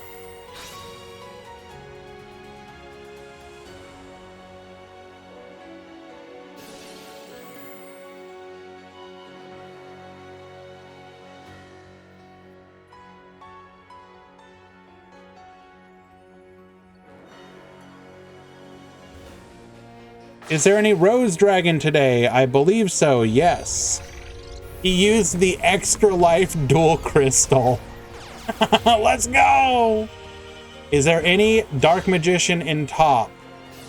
As I said before, we are still waiting for the top 32 to be tabulated, but probably.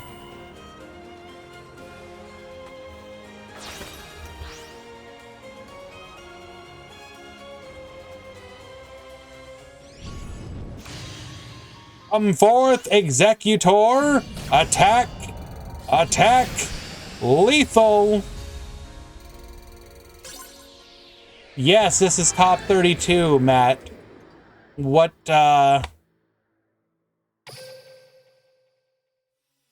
you see the part here that says top 32?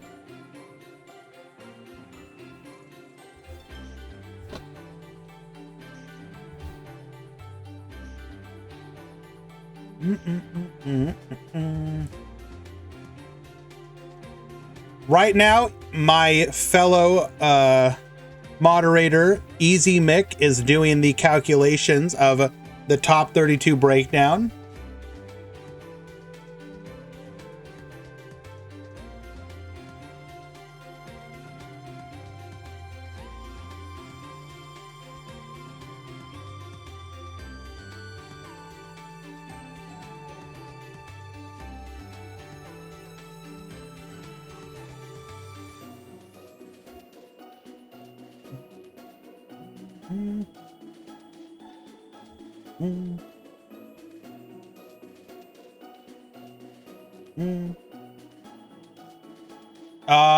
Nick, let's be respectful in the chat, please.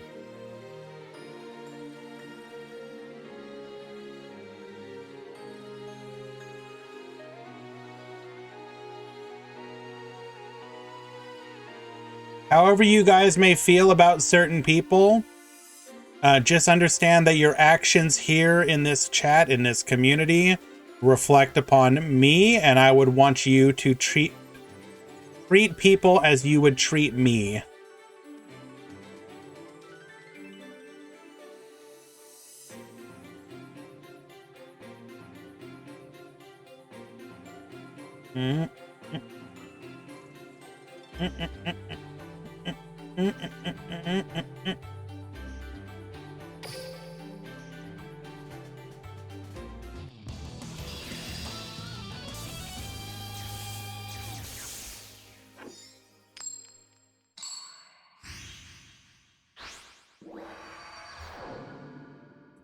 Good, Easy, I'm glad.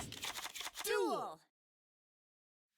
Hello, Kuro Kodairu. It would have been better if you were here to participate in it, but it has been a very pleasant tournament so far.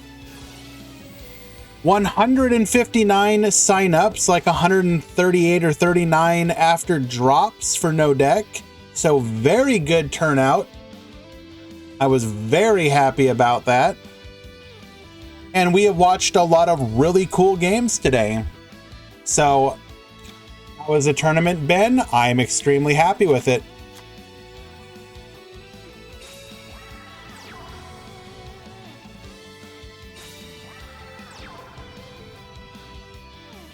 All right, actually got some back row here today. Stratos 2 back row, infinitely better than what we had before. But Ramon is on the ropes here.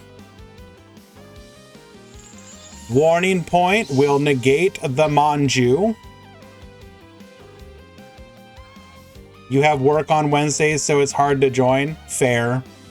Oh, yo! Warning point, literally all we needed to put an end to Kid's turn, not like this.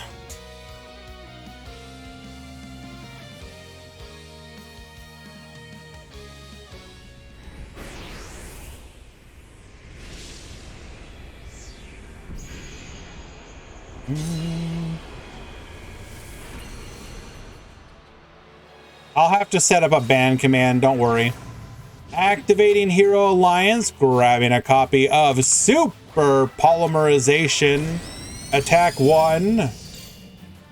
Attack 2.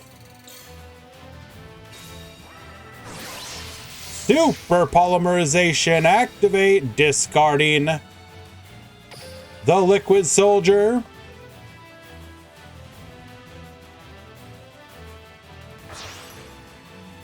Come forth, Elemental Hero, the shot. Sunrise.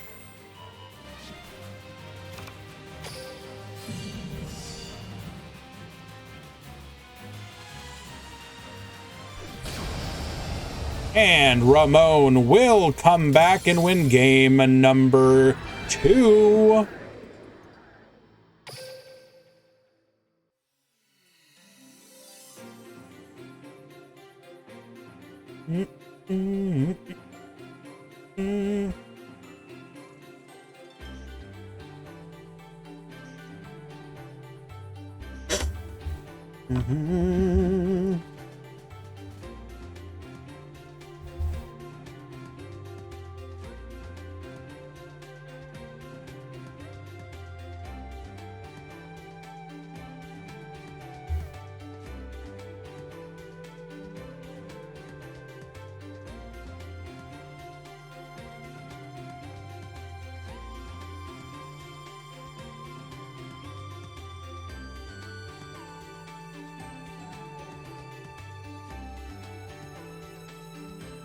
Can they give Blue Eyes White Dragon the Dark Magician Giga Chad makeover? Probably not specifically in the same way where you just normal summon Dark Magician, or that you would just be able to normal summon it. They have so many ways to do that already anyways, it kind of doesn't matter.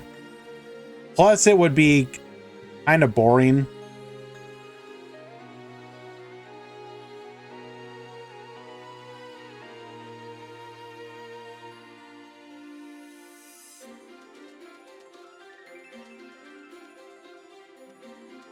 I think they're better off going for, well, because like, you know,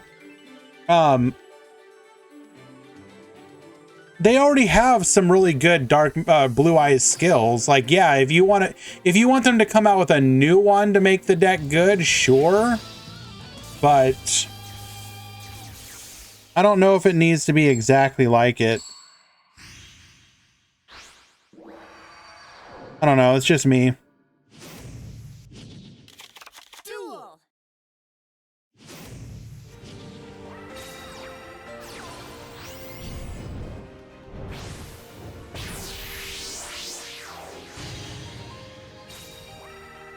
Alrighty, kid, we'll be going first here.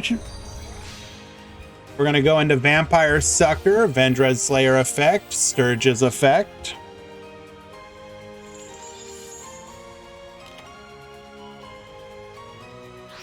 An easier way to summon Chaos Max? No. I don't want Chaos Max to ever be summonable. Especially not easily. Going into Avendred Savior, Battle Lord effect, grabbing Executor.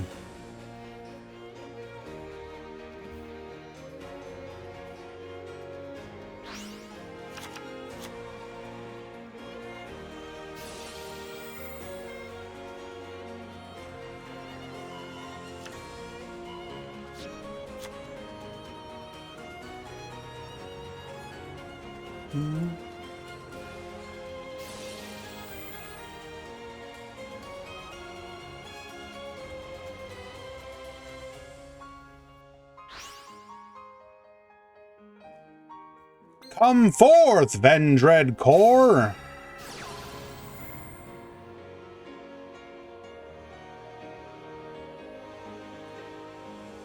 Inari, I do agree. So specifically the fact that the deck gains a different play style is what a skill should do. Konami give an easy way to summon perfectly Ultimate Great Moth, I would agree with that, actually. Unironically, that would be kind of funny.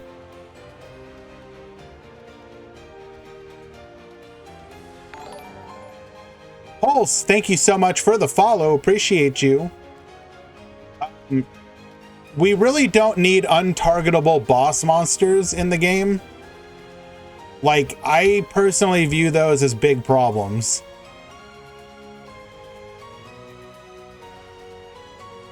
Untargetable, indestructible boss monsters.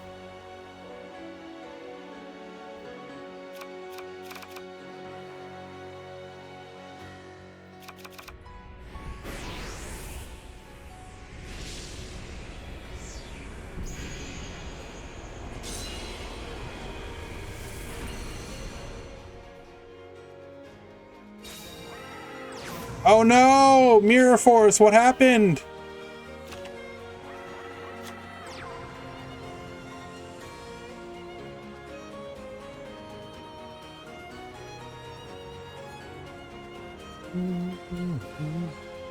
Why are you seeing so many elemental heroes? Because the skill just got buffed.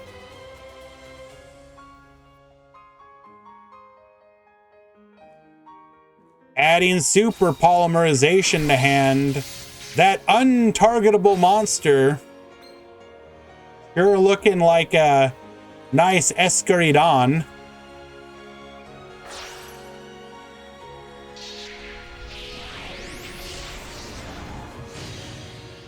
Elemental hero Escaridon.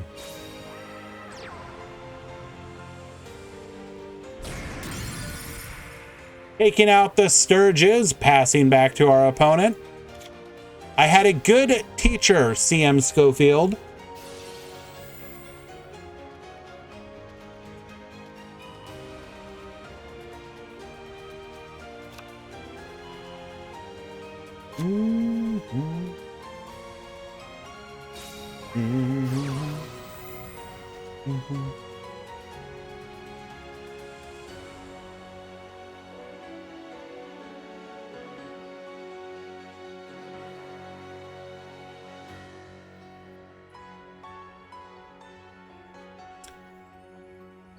We out here still waiting for the slowest moderator at doing deck breakdowns in the world.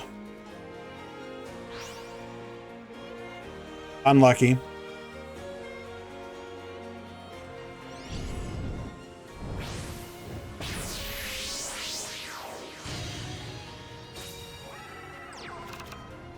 Come for the battle. I was gonna post it, but now I won't.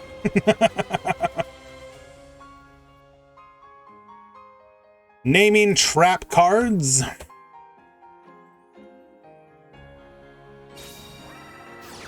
Kindly do not hold it hostage, Easy. I appreciate it. Thank you very much.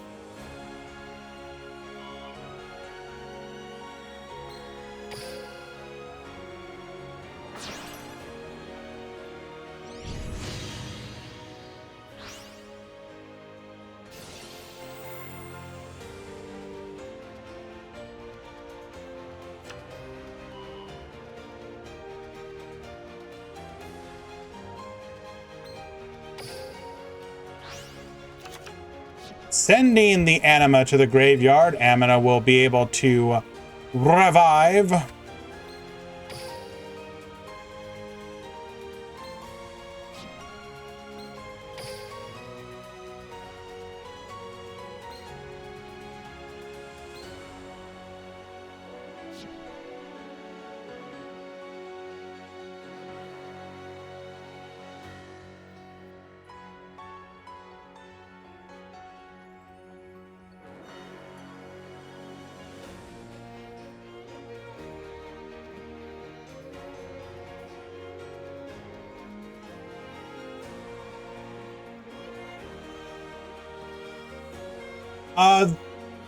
The real BS, I'm pretty sure Time Lords are going to be decent. I would be surprised if they weren't.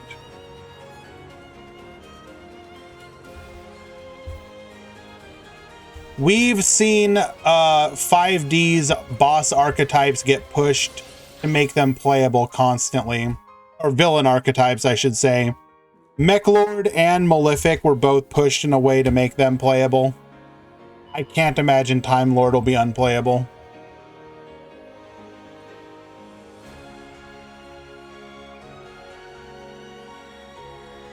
I just care about Zone's gems. Wow. JG cares about only one thing, and it's disgusting.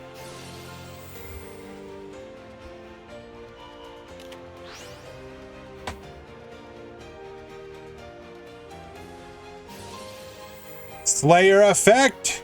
Get Baboostin.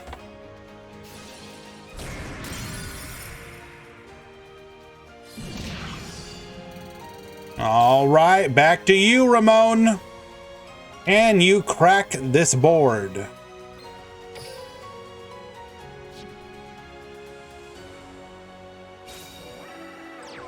What about... Okay. Celine, technically speaking, you are true, but part of that is because they didn't give us the retrains. Once they give us the retrains for, oh God, why am I drawing a blank on his name?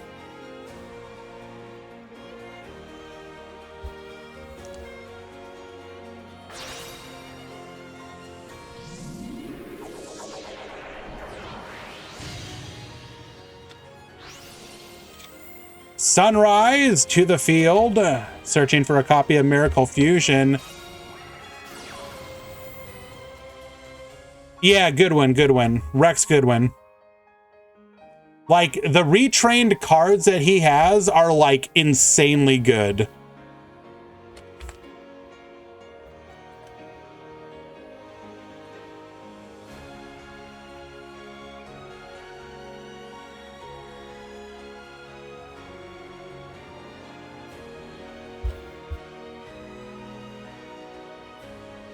I refuse.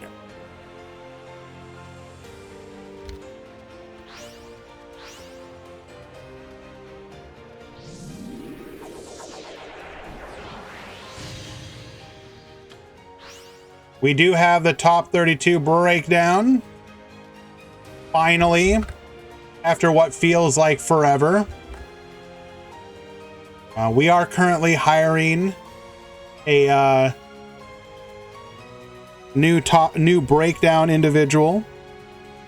Literally anyone, as long as you're a warm body, you'll probably be better than what we got.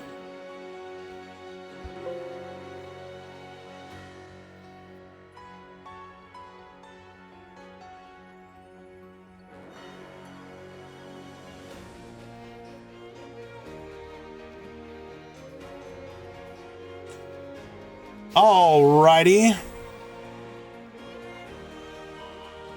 We're gonna wait just a second here.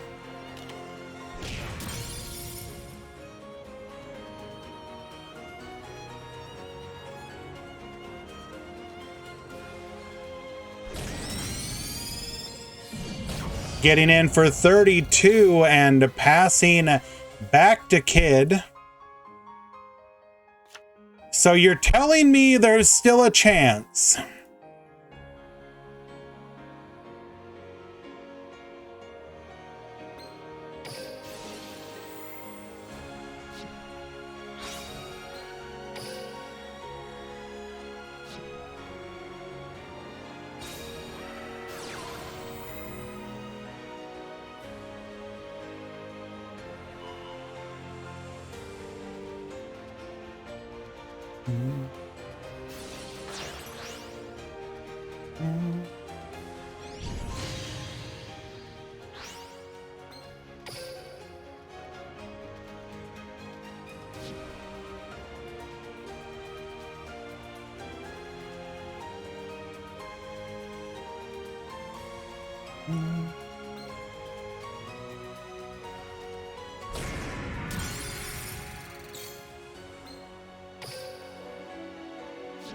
Alrighty.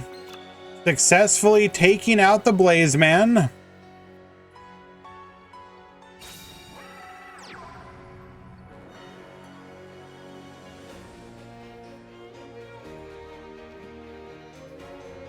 Draws into a back row. That is kind of, realistically speaking, drawing into anything was scary for Kid.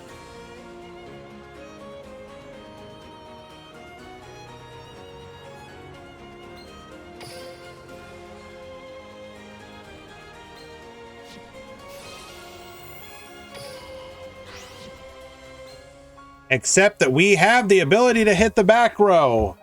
Let's go!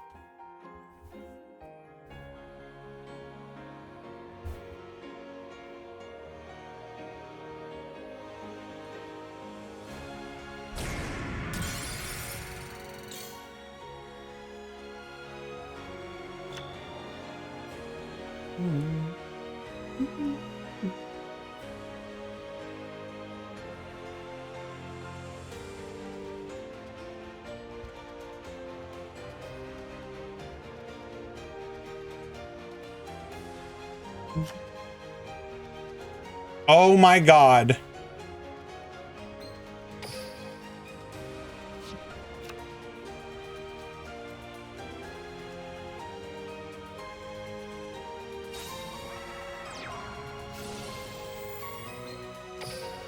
We're actually gonna come back, searching for a copy of Revendread Origin.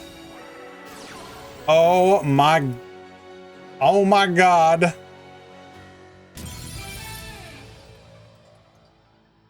Wow.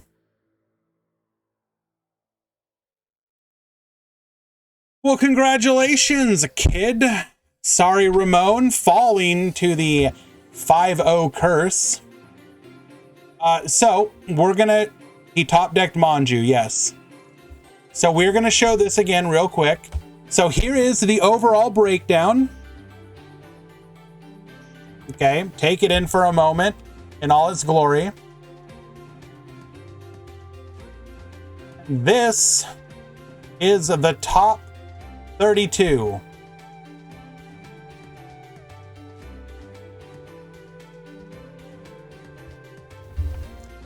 8 Phantom Knights, 6 Hero, 3 Dark Magician, 2 Salad Code Talker, 2 Mech Knight, 2 Medolce, 1 Metal Foes, and then 1 each of Train, World Chalice, Vendread, Salamangreat, DDD, Mech Lord, Rose Dragon, and Phantom Abyss.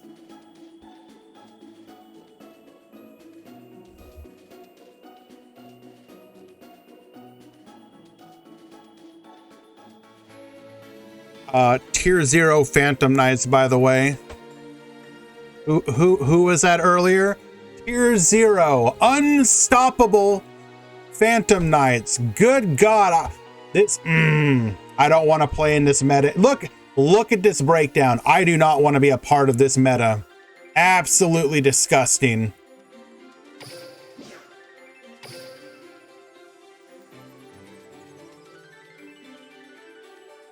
Exiled and Alu Gamer, you need to check in.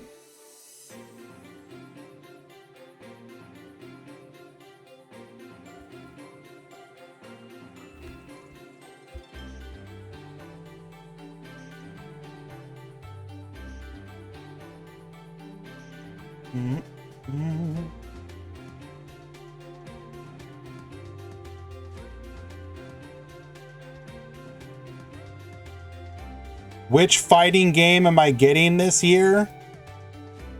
Like, not Mortal Kombat. So maybe Street Fighter?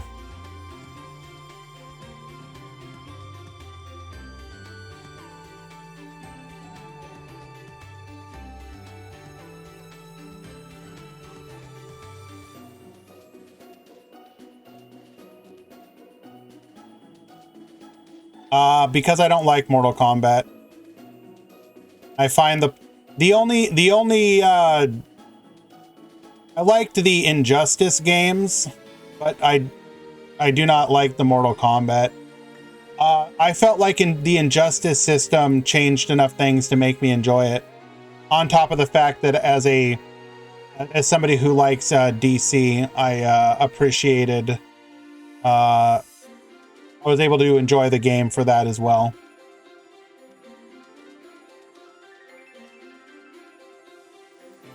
Okay.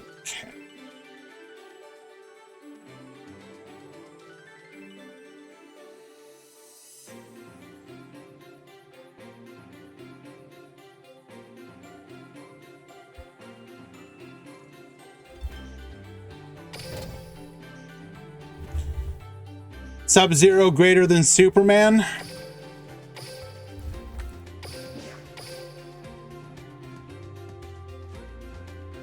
I don't... Okay. Easy's talking out of his ass there. I don't care about the... Like, the gore is whatever. It's kind of over the top and stupid, but... I am somebody who is going to enjoy... Okay, I'm sorry. What's your super move? Oh, I ripped somebody's spine out. Cool. What's your super new move? I literally punch you through the moon. And then slam an asteroid into you. And then punch you back to the earth. One of those is cooler than the other. I'm sorry. Yes. And you know what's even more over the top and stupid than ripping somebody's spine out? Punching them at the speed of light after you run around the earth several times.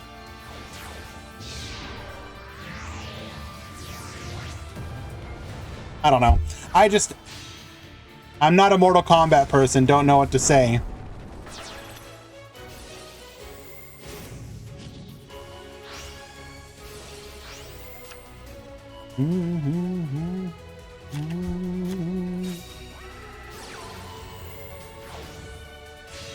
All right, Requiem to the field, dumping a wings, setting 1.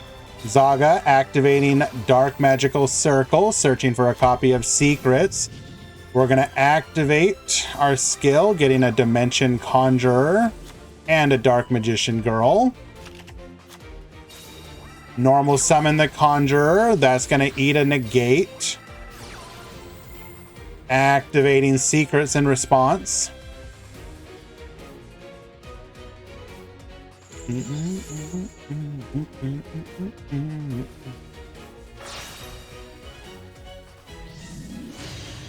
Come forth, the Dark Magicians.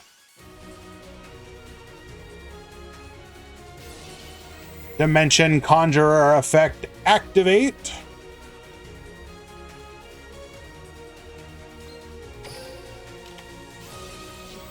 We're going to chain Compulse in response.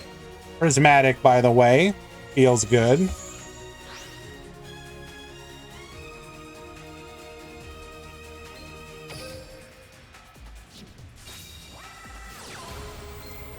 Magicalized Fusion. Come forth, Dark Magicians. Number 2.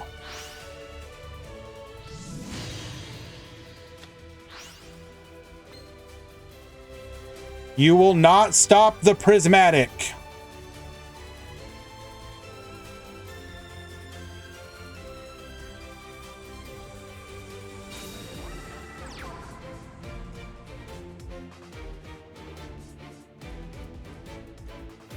Going to battle. Taking out the Leviair. And pass back to Bash. 1 back row, 1 top deck.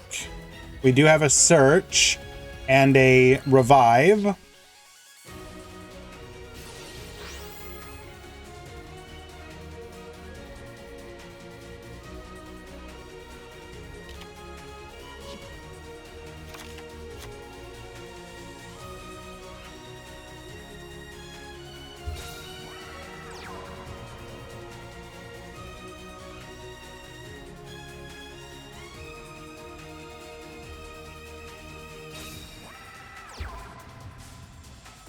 Normal, the Greaves. Special, the Boots.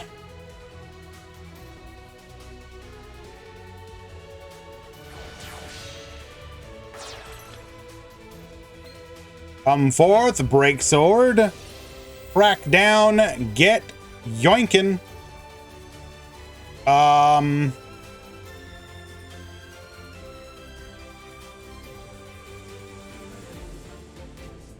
There's a lot of prayer going into this negate.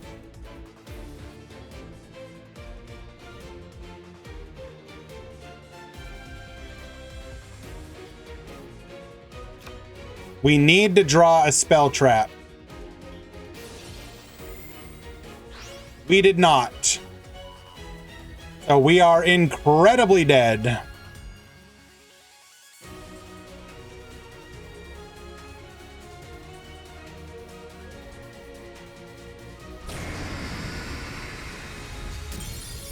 Unlucky.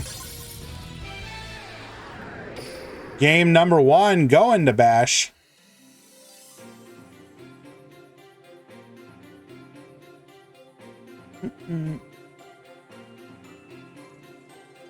Was the play to crash into Requiem? Well, he had Leviair.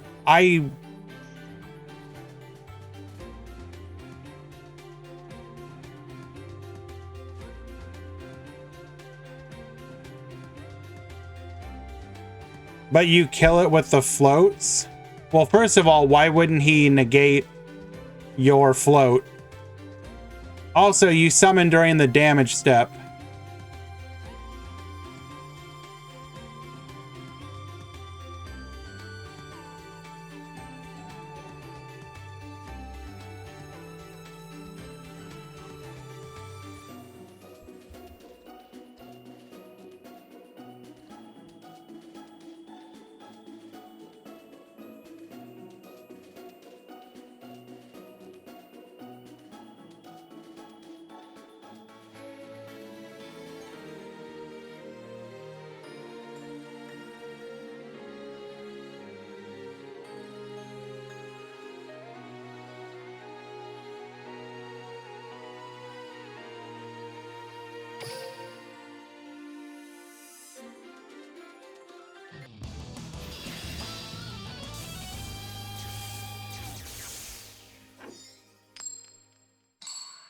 Aaron and Francesco, you need to check in. Duel.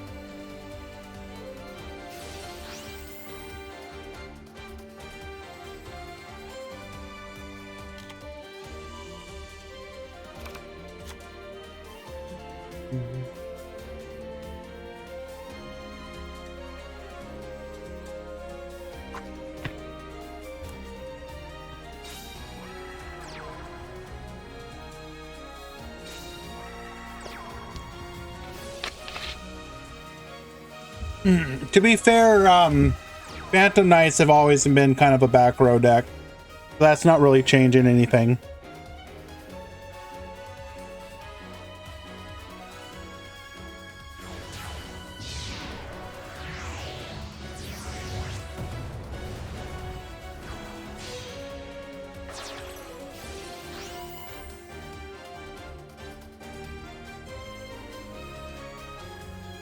Reseline, there is no need to be upset.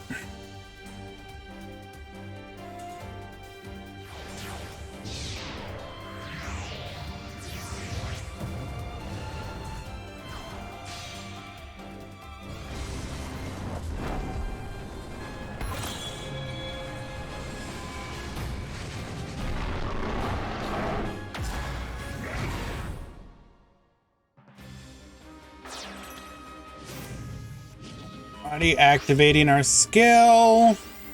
Searching for a copy of the launch.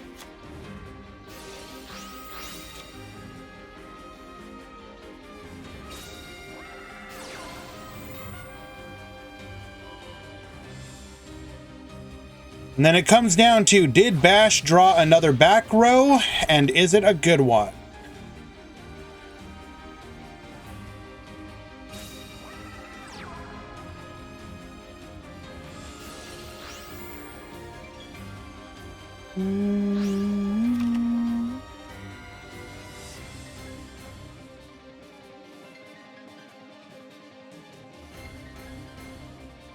Alrighty, one back row. One negate. Magical circle. That's a good start. And that's an even better. Finding Dark Magician off of the top.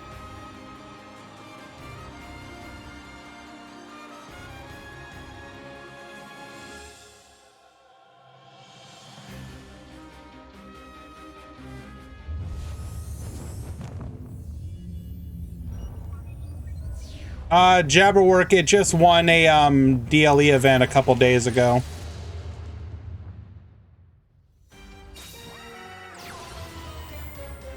Dark Magical Circle! Banish, goodbye to the Requiem.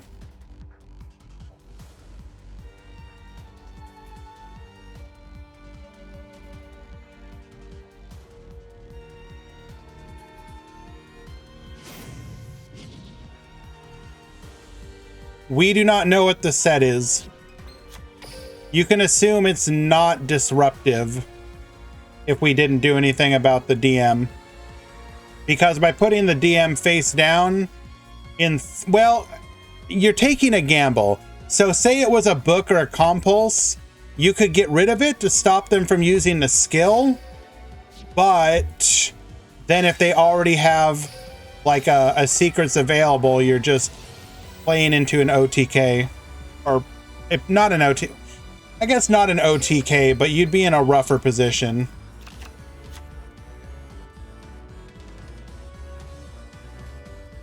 It could also be an IDP, you are correct.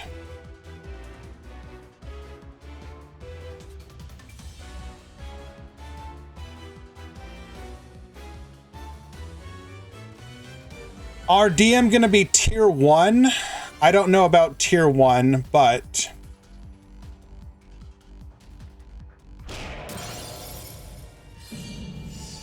no back row here, unfortunately.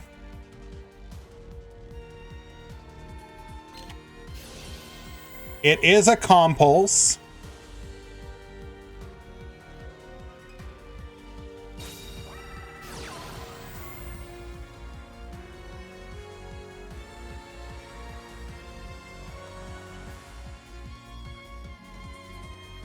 What is our hand, though?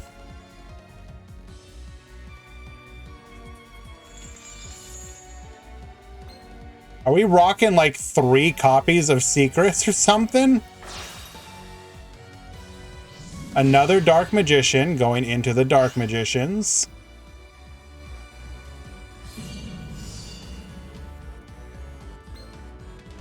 Okay, so activating Magical Dimension. We will force out the wings here. This is not lethal.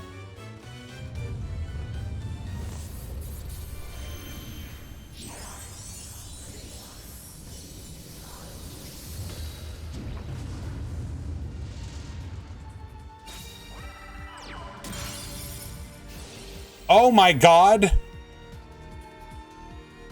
I didn't even think about that. Holy sh...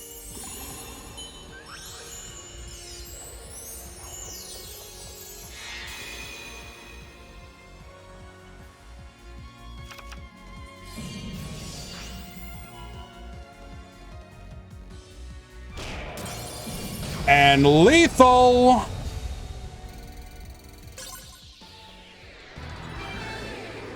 Damn.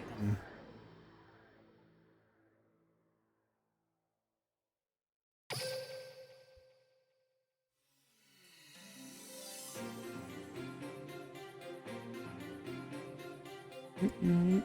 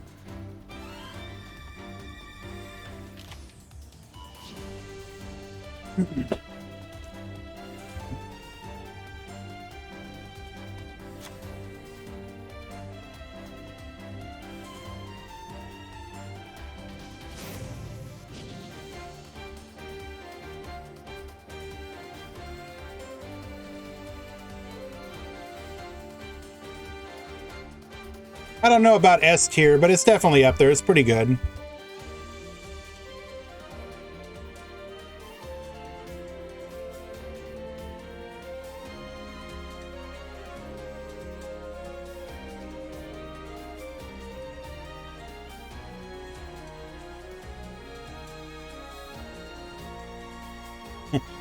You're not wrong, Ends.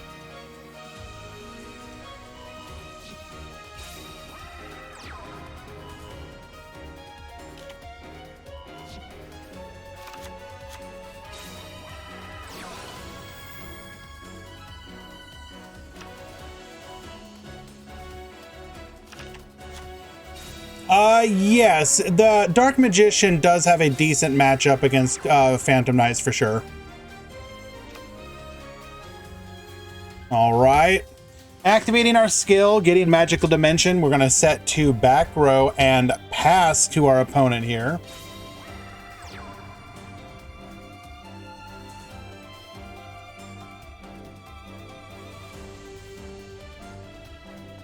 This is the Yugi that outed 3 Egyptian gods.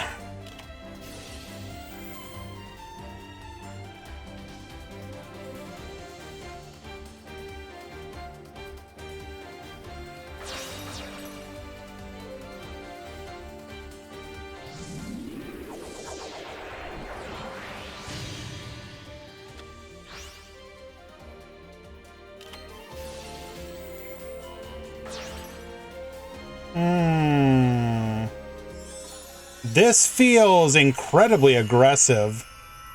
We haven't even activated our skill yet, have we?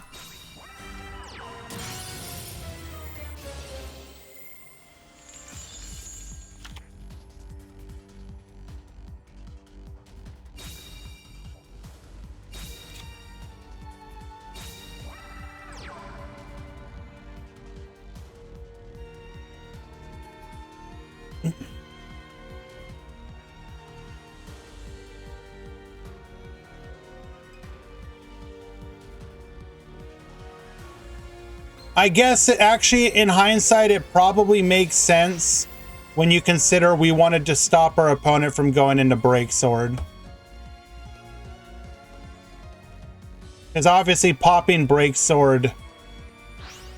Giorfio, he did technically look at the top 2. So he manipulated which one he drew.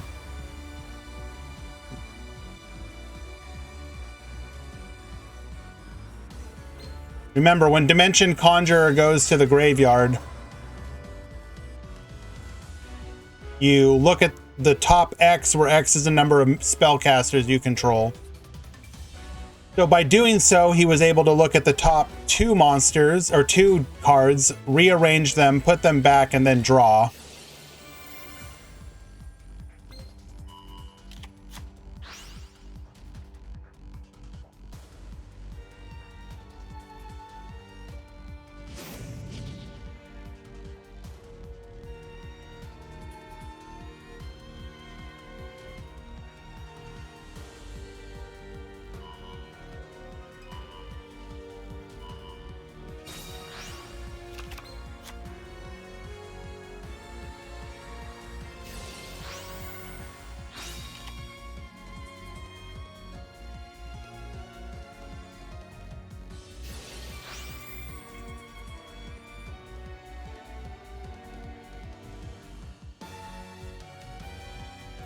Okay, so we've used our normal summon and we've used Greaves.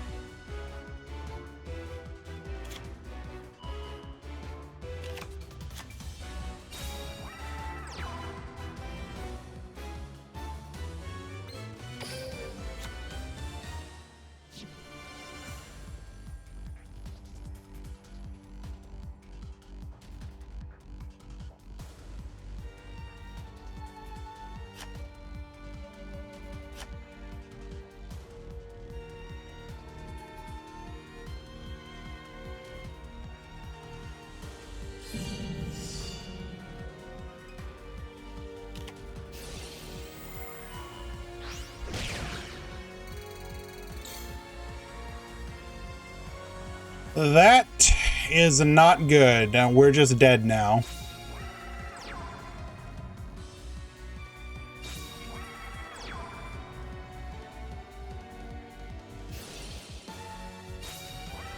What did we draw into?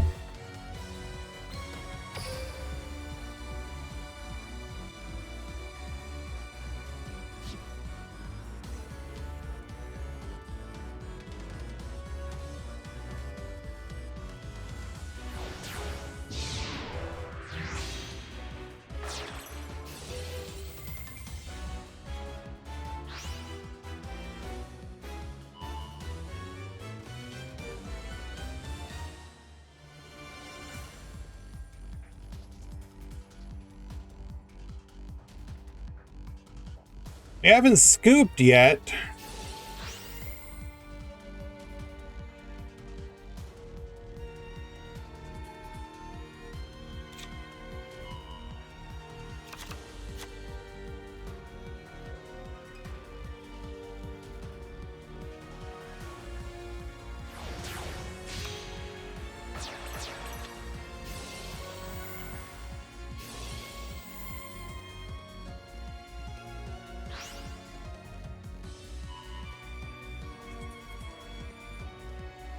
I'm not on copium. I'm just curious why we haven't scooped. Are we hoping for a DC?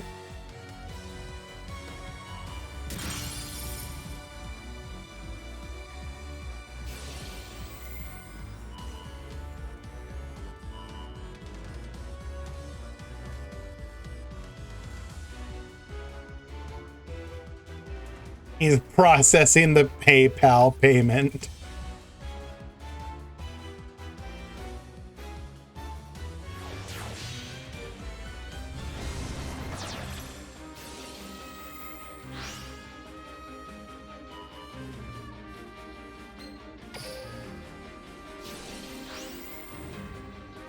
Apprentice doesn't matter, it's still lethal.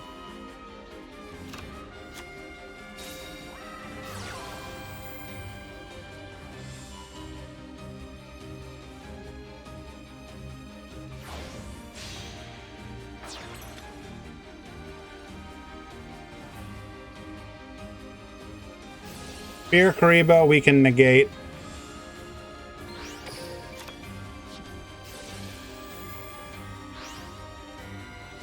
Is this the only Dark Magician? No.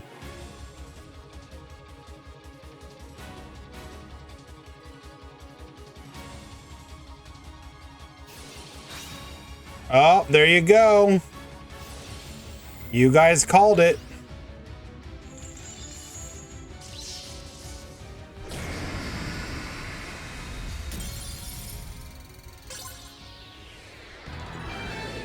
Ash winning in game number 3. Well done.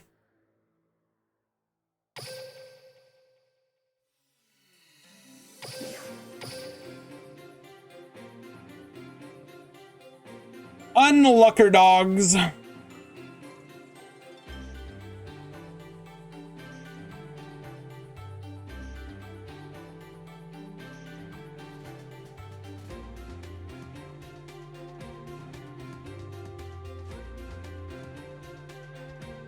Alrighty. What do we want to watch here? We have not watched Shiny Sophion all stream long.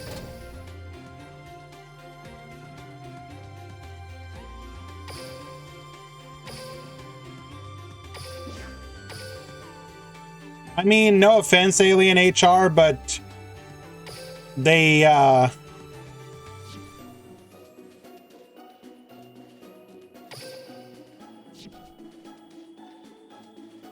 yes, Quantum. And it is, unfortunately, a Shadow Duel. Can't watch it. Lovely. Look, sometime, like, almost any other pull, any other draw in Zaga's deck wins him that game. If he draws Dark Magician, he wins. If he draws back row, he's able to survive another turn for sure. Like, he drew like one of the few cards that was bad. Not a matter of optimizing. Sometimes you just lose. That was a very good back and forth. And one person won. What do you want?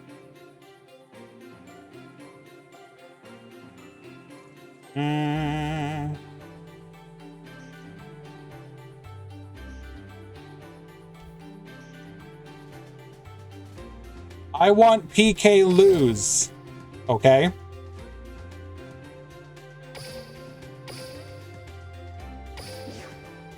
Want in one hand and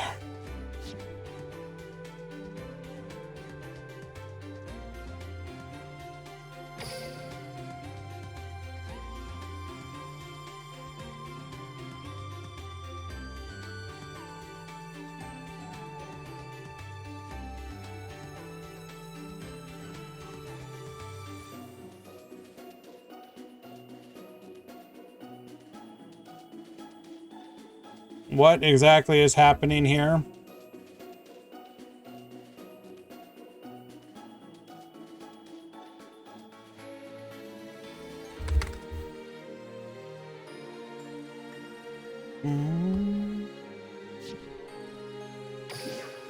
Is Kid still in? Yes, Kid is currently in the top 8.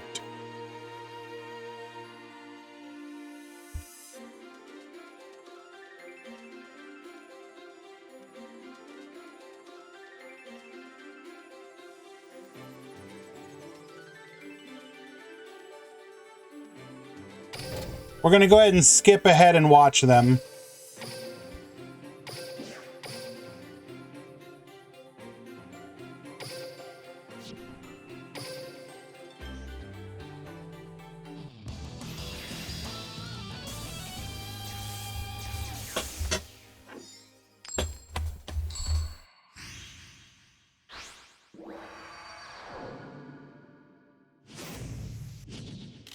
Duel!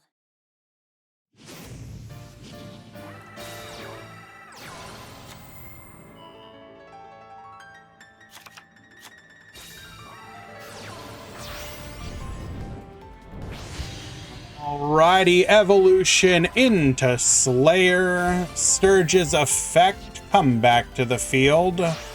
Using both of those for the Vampire Sucker.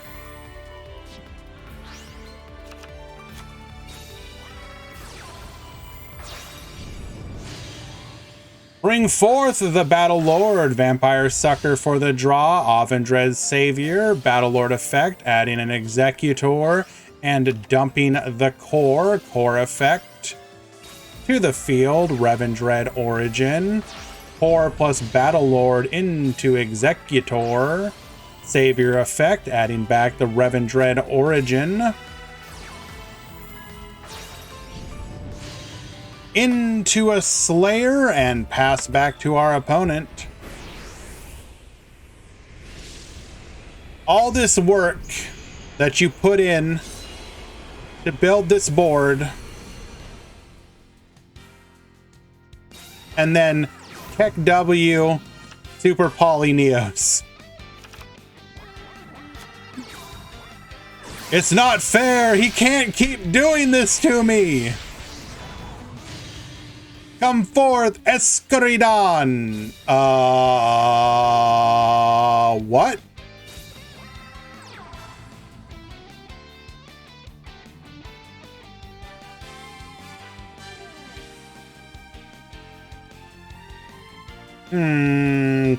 Uses the Avendred Savior, does not take the Executor. Not sure if I personally agree with that.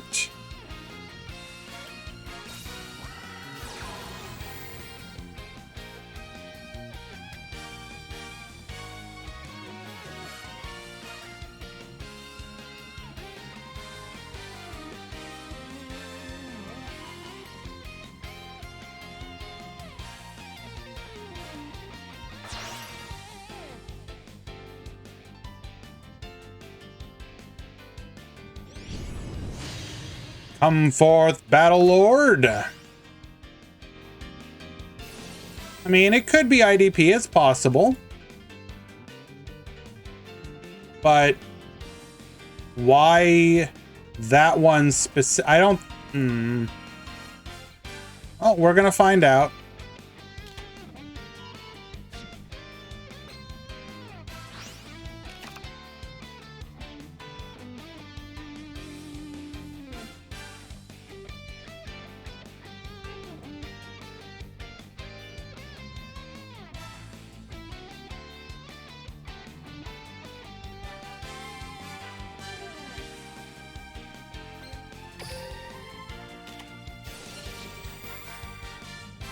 Book of Moon.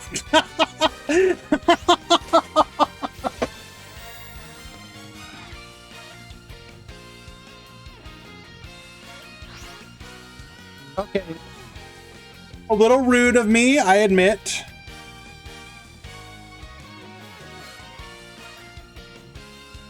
So if you were wondering what happened, Executor has the protection of Revendred Core, or Avendred Core. Your opponent cannot target this card with card effects.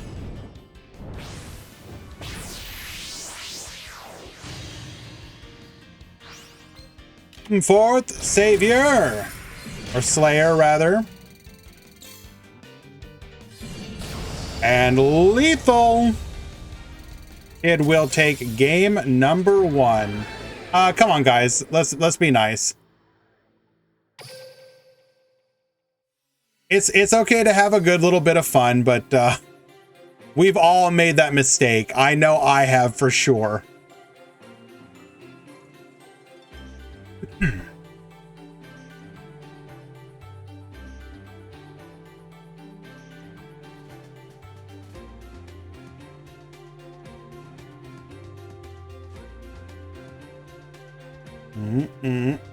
You've never made a misplay, Deathroy? Well, very impressive.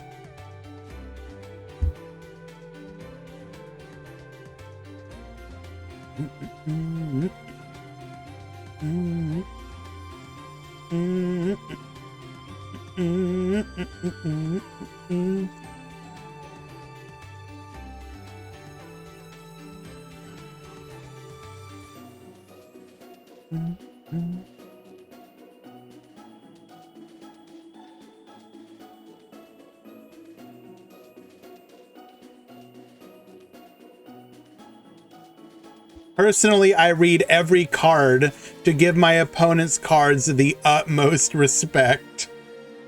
You know what, Ends? I appreciate that. You the realest one. Cut him some slack. He probably tried to read it and couldn't scroll down. True.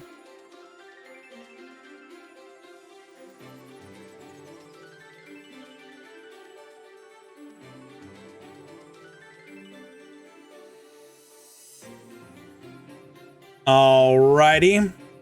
Both players are back to the table. And in for game number 2. And I will be right back, guys. Quick restroom. Top 32. Hold on, let me get that for you.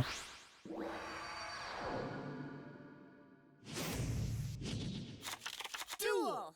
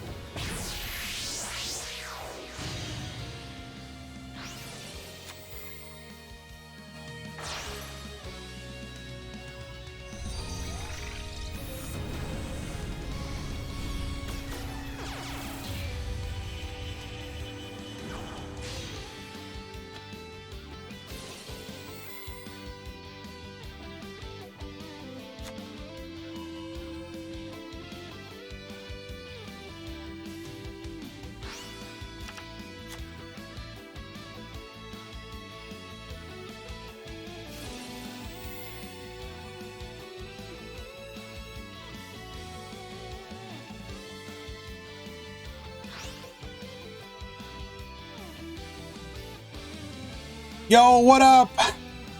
Wyla, bro? Okay, so we're going to be bringing back the Executor.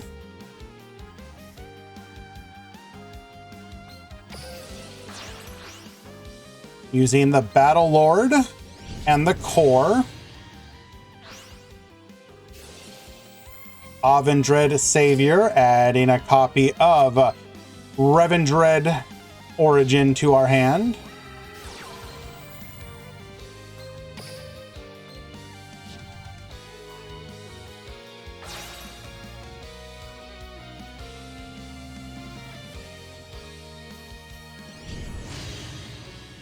Slayer to the field, and we shall pass back, or rather pass, to Mikey.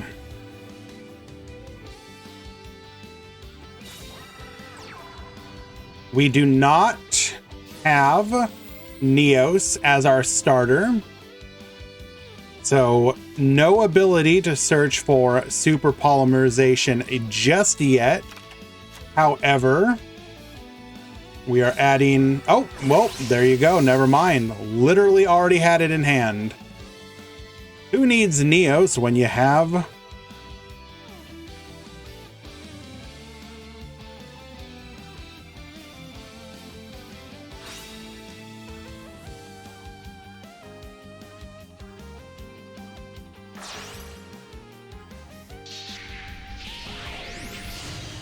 Come forth, elemental hero Escaridon.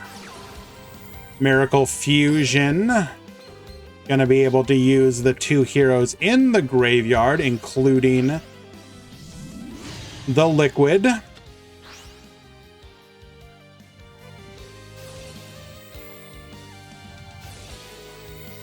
The Liquid will draw 2, discard 1. Then we will be able to search for a copy of Miracle Fusion.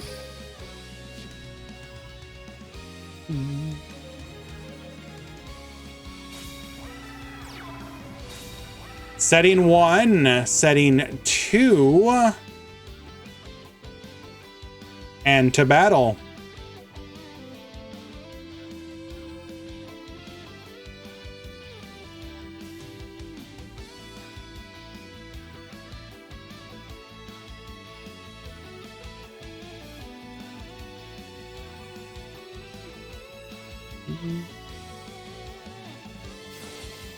Attacking into the Avendred Savior.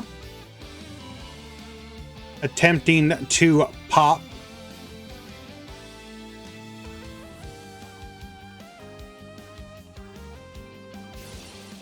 Origin will protect. Then we are going to dump to the graveyard.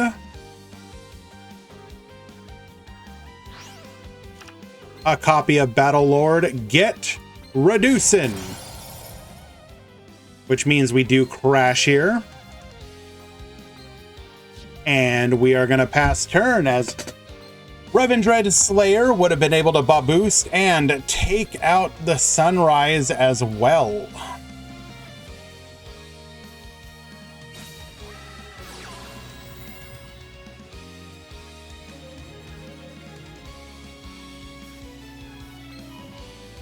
Gonna go ahead and activate Revendred Evolution here to bring forth the Battle Lord.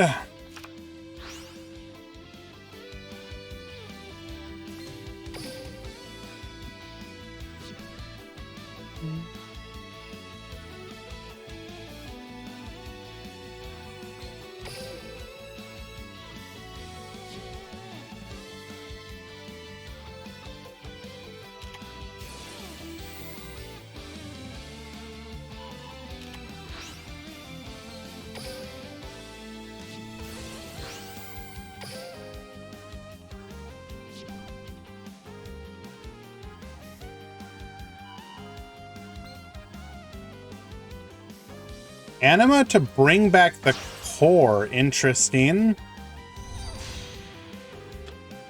Savior to the field. What are we cooking here? Adding Origin to hand.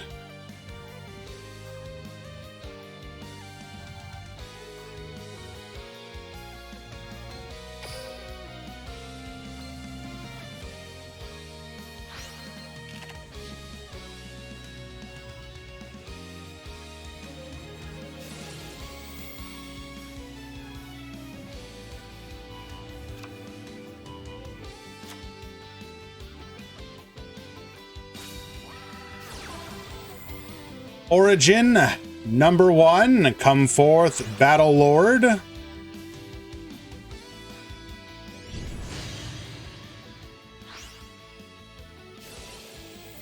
Battle Lord effect.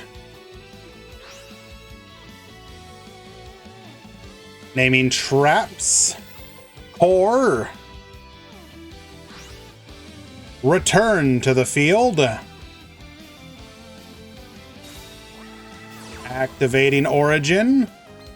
Come forth, Revendred Executor. Including the core.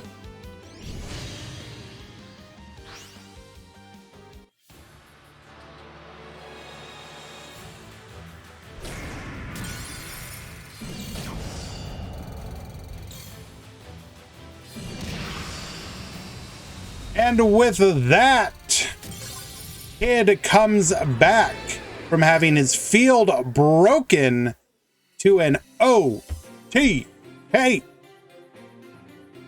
Well done. Moving on to the top 4. Will the Vendred sweep prove to be true or prove to be too good to be true? You decide.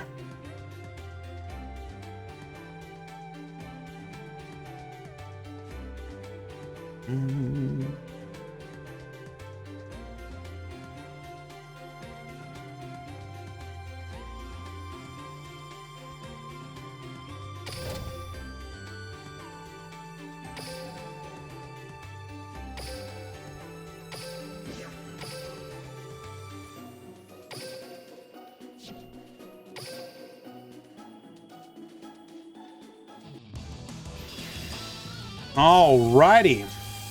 So, just for anyone who is interested, the top 8 decks include Phantom Knight, World Chalice, Vendred, Hero Alliance. This is going to be Pure Salamangreat and Mech Knight.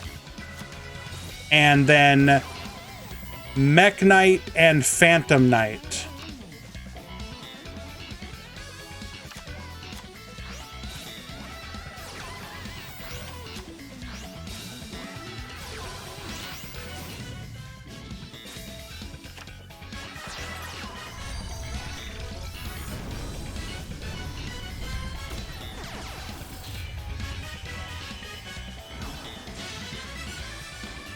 Mduck to the field, coming into or summoning out the World Chalice, searching for another copy of World Chalice. Yeah, the last Dark Magician fell in top 16.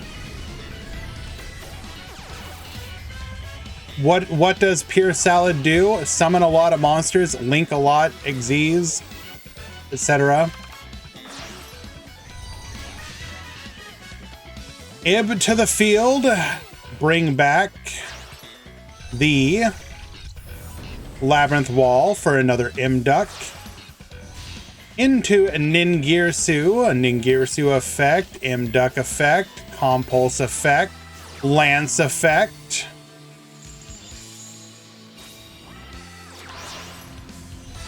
Into Firewall Dragon, Ningirsu effect. Into Nightmare Unicorn, Nightmare Unicorn effect. Firewall Dragon effect.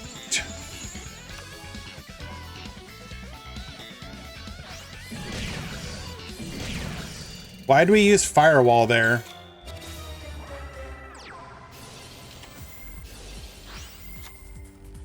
I'm a little confused, but okay. World Legacy Succession, bring forth Ningirsu.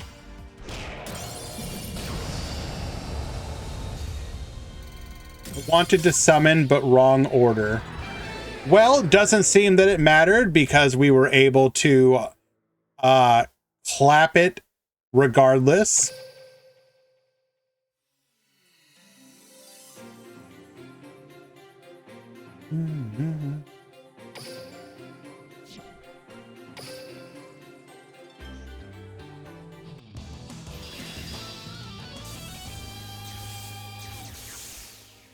Never punished. True! Duel. Labyrinth Builder. Imduck. Oh, well.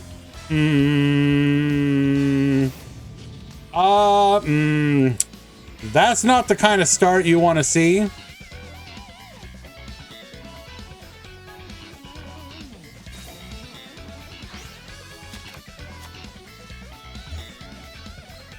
World Legacy, World Chalice, 1 back row pass.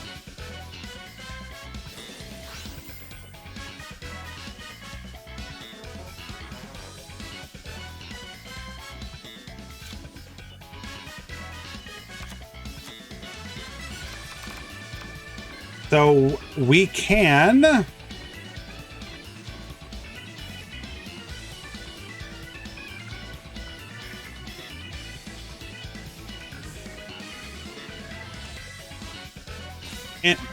interrupt at least one extra deck summon here.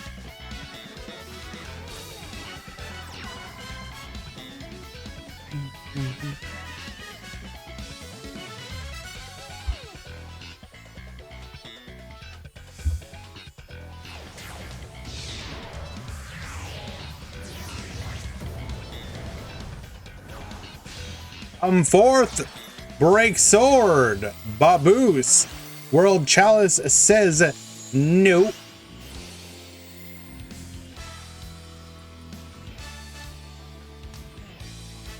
We're gonna summon Lee and the Guard Dragon.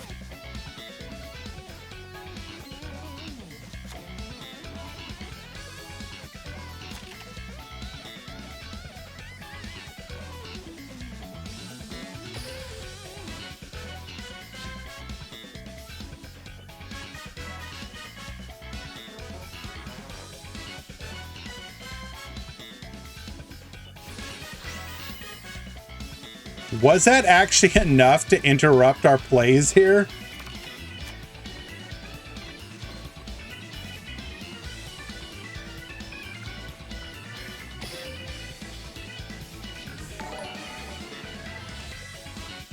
DV Dubs, thank you so much for the follow. Appreciate you.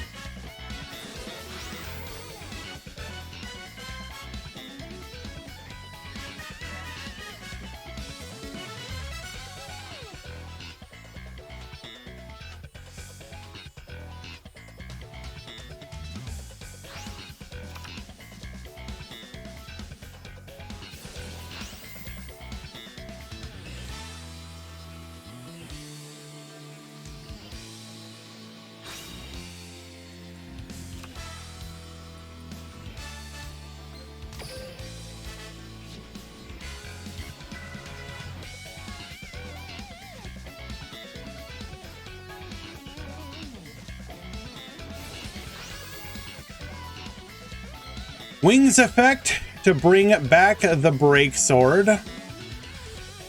What do I think about World Legacy? I've been kind of impressed with the way Vodka's been playing it here today. Typically in the past, I've kind of felt like it was a do-nothing deck that didn't really achieve anything, but he's actually been making it work. His build is interesting.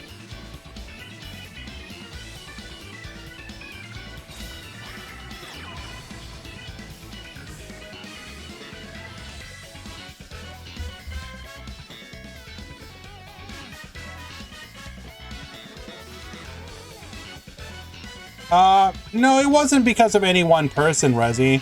Just anytime I would watch it in an event, it was just kind of meh.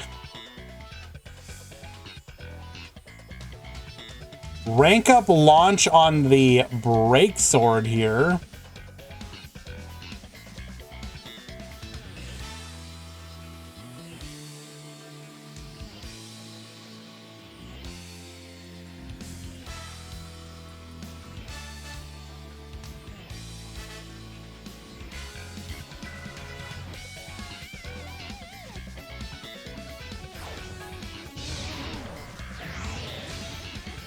Able to get to our Rebellion Dragon.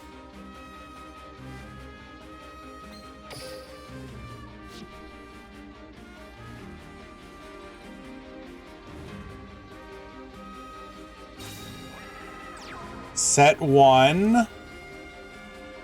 And then going to battle. We're going to be able to clear here in theory.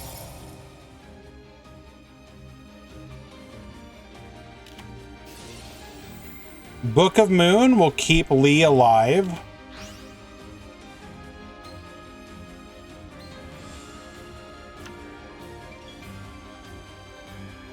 Can we do anything, though?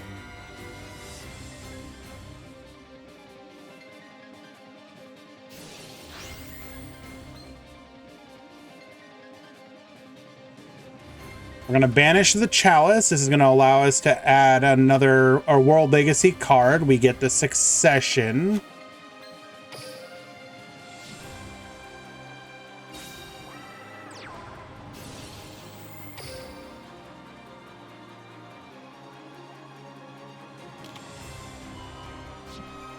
Grabbing a copy of World Chalice.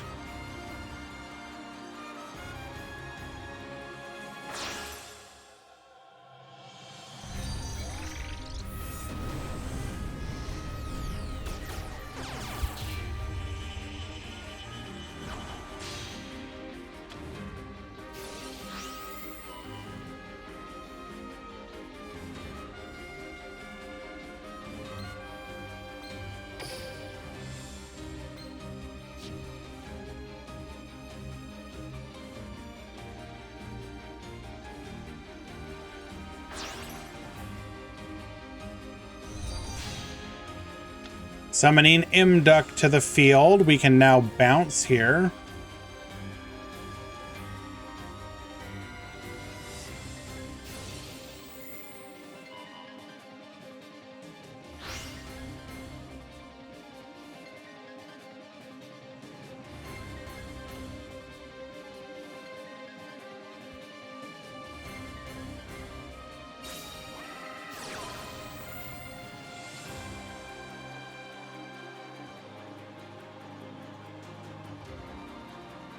Spellbook of Secrets. This is going to allow us to grab a Blue Boy or a Knowledge. Grabbing a Master.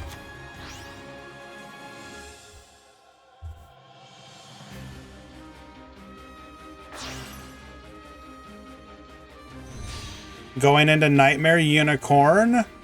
Unicorn activating, discarding the Secrets. Or sorry, Master. Targeting the Stained Greaves, though. Interesting.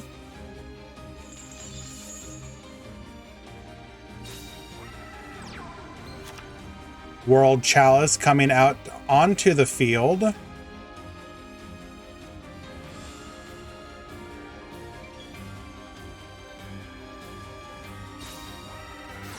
Activating Succession.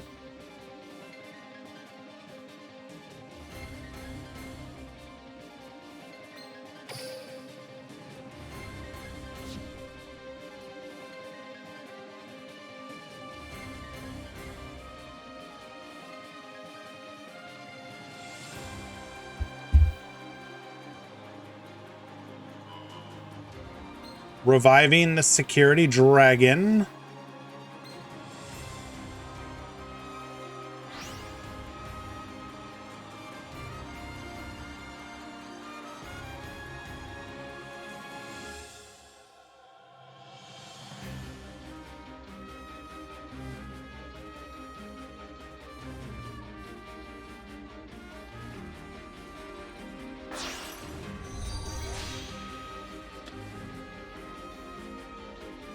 Using Security Dragon plus World Chalice to go into Ib. We are threatening lethal here. We have the IDP though.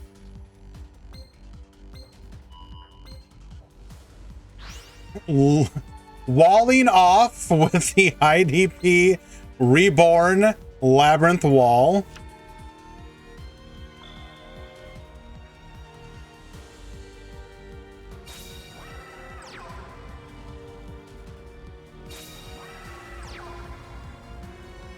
You can resume pogging again. Easy, I'm going to need you to send me a picture of your sleeping cat. Otherwise, I don't believe you.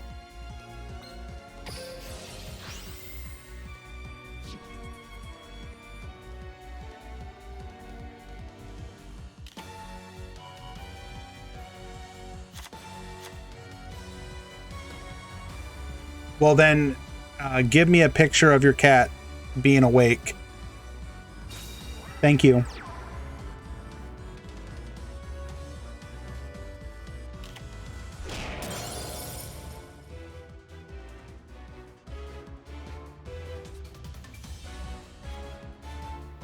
Did not want to commit into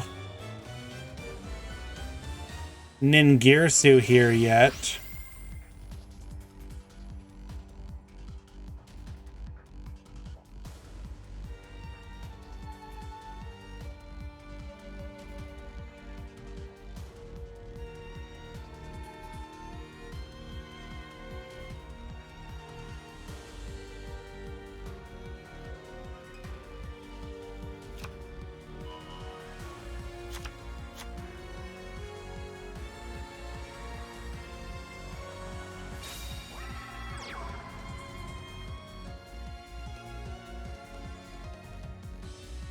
Absolutely, oof.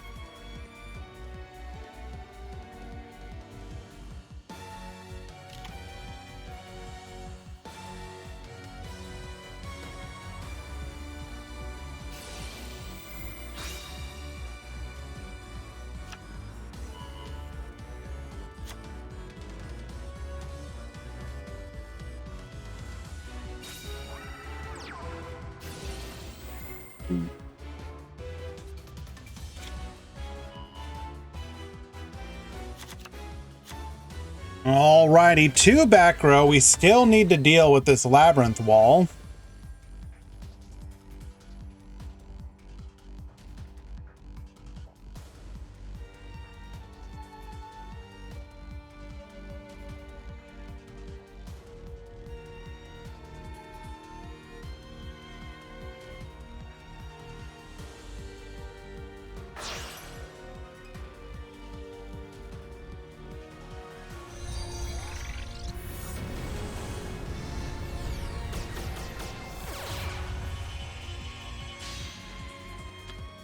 Come forth, Firewall Dragon.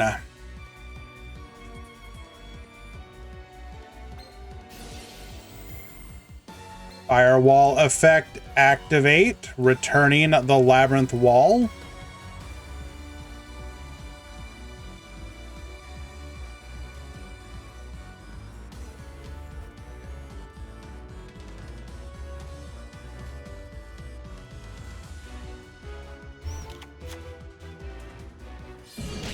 Attack! What was our back row?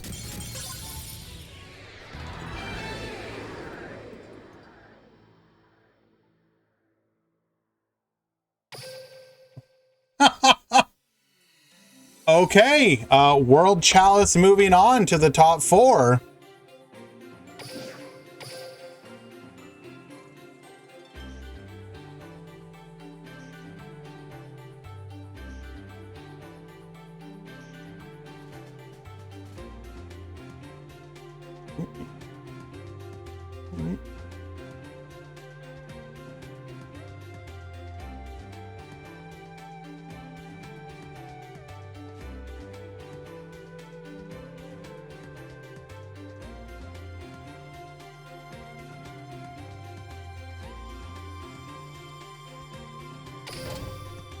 Vendred is in, yes.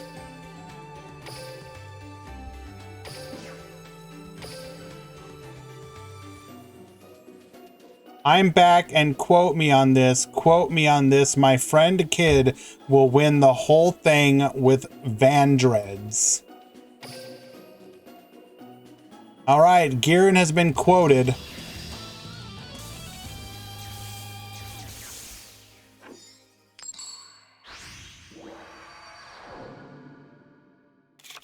Duel.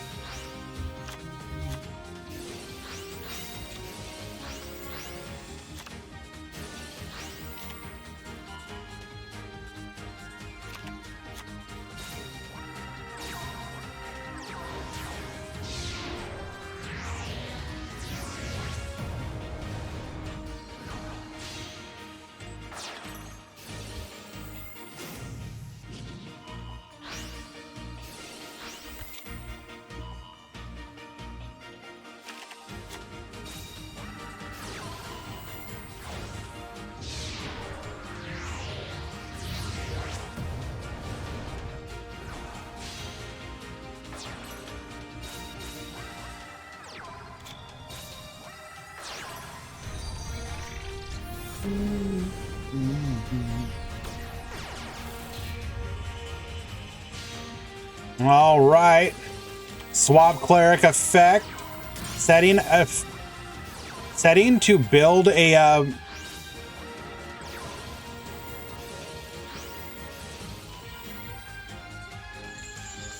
sorry, got disrupted there. Blue sky, get negated. We are going to be able to then go into a morning star.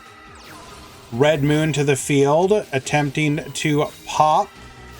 We will Book of Moon to make sure that that happens. Eye that binds, going in for 22 and passing back to Kexiled.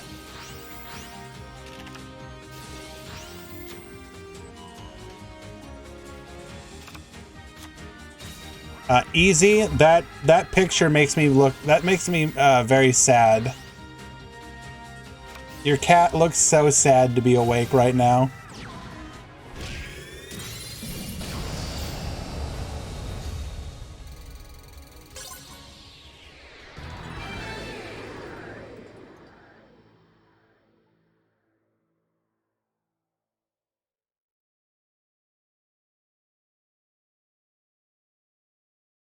I'm sorry, guys. I have to share.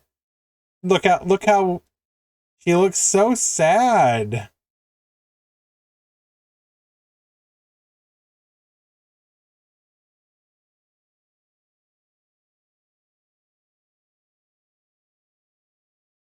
Oh my God, why are you sending me like friggin' like 6K fucking...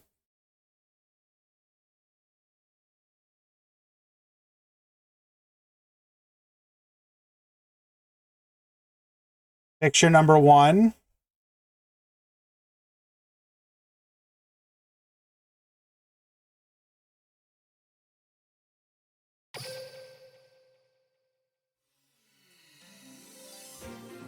Why am I awake right now?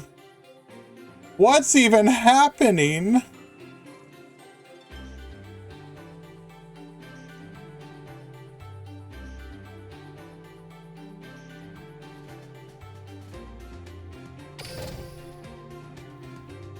Alrighty, guys.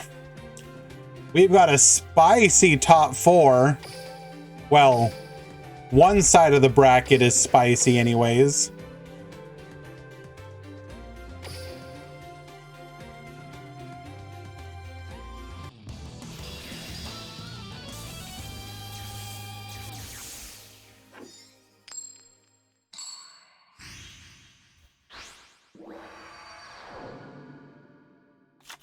Duel!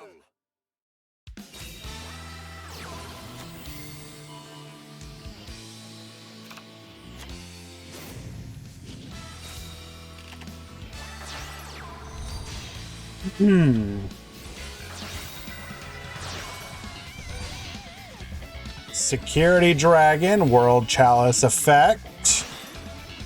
Into Ib. Guard Dragon effect. Into Imduck. Into Ningirsu. Ningirsu effect. Imduck effect. We will set 2 and pass. Okay, that's not how you win games, kid. What are you doing?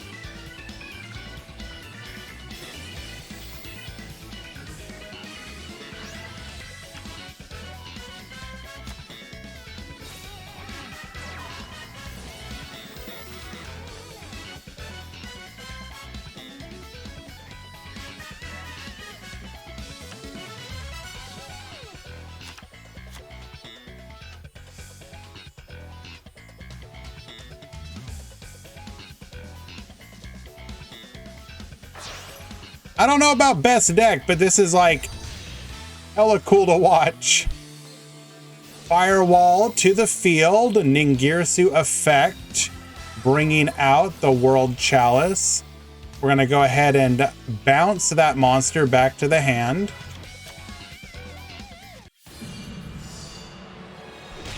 $1,825 And lethal.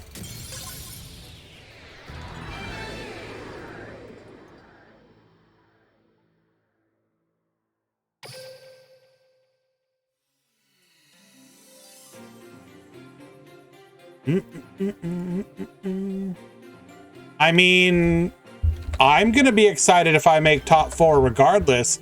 I'm going to be even more excited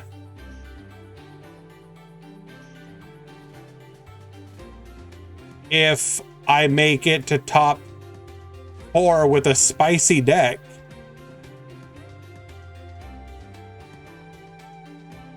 My hand was 4 ritual spells and set Sturges. Oh no.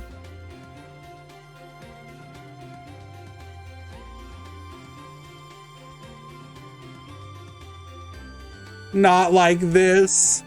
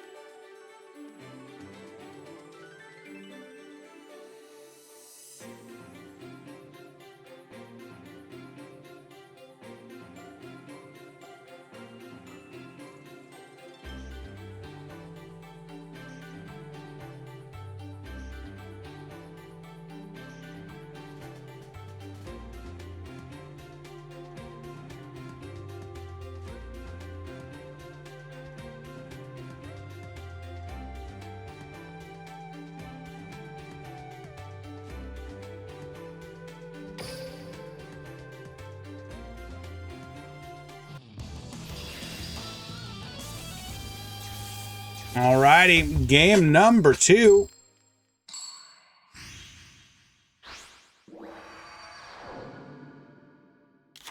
Duel.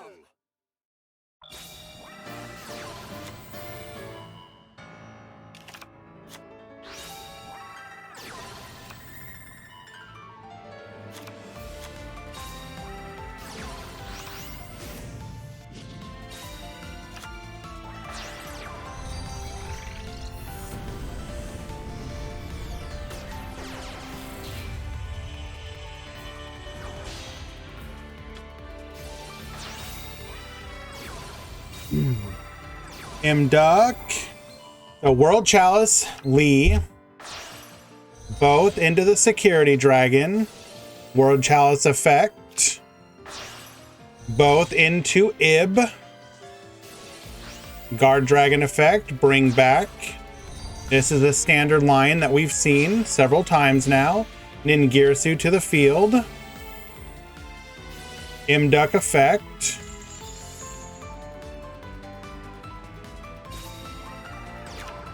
All jokes aside, can we give honest praise to yeah. No, he's piloting this deck extremely well, for sure.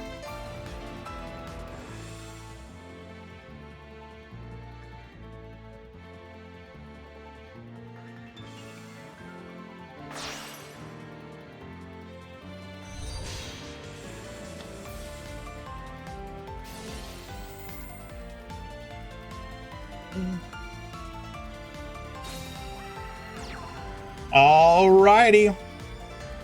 One back row. The ability to target.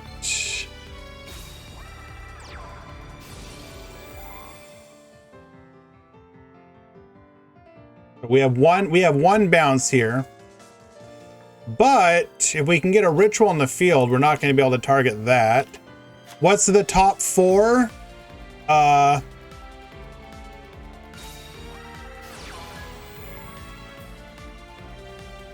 Right now, it is World Chalice, Vendread, Mech Knights, and then whoever wins between Zoo and Aaron, which is a Mech Knight or Salamangrate.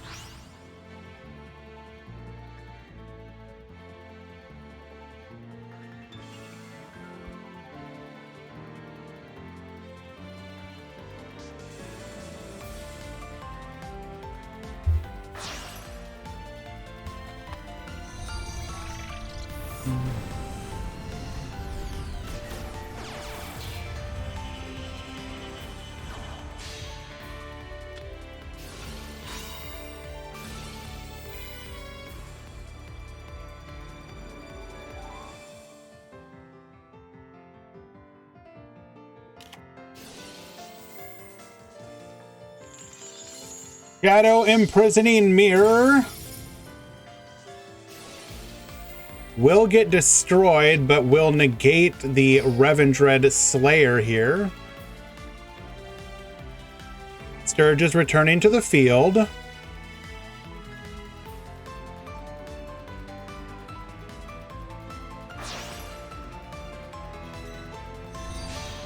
Going into Nightmare Unicorn. Nightmare Unicorn, get bouncing.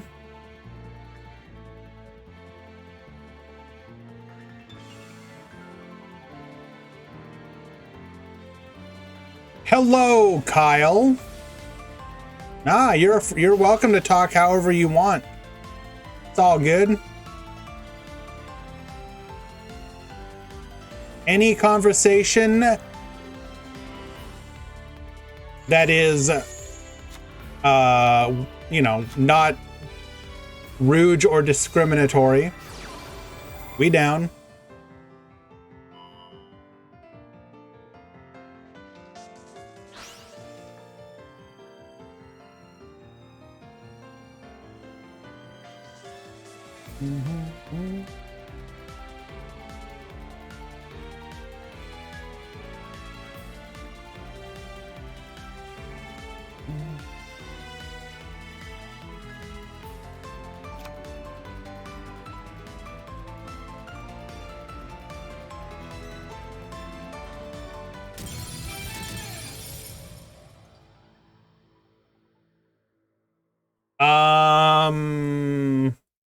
What?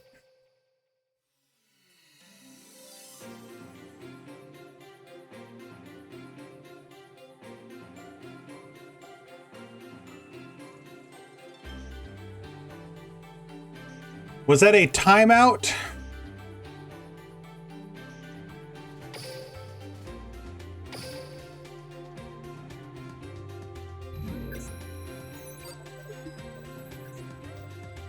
Let's check the replay, see if it was a time loss.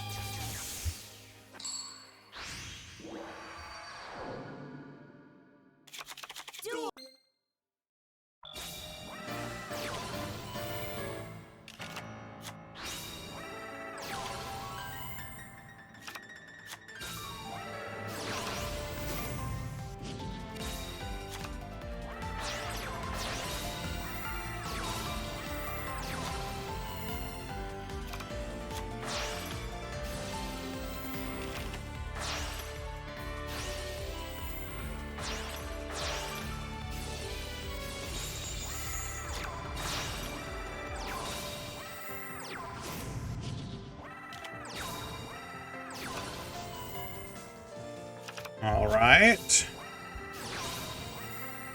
Making our plays here. Phoenix.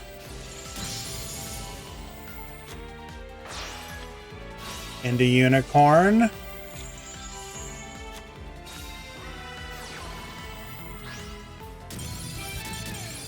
Nope, that was just a DC, unfortunately. Unlucky.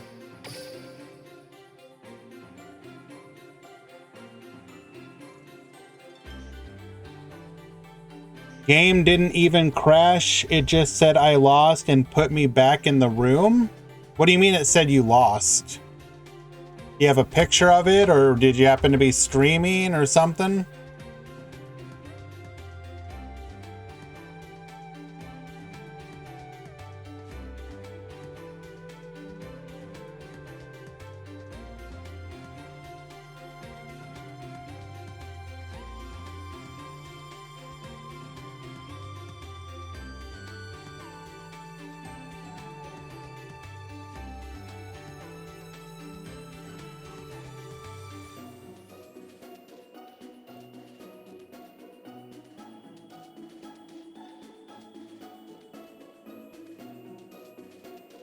All right, on the other side of the bracket is Aaron versus Necrofear.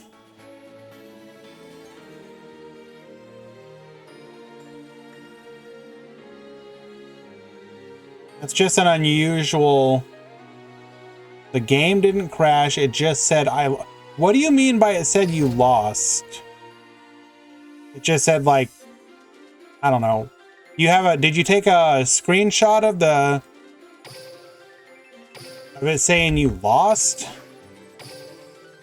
You don't have a picture? Okay. Well, he also says it kicked him to the room, but that's unusual.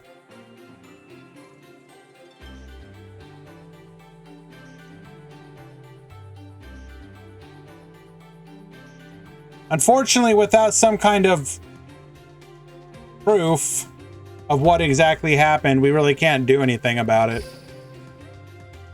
We do recommend... It said your opponent won, but you said it kicked you back to the screen as well, right?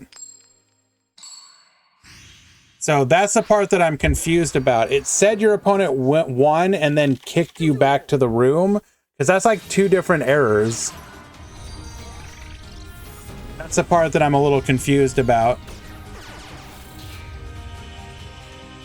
So, I don't know what you guys... I don't know what you guys happen to use, but if you play on phone, you can download a screen recorder. And if you play on PC, there's usually I'm not saying... no one's saying it's a lie puzzle. It's like there's no... He gains nothing by lying here. It's not going to suddenly benefit from it and like I'm going to overturn it. But it is worth... It is worth potentially investigating.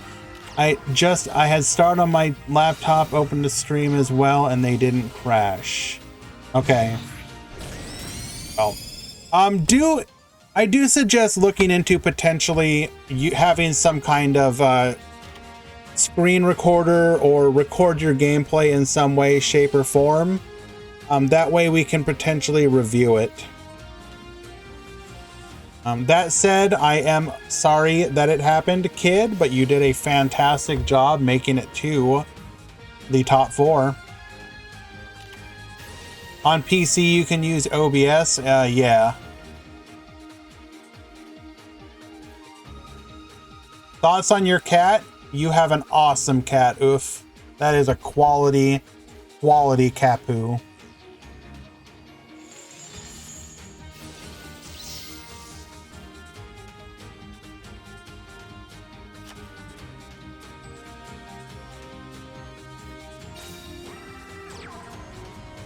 All right, the winner of this match will go on to the finals.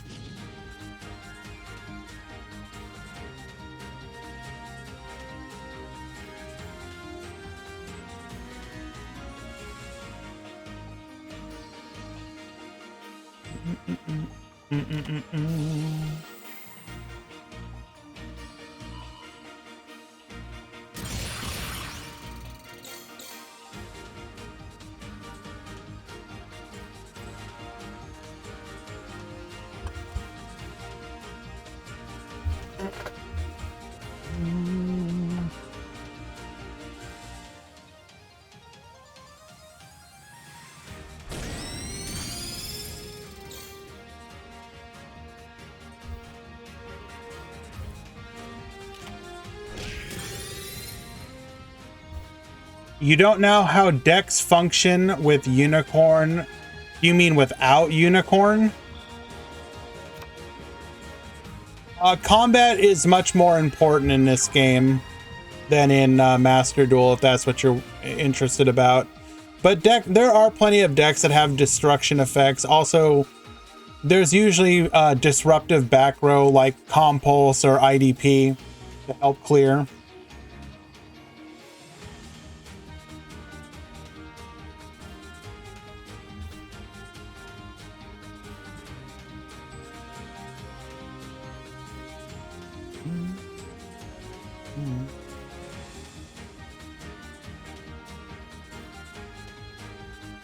like if we take a look at the top decks in the game right now, you know, how are they dealing with destroying stuff? Phantom Knights can break sword pop stuff. Mech Knights has access to Red Moon, Yellow Star, and the Galaxy package. Salamangreat has access to stuff like Ningirsu, Security Dragon, etc.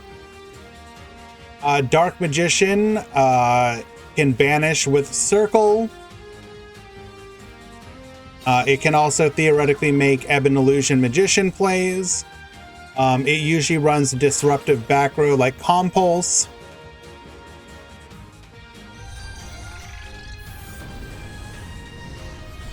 Odd Eyes has the ability to go into something like Doom Rider. You also see a lot of decks run stuff like Rebellion Dragon to beat over. Heroes obviously has access to cards like Sunrise as its main form of removal.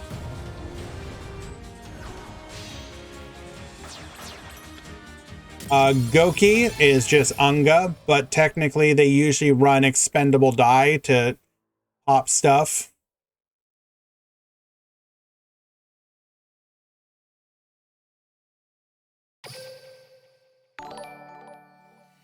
Burton, thank you so much for the follow. But there's less universal answers and more each deck finds its own answer, basically.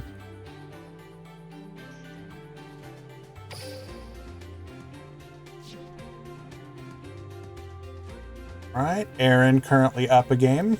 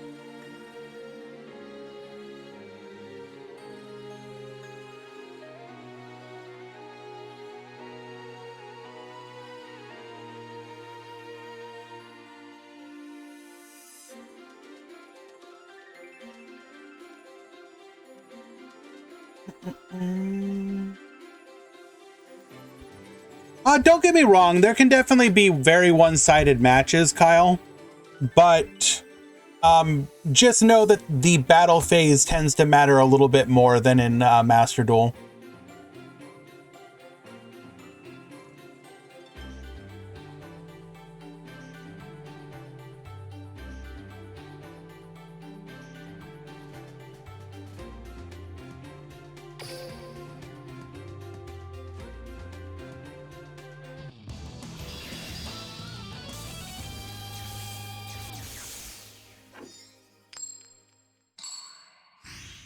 Alrighty, Necrofear will be starting things off today, or in game number 2, rather.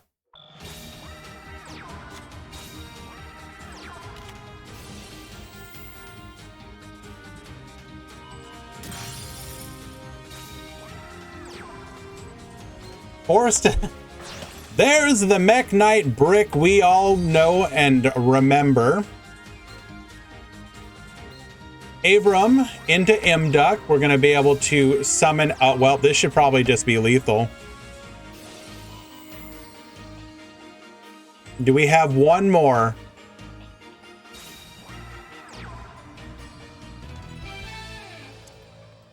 Well, okay then. Unlucky.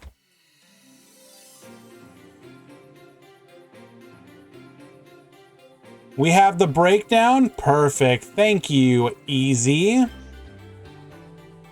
Fancy pie chart done.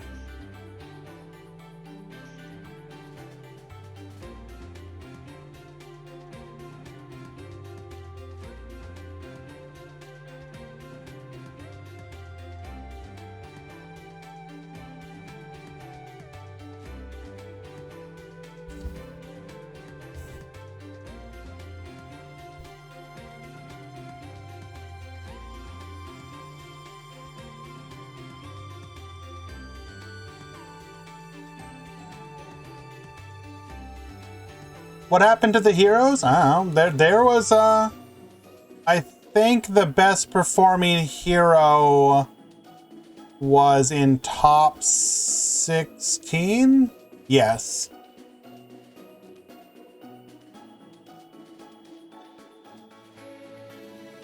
Reseline, I believe top 16 is where the last one fell.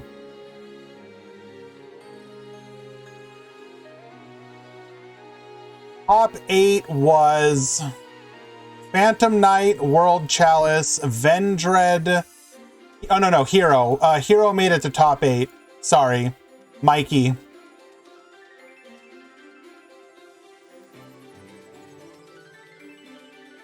And this is what the hero list looked like.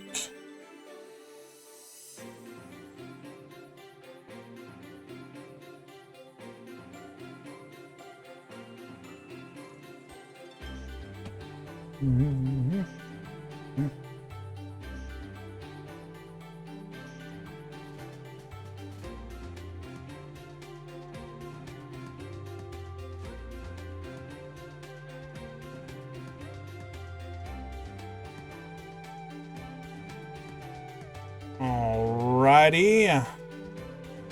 Go ahead and push through Aaron's match. We will be moving on to the grand finals.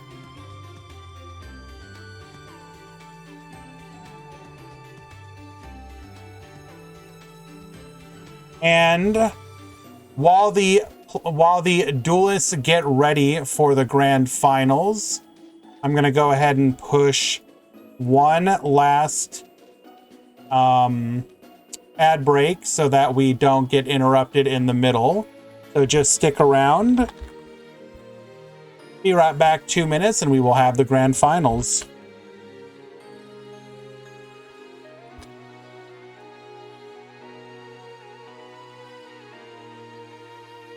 I can still deal with that space.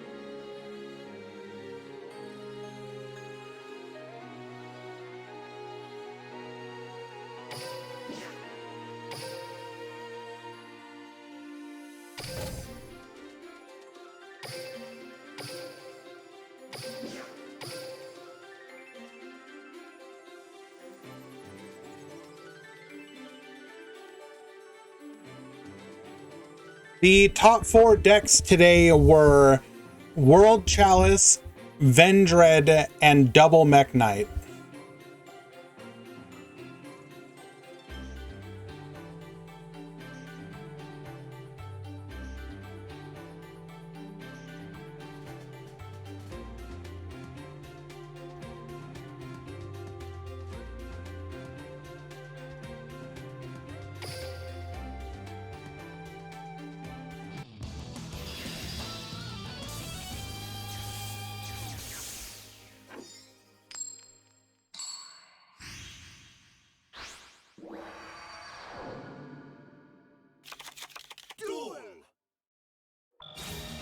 Alrighty, vodka for free, starting things off.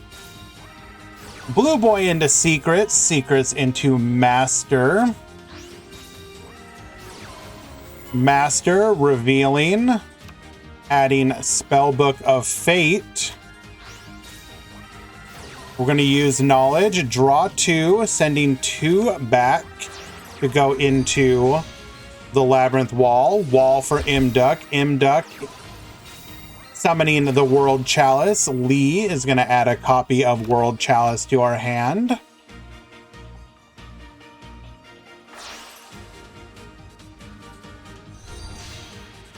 Both monsters will be used to go into Security Dragon. The World Chalice effect activates. Guard Dragon and Lee to the field.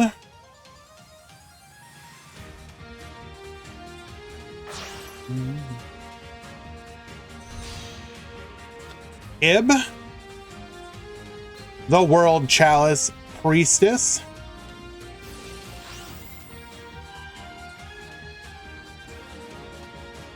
Returning the Labyrinth Wall to the field. We're going to be able to go into Imduck. We've seen this line, Imduck plus Security Dragon into Ningirsu.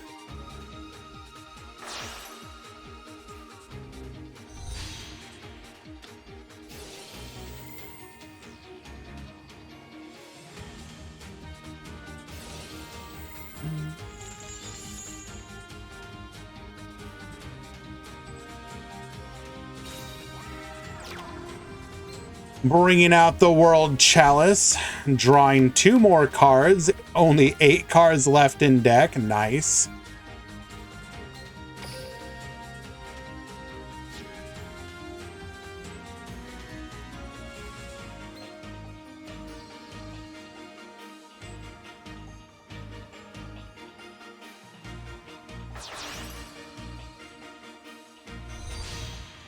Linking off into Firewall Dragon, we now have a Disruptive Bounce. Setting 1 and passing to Aaron.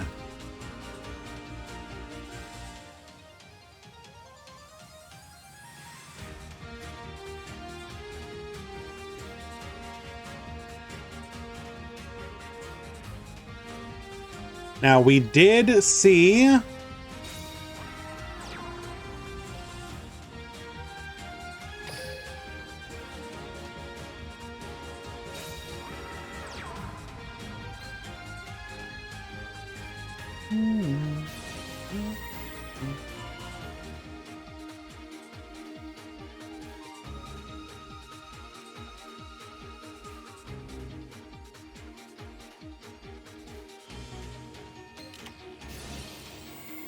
activating Spellbook of Fate. We do have a spellcaster on the field.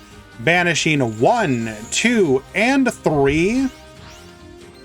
Goodbye, Mech Knight, Indigo Eclipse.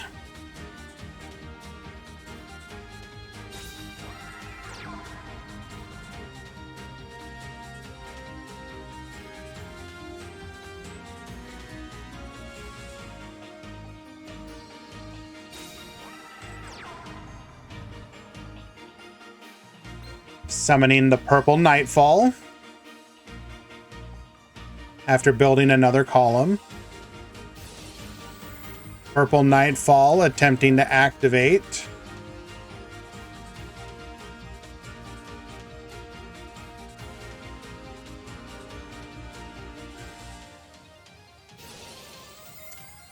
Firewall Dragon says no.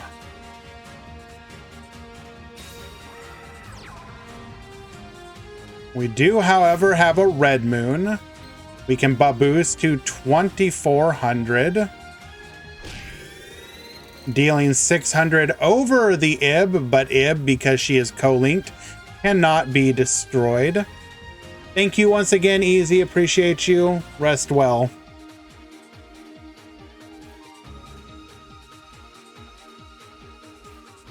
Two back row.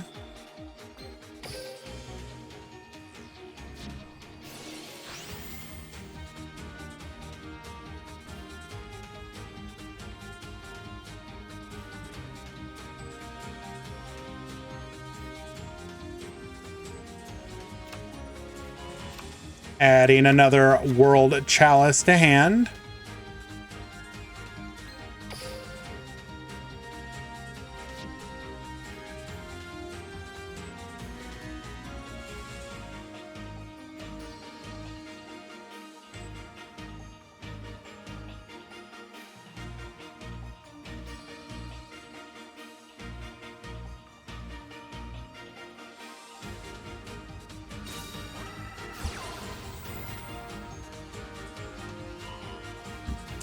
World Legacy Succession. Going to be able to bring back the Ningirsu.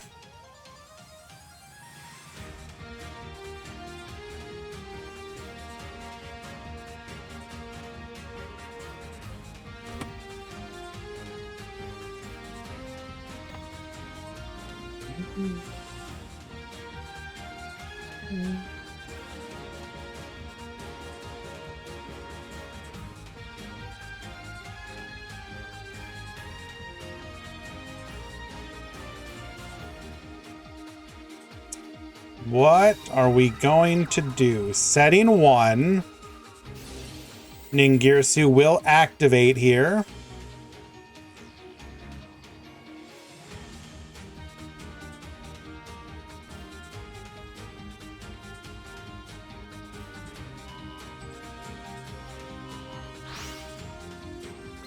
Removing the Ring of Destruction. Interesting.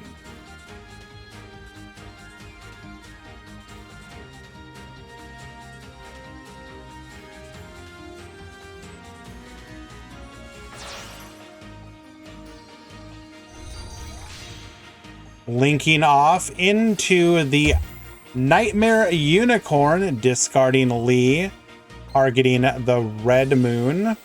Ib effect activates. Ningirsu effect activates.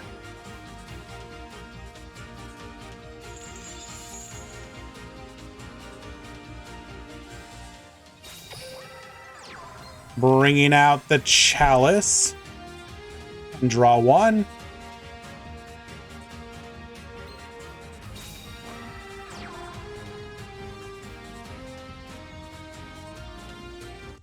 Going to battle.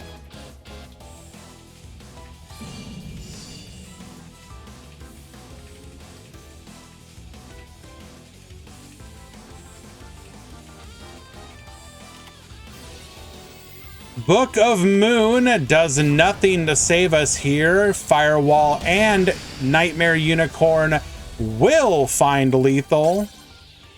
Is Ring of Destruction that good? It's removal that isn't limited to 3. So Mech Knights favor that. Is it the best way to play it? I mean, Aaron made it to the finals. That was game number 1.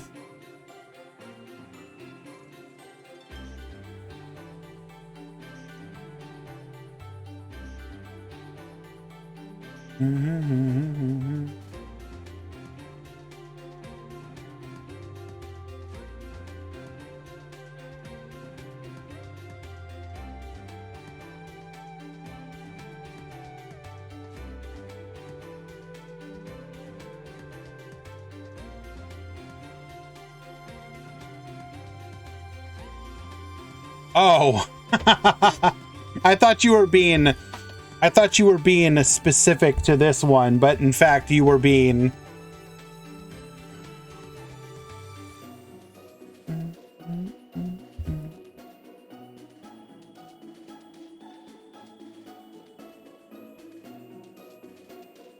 Are there any mechs playing Ibli?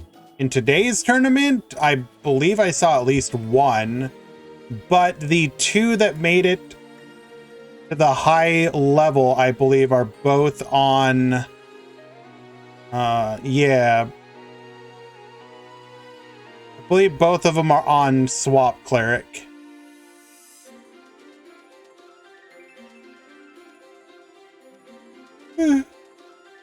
I mean,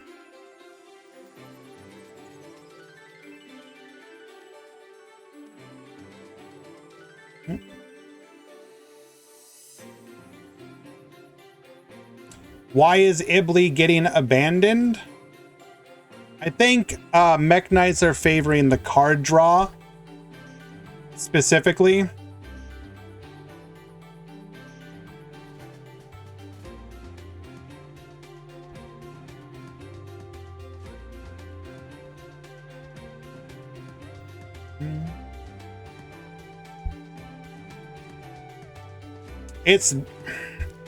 Could Ibli come back? Potentially, but I think it's literally just we favor the card draw and we want to make sure that we can draw into some disruptive back row.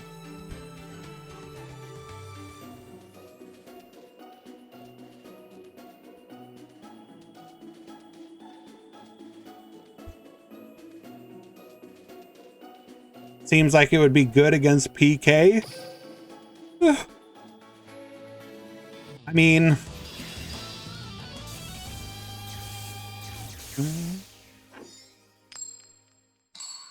all right, Vodka getting to go first once again.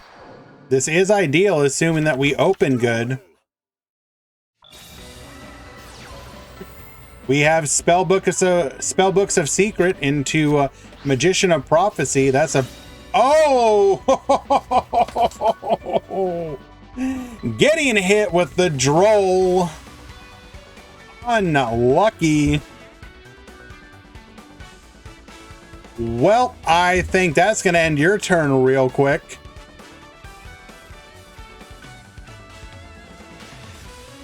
Hard passing to Aaron.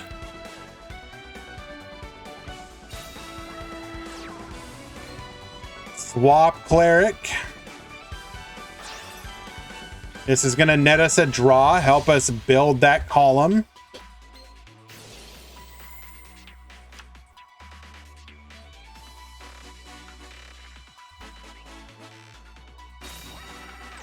Setting 1. Memories into Purple Nightfall. Purple Nightfall is going to be able to search us a copy of... You know what it is, but we're not coaching. Indigo Eclipse, meaning that we do have the ability to go for lethal if we have another Mech Knight in hand. Indigo Eclipse. Swapping columns. Blue Sky. No search, but that's fine. Probably don't have any hand traps to worry about.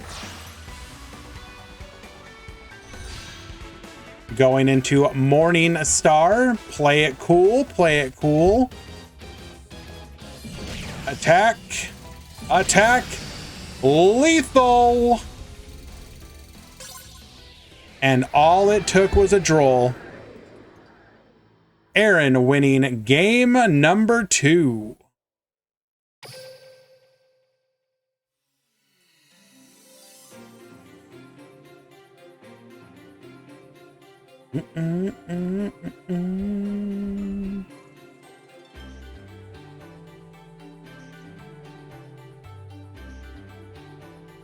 Don't do this, Aaron. This is World Legacy's chance. It wasn't for BM, you know. There's no reason not to. The thing to me is the fact that he actually had Droll on the side.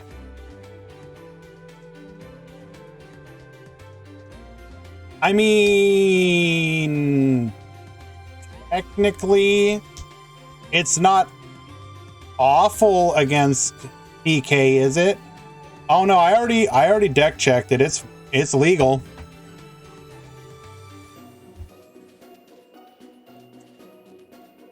Like, okay, I'm not gonna say this about Aaron because I can't judge him as a person, but I'll be real with you. There were times when I was making a side deck, I would just be like, I don't know, what's a good card? That looks like a card. I'm gonna throw it in there. 2 to 3 copies of that. I don't know. You're a fringe case card. 2 to 3 of that. Other people like carefully hone and craft. They look at all their like, what's my weakest matchup? What are the best counters to it? Other people, Droll's a funny card. Why don't I play it?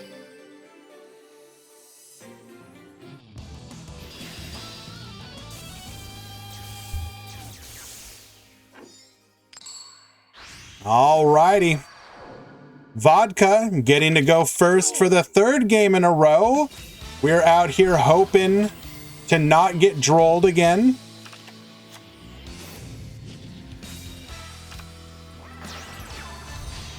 Going into Imduck. Imduck into the World Chalice.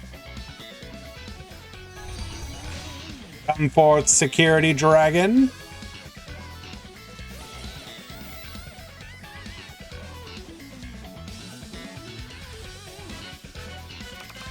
While there was no droll, Vodka's opening hand is significantly weaker than it was before.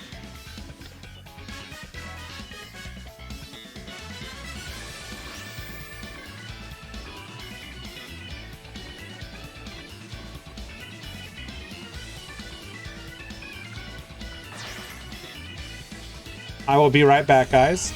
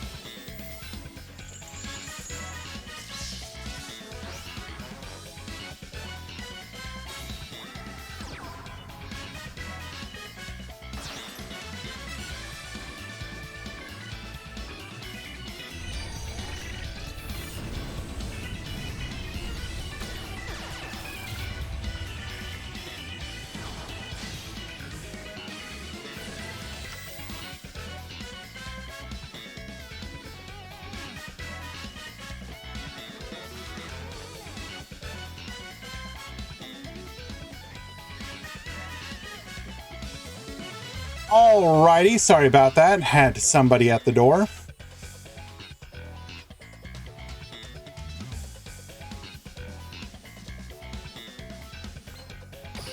Was not able to get to Firewall. Had a warning point for the blue sky.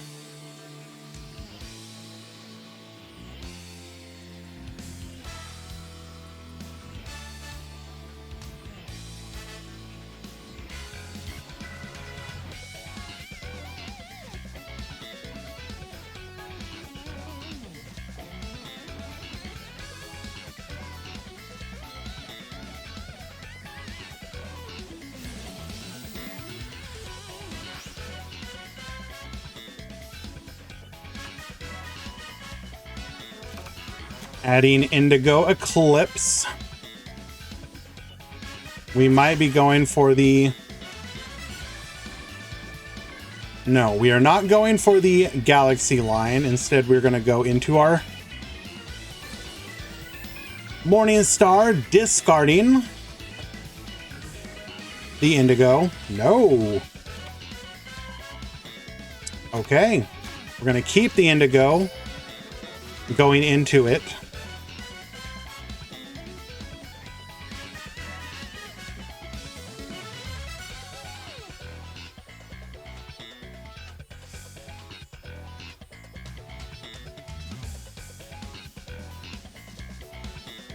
I mean, not every turn one hand can be perfect. The fact that we're even having this discussion is pretty impressive.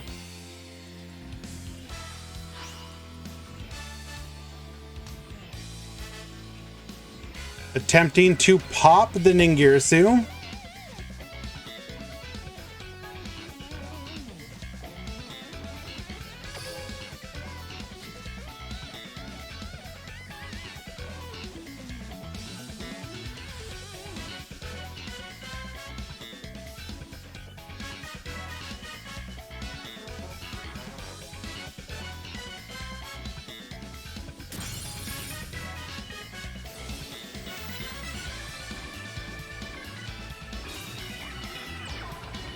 Come forth, Lee.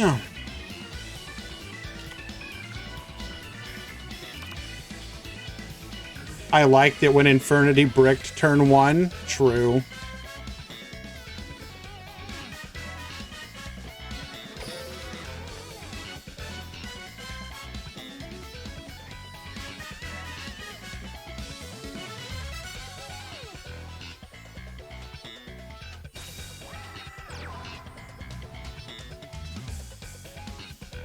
We won't have lethal this turn,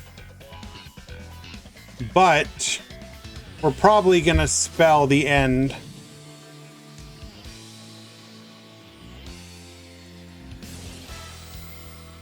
Oh, wait, no, never mind. Now it is Jover. Wait, hold.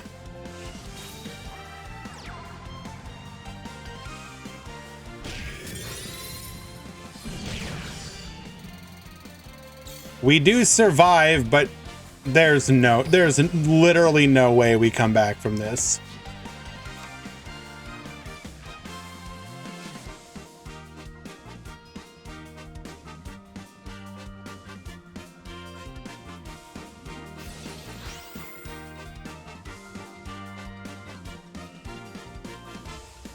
Top deck Dark Hole. Real!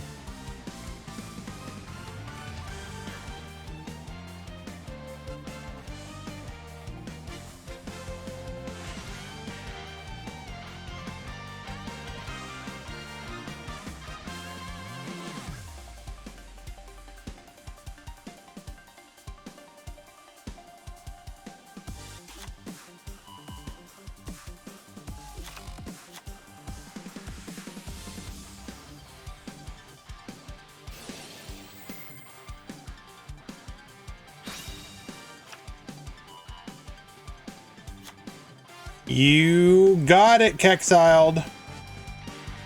Second effect of Labyrinth Wall, summon BRD from extra deck and pop. That wouldn't work because we have secrets on the field.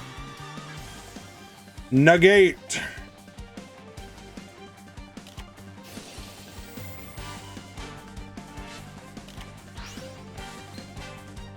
Anadia will take out or stop the Lee from making any plays here, and that's it. It's over. Wrap it up.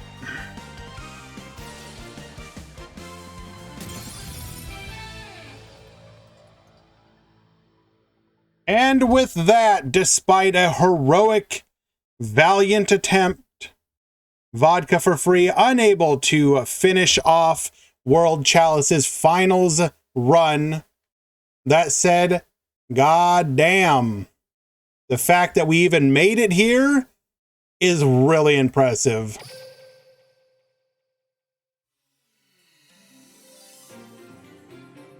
I'm gonna go ahead and share the deck lists.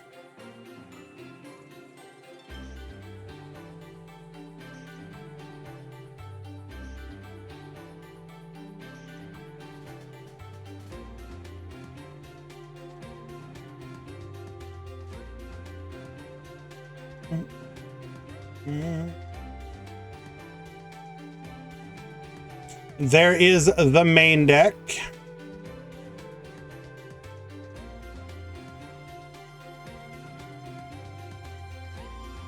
Leaning into the draws and the potential disruption of a secrets. Very nice. Infinite gems, by the way. And here is the extra deck.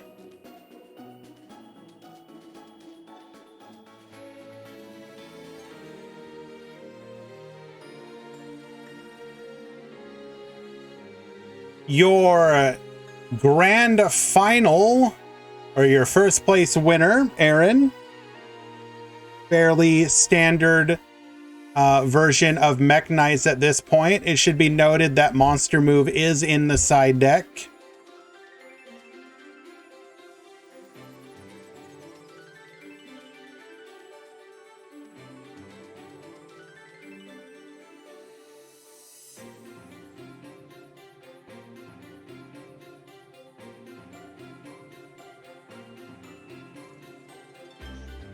And then here is your top 4 Vendread.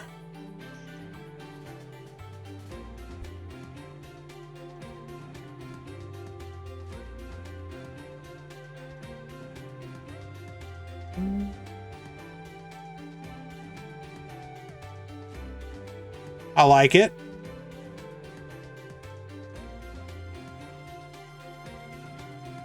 And that's what I have to show to on stream. The other top 8 decks will be on the website when the article goes live. This was a really good tournament. I had a lot of fun. You guys brought a hell of a lot of spice and piloted them extremely well. I really appreciate that. Makes this all the more enjoyable. If you are not already in the Discord, which I'm sure most of you are, do consider joining. ! Discord. That's how you can join these events. The next tournament will be tomorrow at 6 a.m. Eastern. That is the single elimination, primarily aimed at the Asian regions and EU-friendly time zones. Be sure to join. You can go to the single elimination channel in the Discord and find a link for the event there. If that is a time that is difficult for you, you can always watch the VOD after the fact. I add them to the my YouTube all the time.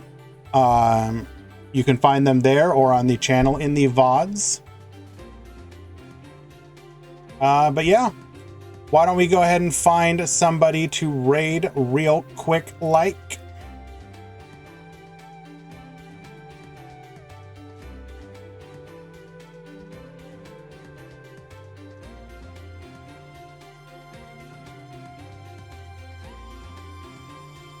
Looks like Gandhi is almost done, so kind of a wasted raid there.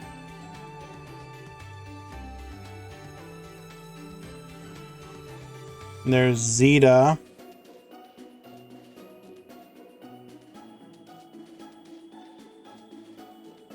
Anybody else?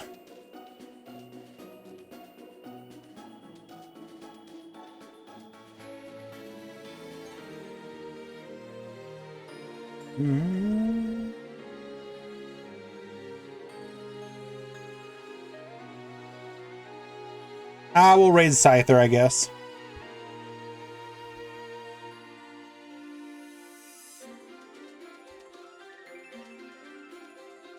Thanks again, guys. Until the next.